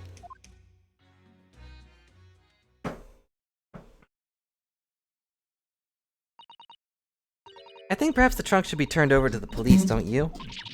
What do you want about? I am the police. Gina, if you wouldn't mind, can we maybe examine it? Yeah, alright then. Do what you want with it.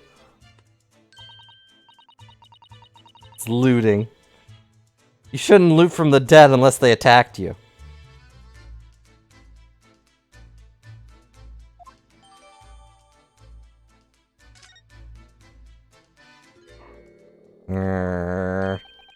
What's the matter with Toby? Why are they acting so aggressively towards me all of a sudden? Be careful. Must be the trunk. Oh no! Ruff, ruff, ruff, ruff, ruff, ruff, ruff, ruff.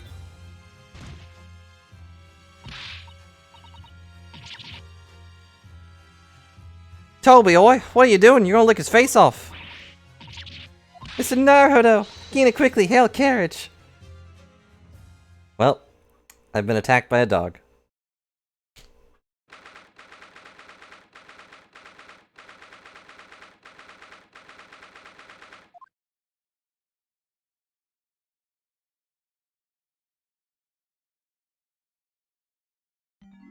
I'm alive! Are you alright? Mr. Sato. Ah, conscious again at last! A blessed relief, my dear fellow. After all, dropped dead after a moderate licking by a small terrier. Most unseemly. What's unseemly or what is or isn't unseemly is irrelevant here, Mr. Sholmes.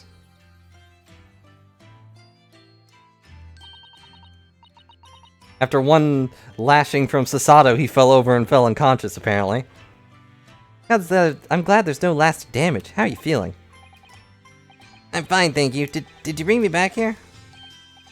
What's this on my head? A bandage? Sadly, we had no ice, so that's a compress of sugar water. Sugar water? Don't worry, Miss Naruhodo. It's a first aid treatment that my father taught me. Oh, thank you. I guess.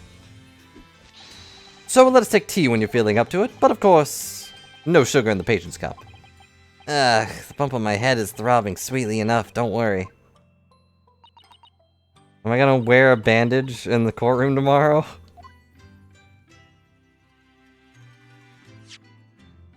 Well, first things first. We apparently still have this. It was cut? Seen this huge gash across the side of the trunk here? It's gone right through the leather and into the metal behind. For a metal chest like this to have been so badly damaged, whatever made the gash must have struck the side of the trunk with considerable force, like a bullet. Wonder how it happened.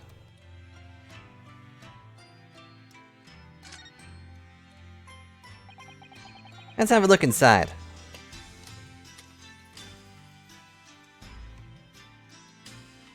Oh no! Look at this dark stain here. Do you think... Yeah, I'm afraid so. I think it's blood. Ugh, knew you were gonna say that. Presumably means this was present at the scene when Inspector Gregson was killed. Most logical conclusion, yes. I think Gina's been carrying this around with her. Didn't know any better. I suppose it does look like a grease stain from fish and chips. No, it doesn't. Also, I can just shake everything out, right? Hmm? There's something inside. Let's see. Appears to be a passport authorizing him to travel overseas. Dr. Gregson about to go to a trip abroad then? Perhaps the day of departure might tell us something. That was... Oh. It was 31st October, one day before the incident. What? Really? Okay. Gregson went to France the day before his body was discovered.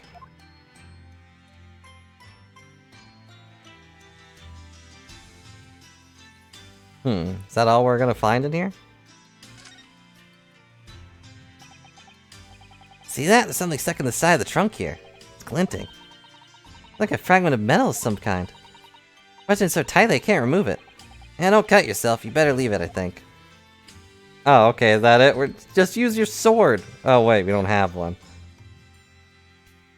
We got a passport.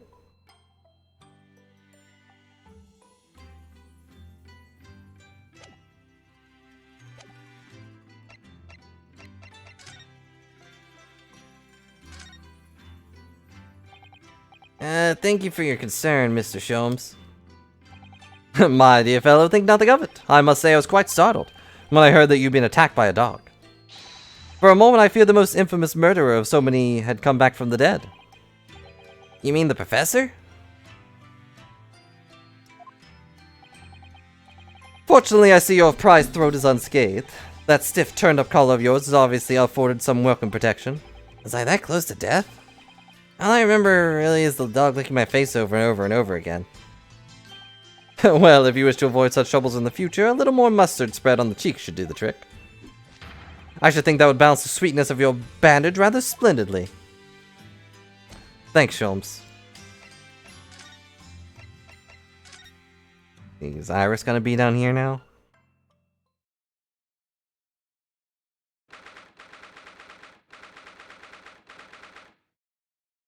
Do dogs even eat mustard?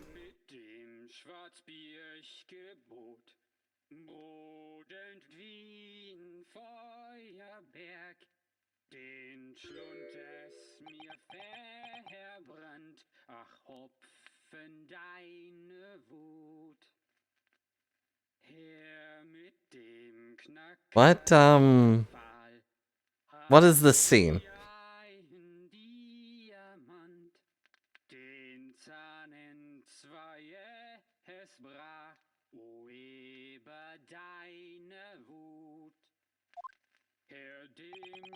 What on earth is going on in here?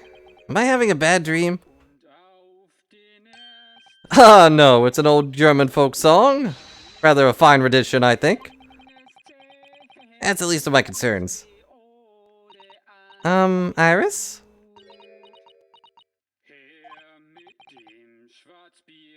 Iris, what's the matter? Why is there a dead guy on the couch? Who's that that relaxed gentleman over there? That's obviously your father. Iris?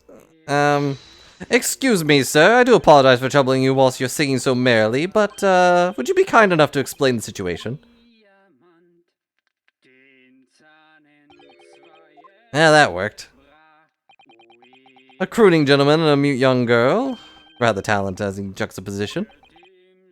And one that appears to have incited the gods of deduction within me to find their voices too. Oh, not this, please. Sholmes, no.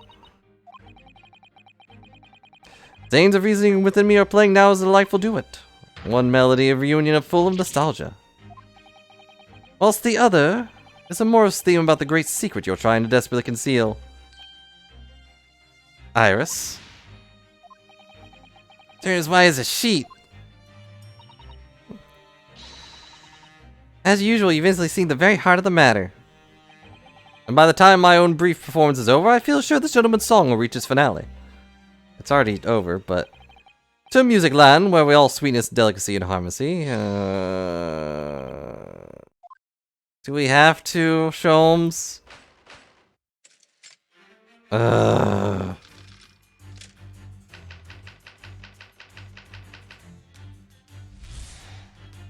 But I hate these. They're so tedious. First, we consider the gentleman's nationality. Clearly, he is a German with no grasp of the English language. As evidenced by the Germanic song he sings and his apparent inability to understand when asked to desist. Why is the man here at all in such apparent high spirits? The answer to that, of course, is Iris. It is clearly known to you.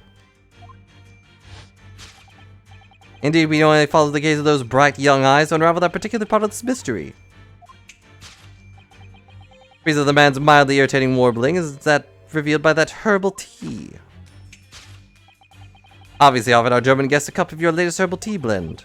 Tea's delectable flavor made this man's spirit soar, and resulted in this joyful ditty tumbling incessantly from his lips. Eagerly await sampling the flavor myself, that I may join the fellow in a state of elation. Now to the next question. Who exactly is the gentleman availing himself so thoroughly in the set? CT? As it so happened, a number of years ago now, a certain gentleman of German origin engaged my services in solving a particularly delicate case. Required the revival of letters once sent to an acquaintance that might have proved problematic. In order to conceal his noble identity, he also arrived at my office in a mask. The gentleman's name was Wilhelm Ghostrate Sigismund von Ornstein. The King of Germany. If my memory serves, the mask worn by the gentleman is identical. Yes, there can be no question that mask belonged to the King of Germany.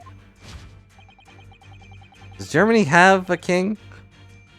Fear that His Majesty remembers the fine service I afforded him, and has decided to show his face again, mask and all, in order to express his gratitude.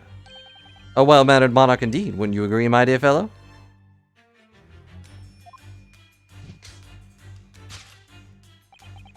This masked visitor is in fact my former client, the King of Germany. Indeed, his son is currently in London as well, enjoying the wonders of great exposition.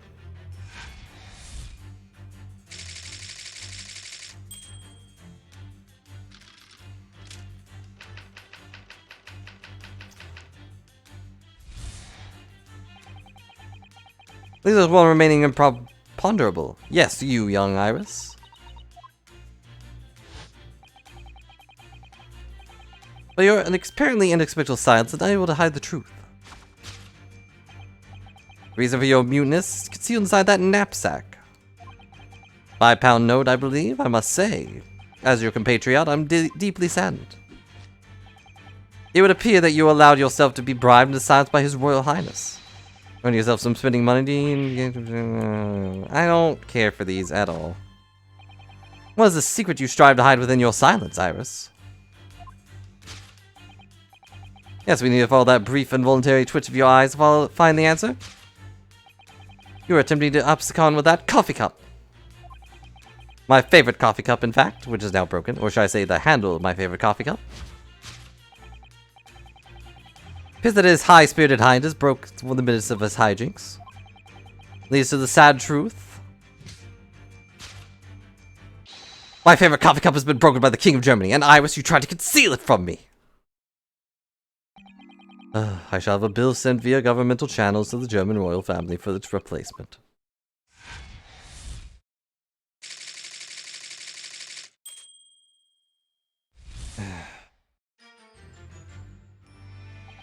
Thus concludes Herlock Sholm's great deduction of this painful puzzle.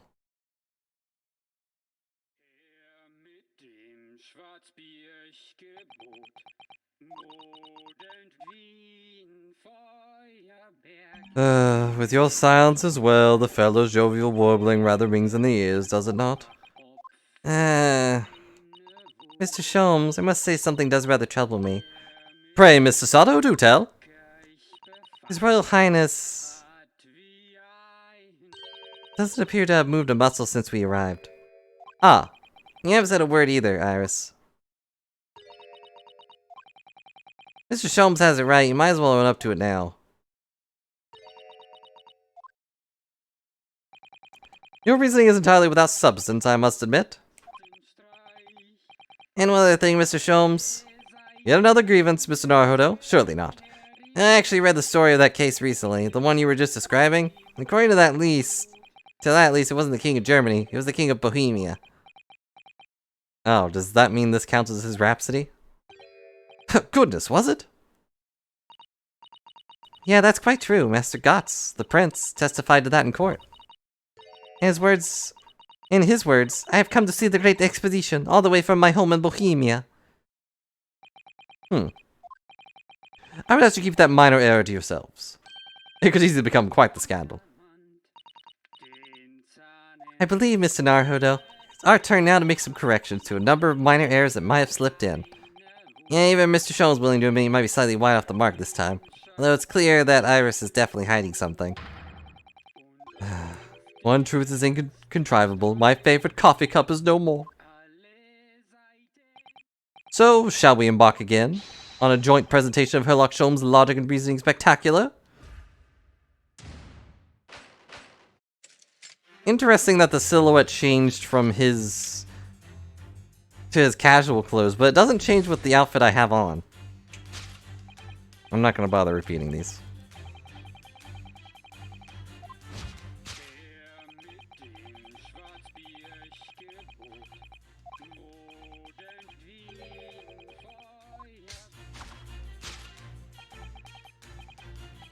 Clearly known to you.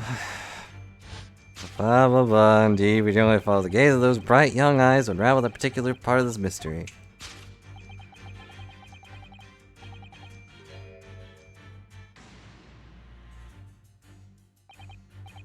What is it, a mix of herbs that gives you the urge to sing? Goodness, I should like to try some. I'd like to hear you singing, but this man, just how long does he intend to keep up with that tune, do you suppose? They've been stock still the entire time, and if you look closely, his lips aren't moving either. Ah, not sure what's actually responsible for the spirited singing. I think the answer lies at the end of Iris' gaze. Yes, obviously it's from this stupid thing. Wait, this is a gramophone, still rarely seen in our own country.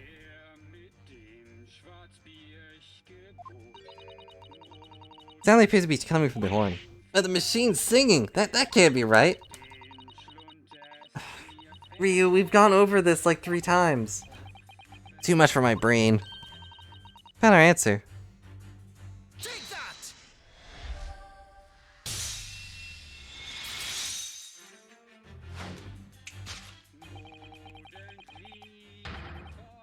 For some reason, the man's mildly irritating wobbly was revealed by the gramophone. Indeed, for no well-bred gentleman would break into an obscure folk song when making a social call. You can turn that off now. In other words, the gentleman isn't singing at all. In fact, it would appear that the fellow is unconscious. At least he's not dead. And the music seems to have stopped now. How convenient. I ask you, Mr. Naruhodo. Yeah? Why would I have purchased a recording of that gibberish? How would I know? Well, never mind. On with the deduction. Who exactly, gentleman, availing himself so thoroughly of the SETI? Or whatever, however you pronounce that.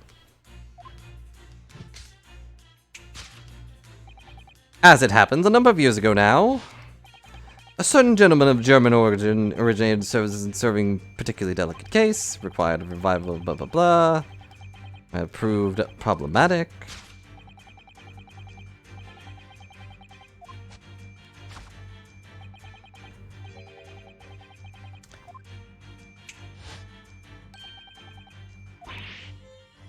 I don't know why she acts surprised about the King of Germany thing. I guess maybe it's a moment of, I didn't know you met the King of Germany. Since he didn't.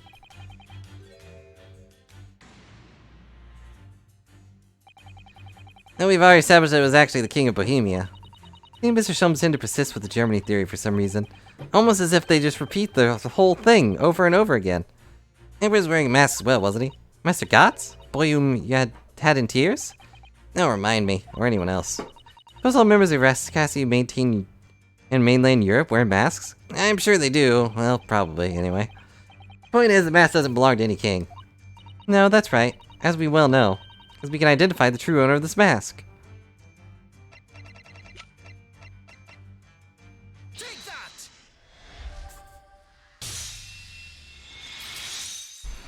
Because he was the one wearing it. Yeah, there can be no question. That mask belongs to Kazuma Hosogi. In other words, my memory is sublimely unreliable. Only you could try to make that sound positive. Kazuma's mask has been languishing on this metal chest for several days. That doesn't explain why the gentleman isn't wearing it now. You could just take the mask off, guys. Simple matter to determine our guest's true identity. After all, the gentleman is unconscious. We need only excuse ourselves in advance, gently lift the mask, and peer beneath it.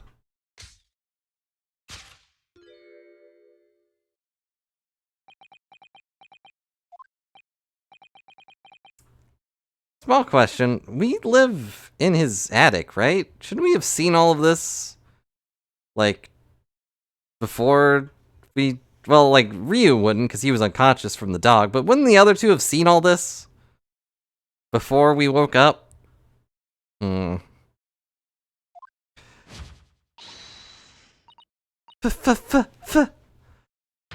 Father? Couldn't you have told from his outfit? No, I think not, Mr. Sholmes. Then it would appear our logic and reasoning has once again revealed the truth. The mysterious visitor... Oh, Is my unconscious father, Eugen Mikotoba. I think that's the first time she gets to finish it. Logic and reasoning? We're just looking and saying. Oh. Oh no! My outfit! It's reverted!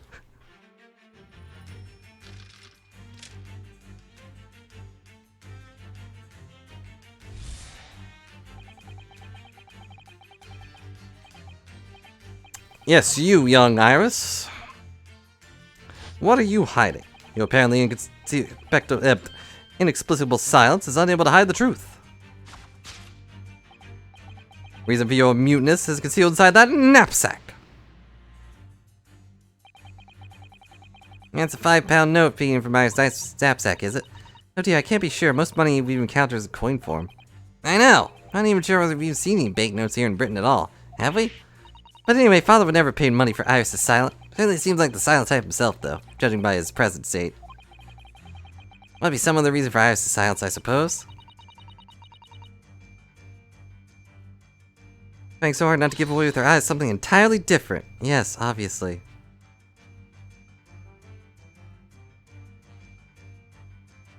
Oh. Take that!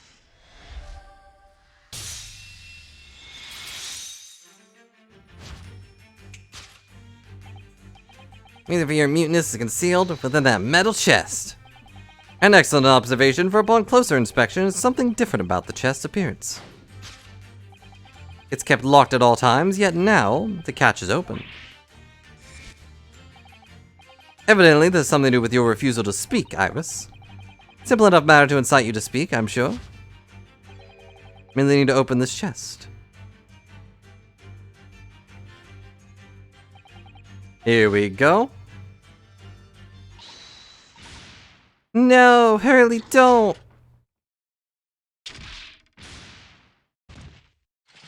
Oh. Mr. Sholmes!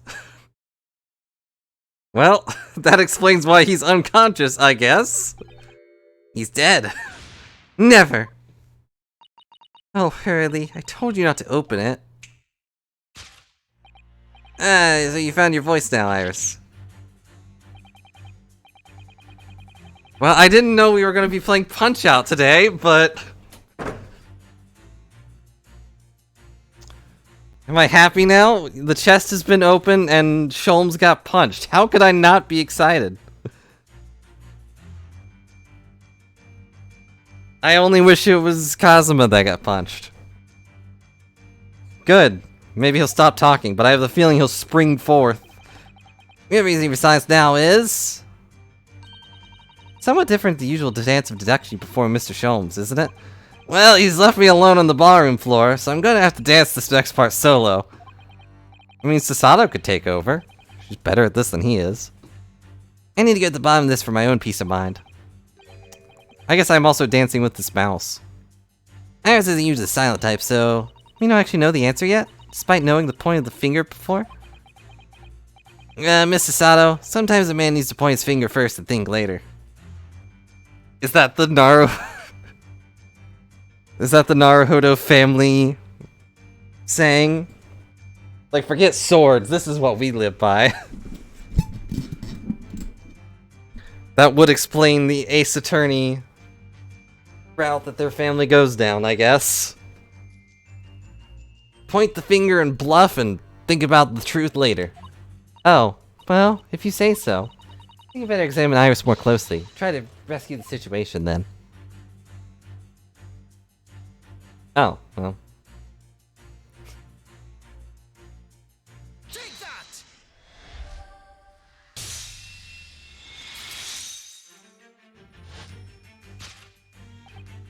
Also, she has little things on the side of her bag. Good reason for your silence now is to have a key behind your back. Mr. Sholmes was thrown into the air before.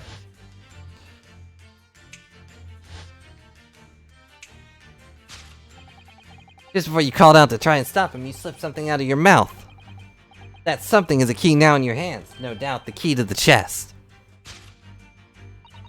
You're so clever, Runo. Now it becomes clear. Thanks to Mr. Sholmes' graphic demonstration. Well, imagine what happened here. But... I figured she had something in her mouth since she wasn't talking. Ms. Mikotoba also opened the metal chest only to be punched in the air. And land sprawled on the seat. Wait, that doesn't explain the facts. What about the stylish scarf and the cup of tea? Above all, why would he be wearing Kazuma's mask? Well, they were all on the table. Those curious details, I can think of only one explanation. Clearly an unbelievable miracle took place in this room. Isn't that right, Iris? So the room was arranged before the whole powerful, painful experience took place. Professor Mikotoba opened the chest, completely unaware of what awaited him inside. The mask was flung in the air just as he was, only to land neatly upon his face when it fell back down. No, Sholmes didn't sit there. He kept shooting through the air, ended when it caught onto one of the unconscious professor's fingers. You mean to say the stylish scarf? It's actually just a tablecloth. Yeah, clearly. Who wears a scarf like that? That'd be a full shawl at best. Great detective's office, after all, place of miraculous deductions. Oh, am I here now? Would you expect anything less? Yeah, you're right. It happened exactly as you said. Brilliant, Bruno. This concludes Ryusuke Naruto's great deduction of this punchy puzzle.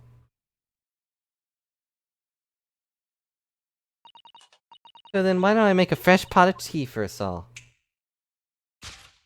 Objection! Objection? An admirable performance, Mr. Naruhodo. But in the final act of the show there, you rather missed everything of importance. Mr. Sholmes! If you cast your mind back to my earlier deduction, Iris, clearly you're hiding a great secret. Ah, she is? From look at her face. Mr. Sholmes must be right. Whatever that great secret is. Cat isn't out of the bag yet. So I put it to you again. You were attempting your obstacle with that coffee cup.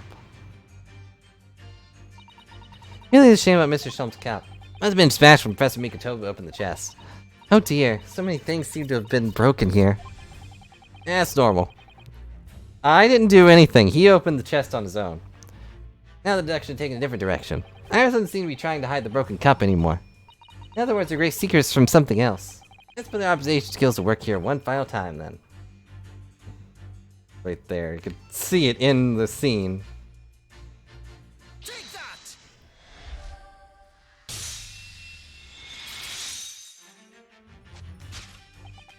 You're attempting to abscond with that case file.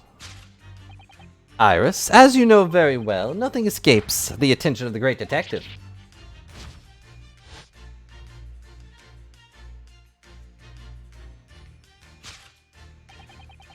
He visited Scotland Yard's autopsy laboratory earlier today.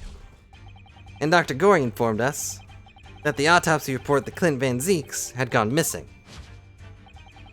Clint Van Zeeks. Yes, I do seem to recall. That some years ago I asked to see the report in question. You were with me, weren't you, Iris?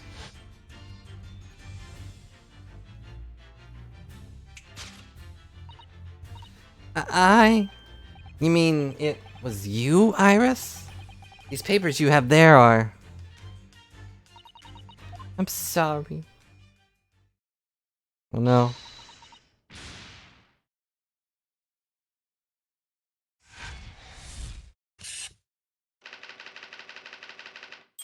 Well.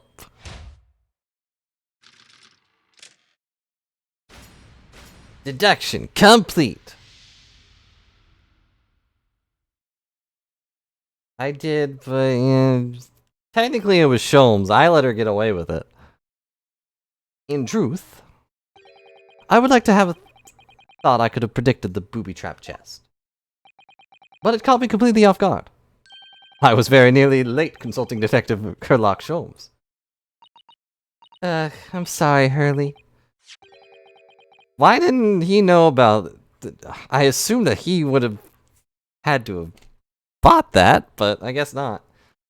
The autopsy report is... Yeah, I took it from the lab, even though I knew it was very important.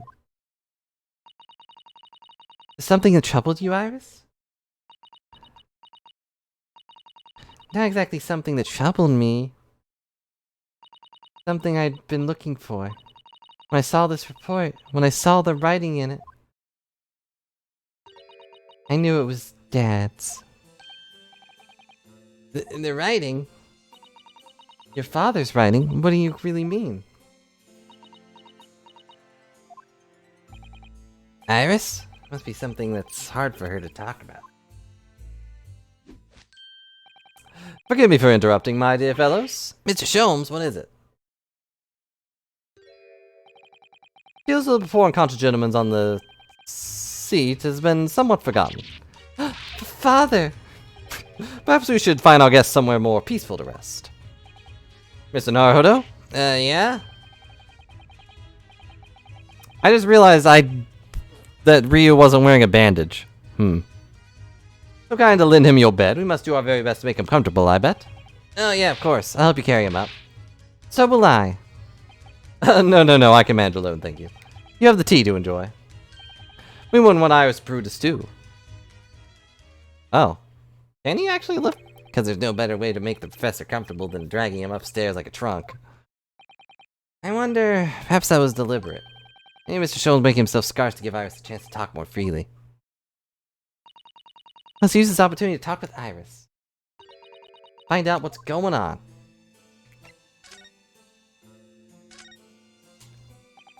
You'd like to tell us about it, Iris? About your father? I'm sure I told you before, didn't I? That Dad used to be Hurley's partner. Uh-huh. Noticed about all the cases they solved together are kept inside that metal chest. That's right. Hurley told me, you see.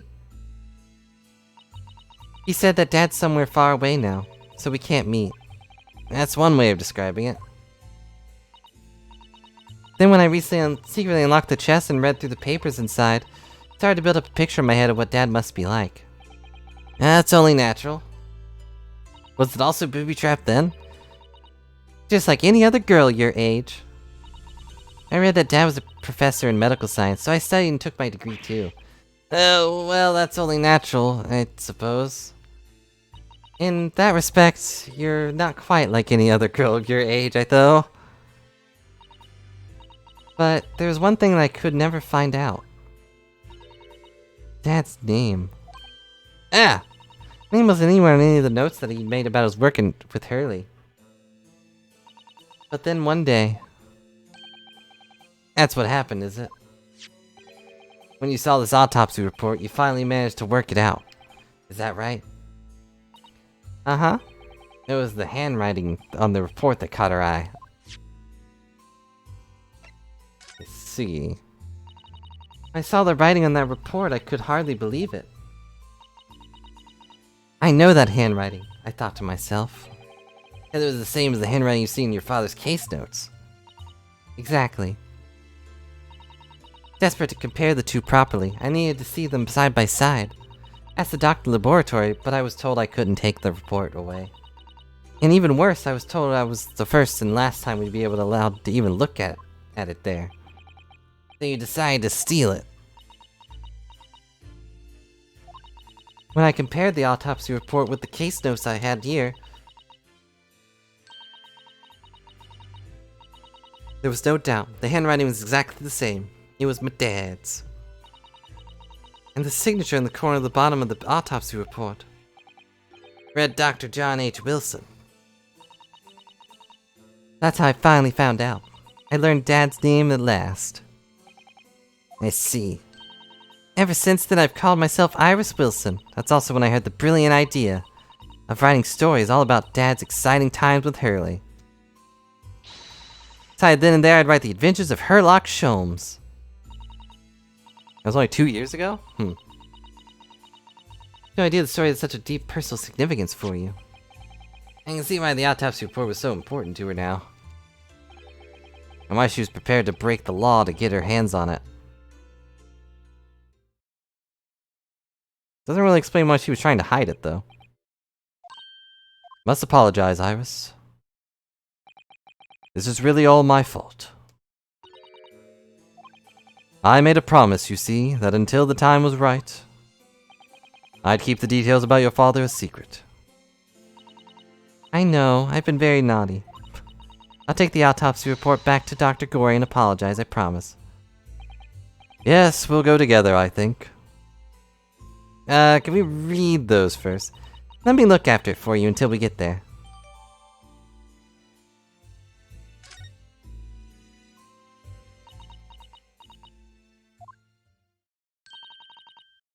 I must go and water my herbs, I think. I'll see you all later. Poor Iris, must be feeling awful. Know why Mr. Sholmes is here for her, but still. What? How? What's the meaning of this, Mr. Sholmes? Mr. Sholmes? Oh, dear me. So, you've noticed, I see. Hang on, let me read this real quick.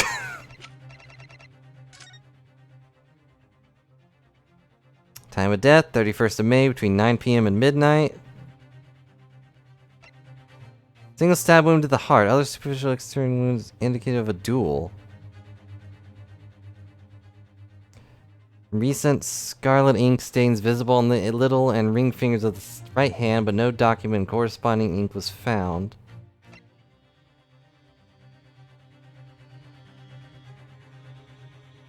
Vital evidence recovered from the victim's stomach during autopsy.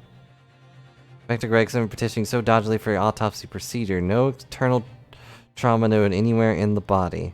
What?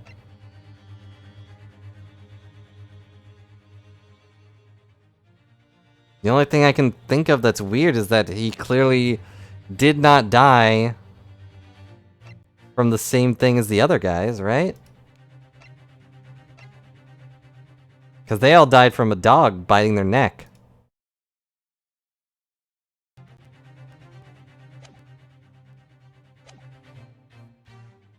So you've noticed, I see. But that would mean... What on earth's the matter, Mrs. Sato? They're as white as a sheet. We say that a lot. Do we even have white sheets anymore? It's this autopsy report, Miss Naruhodo. The one from 10 years ago. The writing isn't Dr. Wilson's at all. Oh. It's not? Huh? What do you mean? How could you possibly know that? Because I know this writing very well. This writing, it's my father's. What? Professor Mikotoba's? Indeed, it's true. And now you know. My dear fellows? No, I don't know anything. What on earth does all this mean, Mr. Sholmes? Because the idea that's slowly forming in my mind is just too extraordinary to believe. Please, you have to explain. Yeah, please explain. So this autopsy report was actually penned by Professor Mikotoba then? But that makes no sense. It's not possible, surely. It is possible, and don't call me Shirley. Not possible, my dear fellow. Pray take a deep breath and think again. Yes, you're right in some ways. It actually makes a great deal of sense. It does? 10 years ago, when Father returned to Japan after his extensive study tour in Britain. And prior to his return, where was Dr. Mikotoba engaged? Yeah, of course, he was assistant at Dr. Wilson's laboratory, learning about forensic science. And as an assistant, he would have aided with the dissection work, making detailed notes, which would be assembled into the full autopsy report. Once the work was complete, the head coroner would check for contents and put his signature on the document. In other words, the only writing of Dr. Wilson's in the report would be his signature in the end. I see. Myra's got the wrong end of the stick, you mean? She saw that and assumed the whole report had been written by Dr. John H. Wilson. Which is very understandable, of course. What a complicated situation.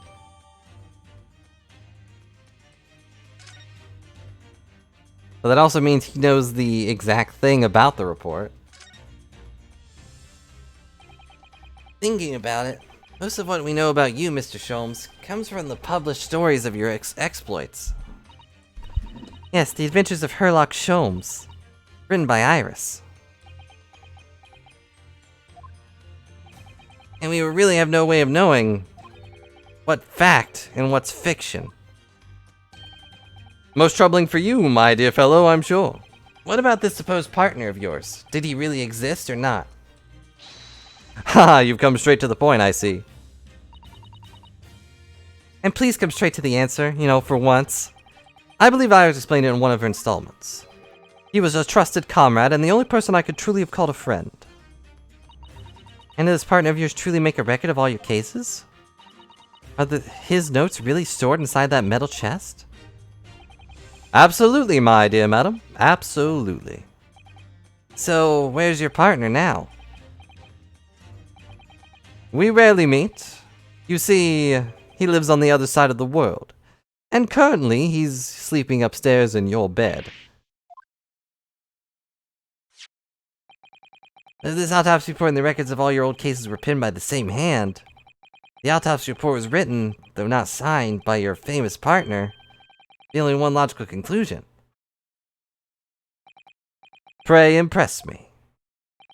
Your partner would have to be Yujin Mikotoba.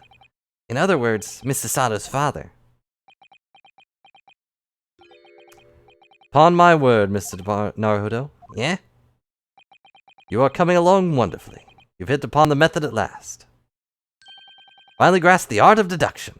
You mean to say... Allow me to introduce you. Oh, I'm here now. To my great friend and partner, Mikotoba. Professor Mikotoba?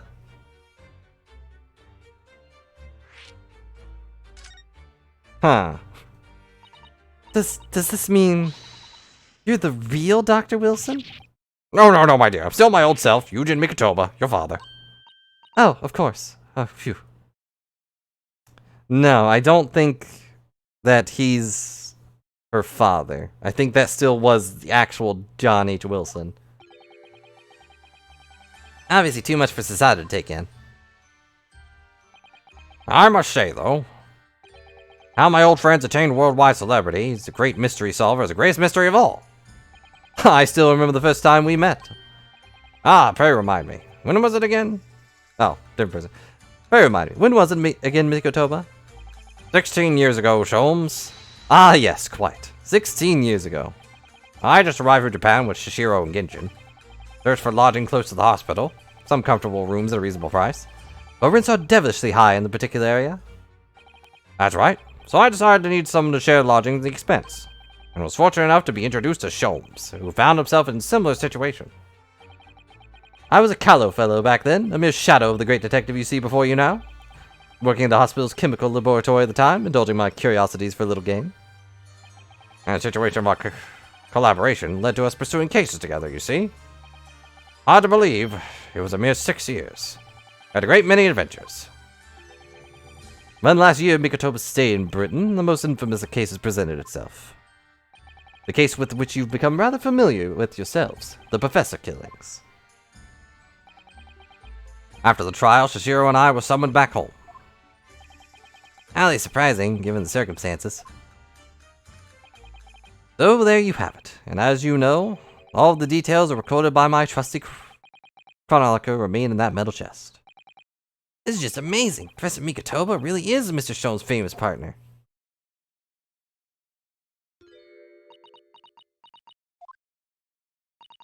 Father, Goodness, my dear, what a cutting look. as your daughter, I'm very proud to learn that you were a great detective's great partner. But nevertheless, there's another mystery I really must ask you to explain now. And that is? You know very well what it is. The resolved matter of Iris's father.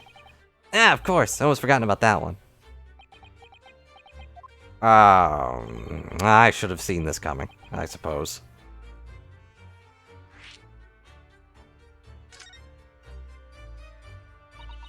Iris told us that all the notes about the great detective's adventures that are in that metal chest were written by your father. And that better not be you, punk. Isn't that correct, Mr. Sholmes? That is indeed what I told young Iris. But if you're Mr. Sholmes' partner, father, and you wrote all those case notes, and I have a little sister that I never got to say hello to, someone's gonna get knocked out again. Then Iris's father must be you. Upon my word, Mr. Sato. You are coming along wonderfully as well. You two have hit upon the method at last. Finally grasped the art of deduction. What? Holmes? What you've always told me, father, is that my mother died when I was born 16 years ago. You left me in my grandmother's case while you were embarked on your study tour in Britain. I've always accepted that. But all this about Iris. Oh, there it is. Sato's ice-cold stare. No, hold on a minute. It was very complicated. I mean, it's really not what you think. How shall I explain exactly what it is? There it is. Now the guys go from ice-cold to red-hot, just before she... No, really, you got the wrong end of the stick. Show him, say something, man. He's gonna get flipped. Well, I must be leaving. Quite enough, my fiery fellows. Mr. Sholmes, you get all dressed up. Plus, I don't like to interrupt this exciting exploration of the past. Mikotoba and I have an emergent matter that requires a short exertion. But it's very late, Mr. Sholmes. Where must you go? Why, my dear madam, is that not obvious? My partner and I must pursue our natural enemies. So get your coat, Mikotoba. The game is afoot. But Sholmes, I really must give Sato a full explanation, I think. Later, my dear fellow, later. Our carriage awaits downstairs already. You haven't changed one iota, have you? I mean, really. Visit our home after 10 long years, and when I open that chest in a fit of nostalgia, quite explicitly pass out. As if that wasn't enough, when I eventually regained consciousness, I plunged straight into all this. Sholmes? Father, please, go with Mr. Sholmes now. I'll kill you later. I've no doubt that whatever happened, you were acting in everyone's best interests. I trust you, completely. Oh. Sato. And sending the great detective and his great partner off on a renowned adventure together. More than I could ever hope in my wildest dreams. Very well then, we'll speak again later. So, I believe your own work is done for the day. I wish you the best of luck tomorrow. Yes, Naruto, good luck in battle. And reaching a decision. A decision? Now what, to go back to Japan, I suppose? So much happened that day that I barely knew what to do with myself. Yeah, I mean, two people almost died. To realize how amidst the chaos I'd unleashed were all the clues I needed to finally unearth the truth, and that all the turmoil was necessary to give me the resolve to see everything through.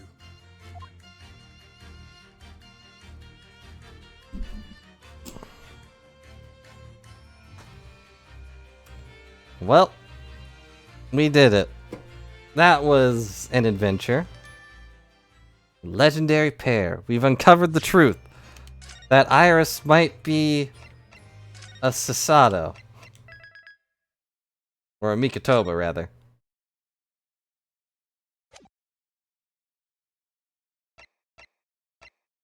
Wait, that was... Oh.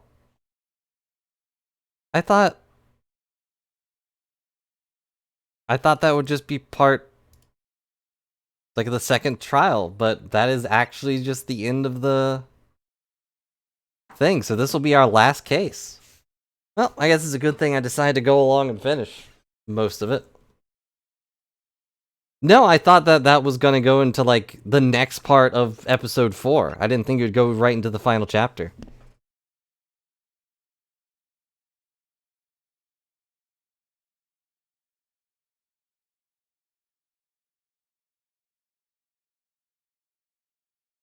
Up. There we go. I accidentally unplugged the microphone for a second there. But yeah, I thought this would go into part 4, not... or still be episode 4, like all the other ones that we've done.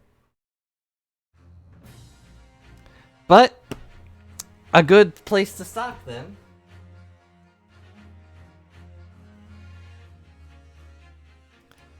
So, thanks so much for watching, everyone. I hope you all enjoyed my... Yeah, might be the first time we've ever ended with an investigation. I feel like every other time it's always ended with the trial. And then, like, the, end of it. Weird. But it's been almost 5 hours now. I get punched by a trunk every time I get groceries, okay? I don't want to talk about it either. But I'm gonna go eat and give myself a little bit of a rest because, well, doing these weird voices is quite tiring sometimes, especially when you have a sore in your mouth. But hope you enjoyed. So I will see you all possibly tomorrow unless the power goes out because of snow and sleet and hail and all that. And if it's just rowdy, then we'll see what happens. But anyways, thanks a lot for watching, and I will see you all later. Bye for now.